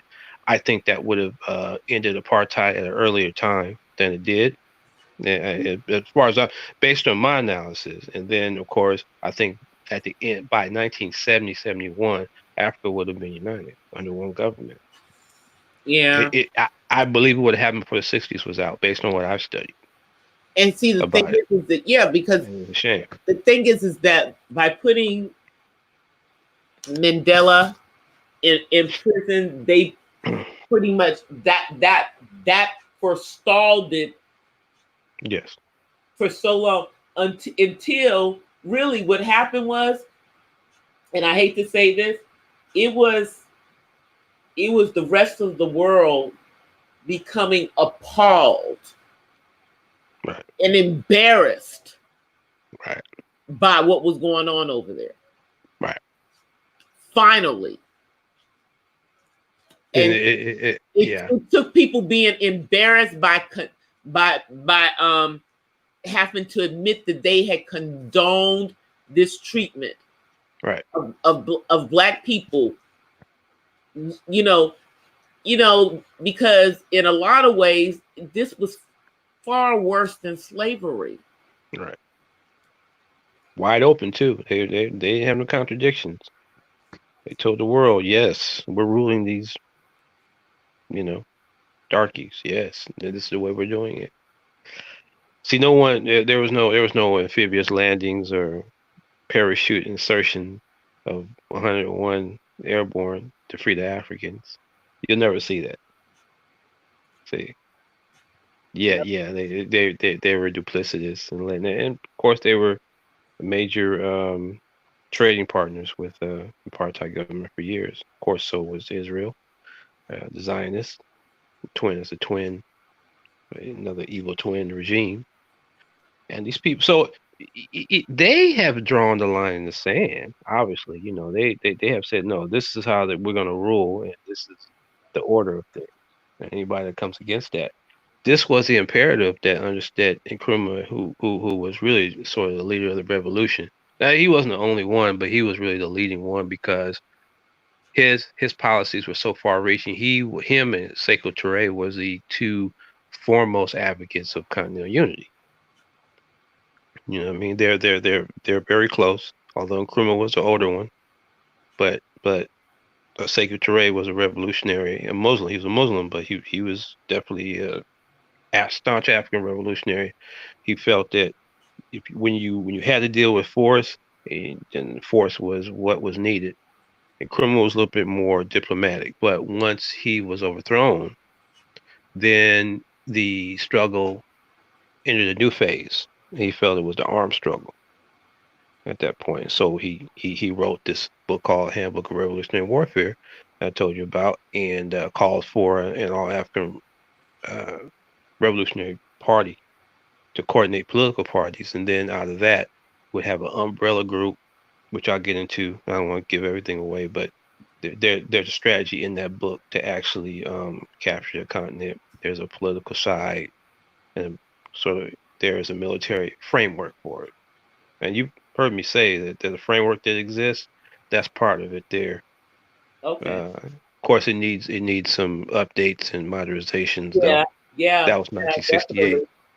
Yeah, it was 1968, but yeah. So at least now we know that the majority of Africa has internet. Hallelujah for that.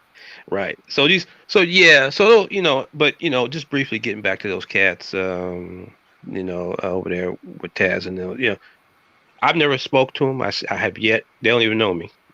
So I've heard them. I think I've been on George Macon's page a few times though, but and so I think they probably did the best they can. Yeah, definitely they need to be educated, especially Taz needs to be educated.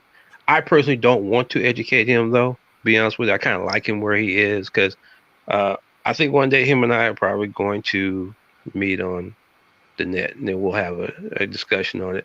But I've seen guys like him, he want to cuss people out, and that's really counterproductive. And if you're really not in the struggle if you act like that. You can't call women the B word.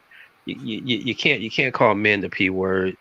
I mean that stuff is counterproductive. So I don't consider him no revolutionary because that's not the comportment of a revolutionary. Not at all. You cannot do that. Wasn't he part Was he originally part of the Black First part, or was he part of the Manosphere? I don't remember. Well, that'd be one of his own creation, I think. But no, he went to Manosphere to do battle with those guys. That's what it was. No, I don't even think he ever wanted to be a part of it, but I think they kind of try to. I guess they call himself insulting the guy, saying that no, you can't be in it. I don't think he ever asked to be in it though. Right. I think he went over there to just attack those guys because they were pretty much played down by saying you guys are weak. You can't even get women. You're always complaining about women. You guys are sorry. But he said it in such a vulgar way. You P, you N, F you F boy, this and that. That's how he would talk to him. When they ask him a question, well, I'll tell you this right now, you little P, F boy, and then he would answer the question. Just every response was an insult attached to it. It was entertaining and it was shameful at the same time. I'm like, wow, man, this is how it's going. So, and I know he's bereft of a lot of information, a lot of details, and he thinks he tends to, in my opinion, I guess to him it is, but no. And so what happened was when I heard him in New Possibilities, I'm like, man, this guy knows nothing about Pan-Africanism. He has his own version. He was saying some things that are just untrue, but I understand he's working for some limited information. His view of it and where he is getting his information, it's not coming from the same source as where I'm pulling from. I'm pulling from the statesmen who ran a country, who documented all these things,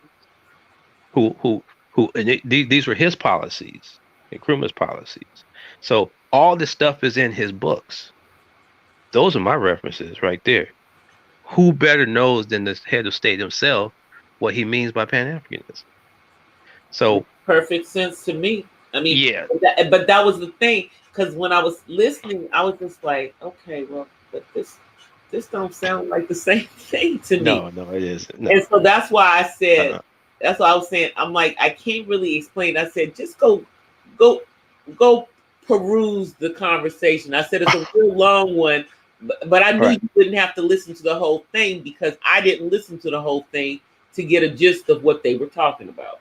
Right. And we can still advocate Nkrumahism because Nkrumahism is still operational in those of us who are not only understand the ideology and understand its soundness, but at the same time who are actual organizers. So I mean, we're still organized. When it's not over. Even 2019, the agenda is to unify the continent. And even if it takes the rest of the time or the second coming, then that's how long it's going to take. All I know is that it ain't gonna never stop. We ain't gonna never stop trying to do that. According to their own statistics, and see, they don't have. Here's the thing: they don't have a real true count of how many people are actually on the continent, but just based on what they know, right? Just based on what they know, the continent of Africa is going to outnumber every other continent. Yeah. I believe that, sis. I do. I believe that because we've always been a numbered majority collectively. Yes. Which is why, yeah. But the thing is that because we are isolated, they have us isolated here. Yes. Because I know everyone I know that has ever been to the continent, they freak out when they see all those Black people. Right. And they realize that there's so many more of us than we actually realize. Yes. That there are millions upon millions of Black people on that continent. And that's where our ancestors came from. And though we feel like we are nothing because we have been led to believe we are nothing here, our ancestors were something. That's the reason why they ripped them from the country, from their homeland. Right. Right. Yeah. I challenge people to look at all those people that you just mentioned, that number, general number, if they were all properly organized. The production, the level of production that could be built, the technology, the industrialization that And we're you know talking what's about. so sad? You can't imagine it because it hasn't happened yet anywhere. But you know what's so sad is that I know when I do this thing on education, really the entire world, including the United States, all of our education systems are really based on European. So Yes. so all education systems pretty much are Western education systems. Yes. Even in Africa. And They're all colonialists. And even in China, that wasn't because Yes. everyone wants to meet that same standard. They have made their standard the standard. But let me emphasize this. Everything that we're talking about here, there's solutions to every last one of them. Oh no, I know that we have solutions for it. It's just every last one. We just haven't implemented it. It's just It's just talking it out to realize. Oh yes, yeah, of course, yes. How one little teeny continent where that were living in caves when the rest of us were living in cities, because they were living in cities in China. They were living in cities in India, They were living in cities, in the Saudi area and all over the continent of Africa. We know those cities are down under the sand, but they existed while they were still living in caves. Yep. And I'm talking about inners to Europe, because we all know that people like the Greeks and the ones that were down on the Mediterranean, they started to capture some of the culture from Africa because they were so close. Right. And yeah, I wish I could show you this one book where Nkrumah, called Class Struggle in Africa, where he shows, he superimposes to show you the size of Africa, because they make it smaller on these maps. You could put bigger. I know you could put the 48 state area of the United States within the Sierra, but comfortably with room to spare. Also, you can put India in there. You could put all of England plus Ireland in there comfortably. If you could pick them all up and put them right in Africa in the space. And I look at these maps, I think about now, when I was a kid, geography time in 5th grade, and the map of Africa was smaller than South America. And now I understand. See, the optics and the psychological assault on Africa right then and there. Oh, everybody, white people too. They make it think they were smaller than what it was. Well, and here's the thing: they decided that it was called Africa. That's not even what the African people called the continent. Right. They had another name for it. Right. Alkebulan. Right, exactly. Alkebulan, yes. You're right. They called it Alkebulan. That's what they called the continent. You're right, they did. Absolutely. I was like, it's like Africa is a European term. Right. Ethiopia is a Greek term also. Yeah. But that's what I'm saying. Yes. It's really to this point, when we seize land and resources, what we do with it, how productive we are with it. That's really what race they try to erase anything that we have done on this earth or diminished it. Like diminish how do you diminish a continent and make it seem smaller than it actually is? Right. When it's Right. actually the only continent the only thing that's larger than it is China. Right. The only thing. Now I know that. Right. Yeah. Well, yeah. That's why, when we seize land and resources, it's how productive we are with it. What type of production we want. China's We the only definitely- one that had the right attitude. We gonna build a wall. They're not coming over here. Right. And I mean that wall was up for thousands of years. Yeah. Great Wall of China. Yeah. Yeah. I was looking at it. In fact, I was scanning it on the internet 2 weeks ago. I was checking that out. I was like, wow. That's the only thing I understand you can see from the moon, very, very with naked eye. Yeah. Or in orbit anyway, not in the moon, but in orbit, you can see the Wall of China. So, but because obviously the altitude, but it's what we do in the production and the level of development that we want at some point in Africa, and everything's exploitable. Everything is industrializable. Everything. You understand? We want full development.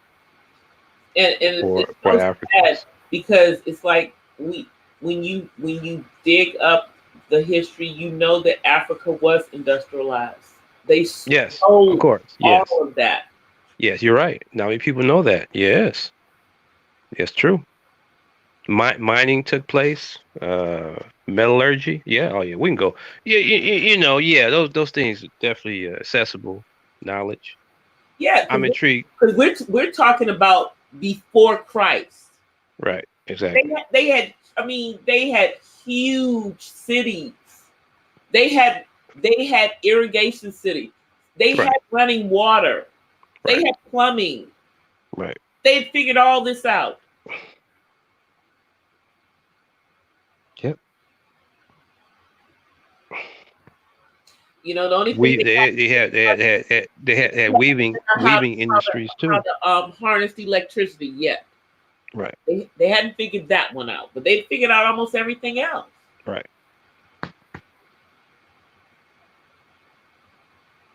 It's just like all of that stuff is just scale model gliders found in 3100 BC as well. Scale model. So they definitely was experimenting with flight in terms of the. Now, Ivan Van Sertima, I haven't seen this written, but he had come out years before he passed away and said that they even had a steam engine that they were building and that it hadn't been applied to anything yet, but just the fact that it was steam. I want to see what this. I never seen. He said it was. I'm sure you did. Ancient I'm sure if you Google Africa. it, you'll find it. But what I get off that is that okay. Take away all the interference and all the, other nations invading Egypt, and what you would have is a level of development early on in the history, in ancient times, that we probably would have seen long before it happened in the 20th century. The camera, the plane, the car. You probably would have seen that. You know what I'm saying? If you look at the rate of development that they had, if you took away, hypothetically took away all the the interruptions of the Greeks, the Romans, the Persians, the Hyksos, all these people that came in there just held up Africa's development and slowed it up and stopped things and stole stuff. Do you know that a lot of these things probably would have came to the earth at an early period? Can you imagine that? Also think about if you go back, if you think to ancient times,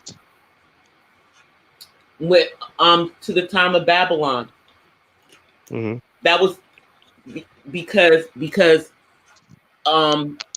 that's Babylon, Nimrod, all of that was in Africa. Right. Oh, absolutely. And that's when the languages of the earth got confused and they got scattered. So you think about it, they didn't understand what they saw.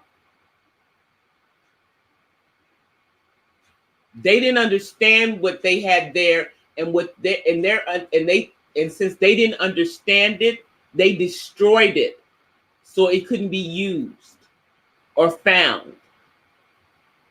Ignorance. All right. But that's but that's the way that is the unfortunate the way of man. Right. Well, That's see, yeah, I agree. yeah, no, I was just gonna say that's the way of man. Even now, we're still doing the same daggone thing. Right. But I think by and large, I wouldn't say that other races did not have times where they made mistakes, but I know that in terms of the most substantial impact that's been dominantly negative, it's been European though, and of course Yeah. Arab. When And they Arab. when they came up out of them damn caves. Right. So and I'm just saying as a fact. Now again, it's our responsibility to get out of it, and this is what we're attempting to do. Yeah. I'm excited because we here's the thing, we cannot, although people want to blame the white man for everything, we can't. It's like a lot of this stuff now, yeah, we may not have allowed slavery, but they definitely on the continent, it's like Black people as a whole have to take some responsibility for where we are. Right. In terms of fixing the problem, I'm excited about the new Africa to come, the development to come when it gets to the point where we can control the industrialization and development part. I'm excited about what's going to come out of that, whether I'm here or not. The fact of the matter is the level of development will be unparalleled with the exploitation of those. So beautiful over there. Oh my God. Yeah. So this, I think you can put an exponential of 10 on that when Africa is running Africa. Africans are running Africa though, under their own authority. So I look at that, I'm like, man, this is going to be at some point, it's going to be a fabulous place. Something that I said the other night that even, or on one of my videos that I contend even our ancestors couldn't fathom. They couldn't fathom the level of wealth. Now, Africa, I contend that Africa was on an evolutionary course to Pan-Africanism. Well, because I don't think that it is a coincidence that the majority of the actual wealth of the earth is found on the continent. Right. I don't think it's an accident. No. Obviously meant for us to have it, didn't he not? Exactly. Yeah. I speak in those terms, by the way, at times. I mean, we were meant that he wanted us to have that, to share, and we will share. You know, I mean, the nature of Pan-Africanism is going to share. We want to put balance in the world. We're the missing part of that. We have to take our position, and Africa is where it is, but the rippling effect that we felt to the diaspora where our people are. Because the seismic rippling effect will empower all of it. The base will be Africa. So whether you live there or not, it still represents you. In Africa. You got some feedback coming through. Okay, I don't hear it now. Hey, Blind Nito.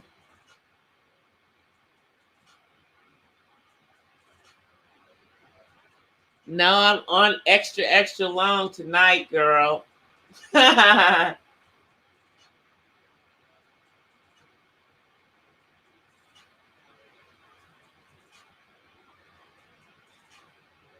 think Terry had some feedback problems, so he put it on mute.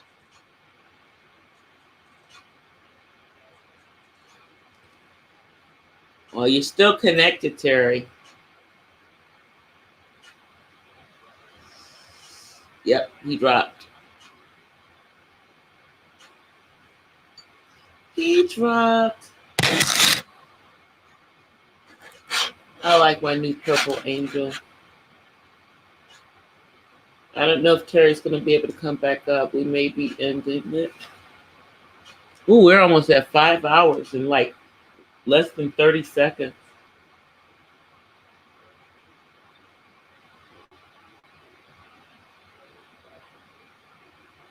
I don't know if we're going to go on. I'm waiting to see if Terry comes back in the chat. If he does, we'll finish the conversation. If not, we'll continue tomorrow. As you can see, Blind Needle, I did an upgrade on my StreamYard, so now I don't have my I'm gonna create my own logo, so it'll be on here soon. And I'm gonna figure out how to work this thing. And I probably will be dual streaming sometimes on Chronicles of an RT Autism Mom's Facebook page, as well as on my YouTube. But I think Terry is gone because I don't see him backstage. Let me go look backstage. Make sure he's not back there. Nope. He's not back there. How are you doing, Blind Needle?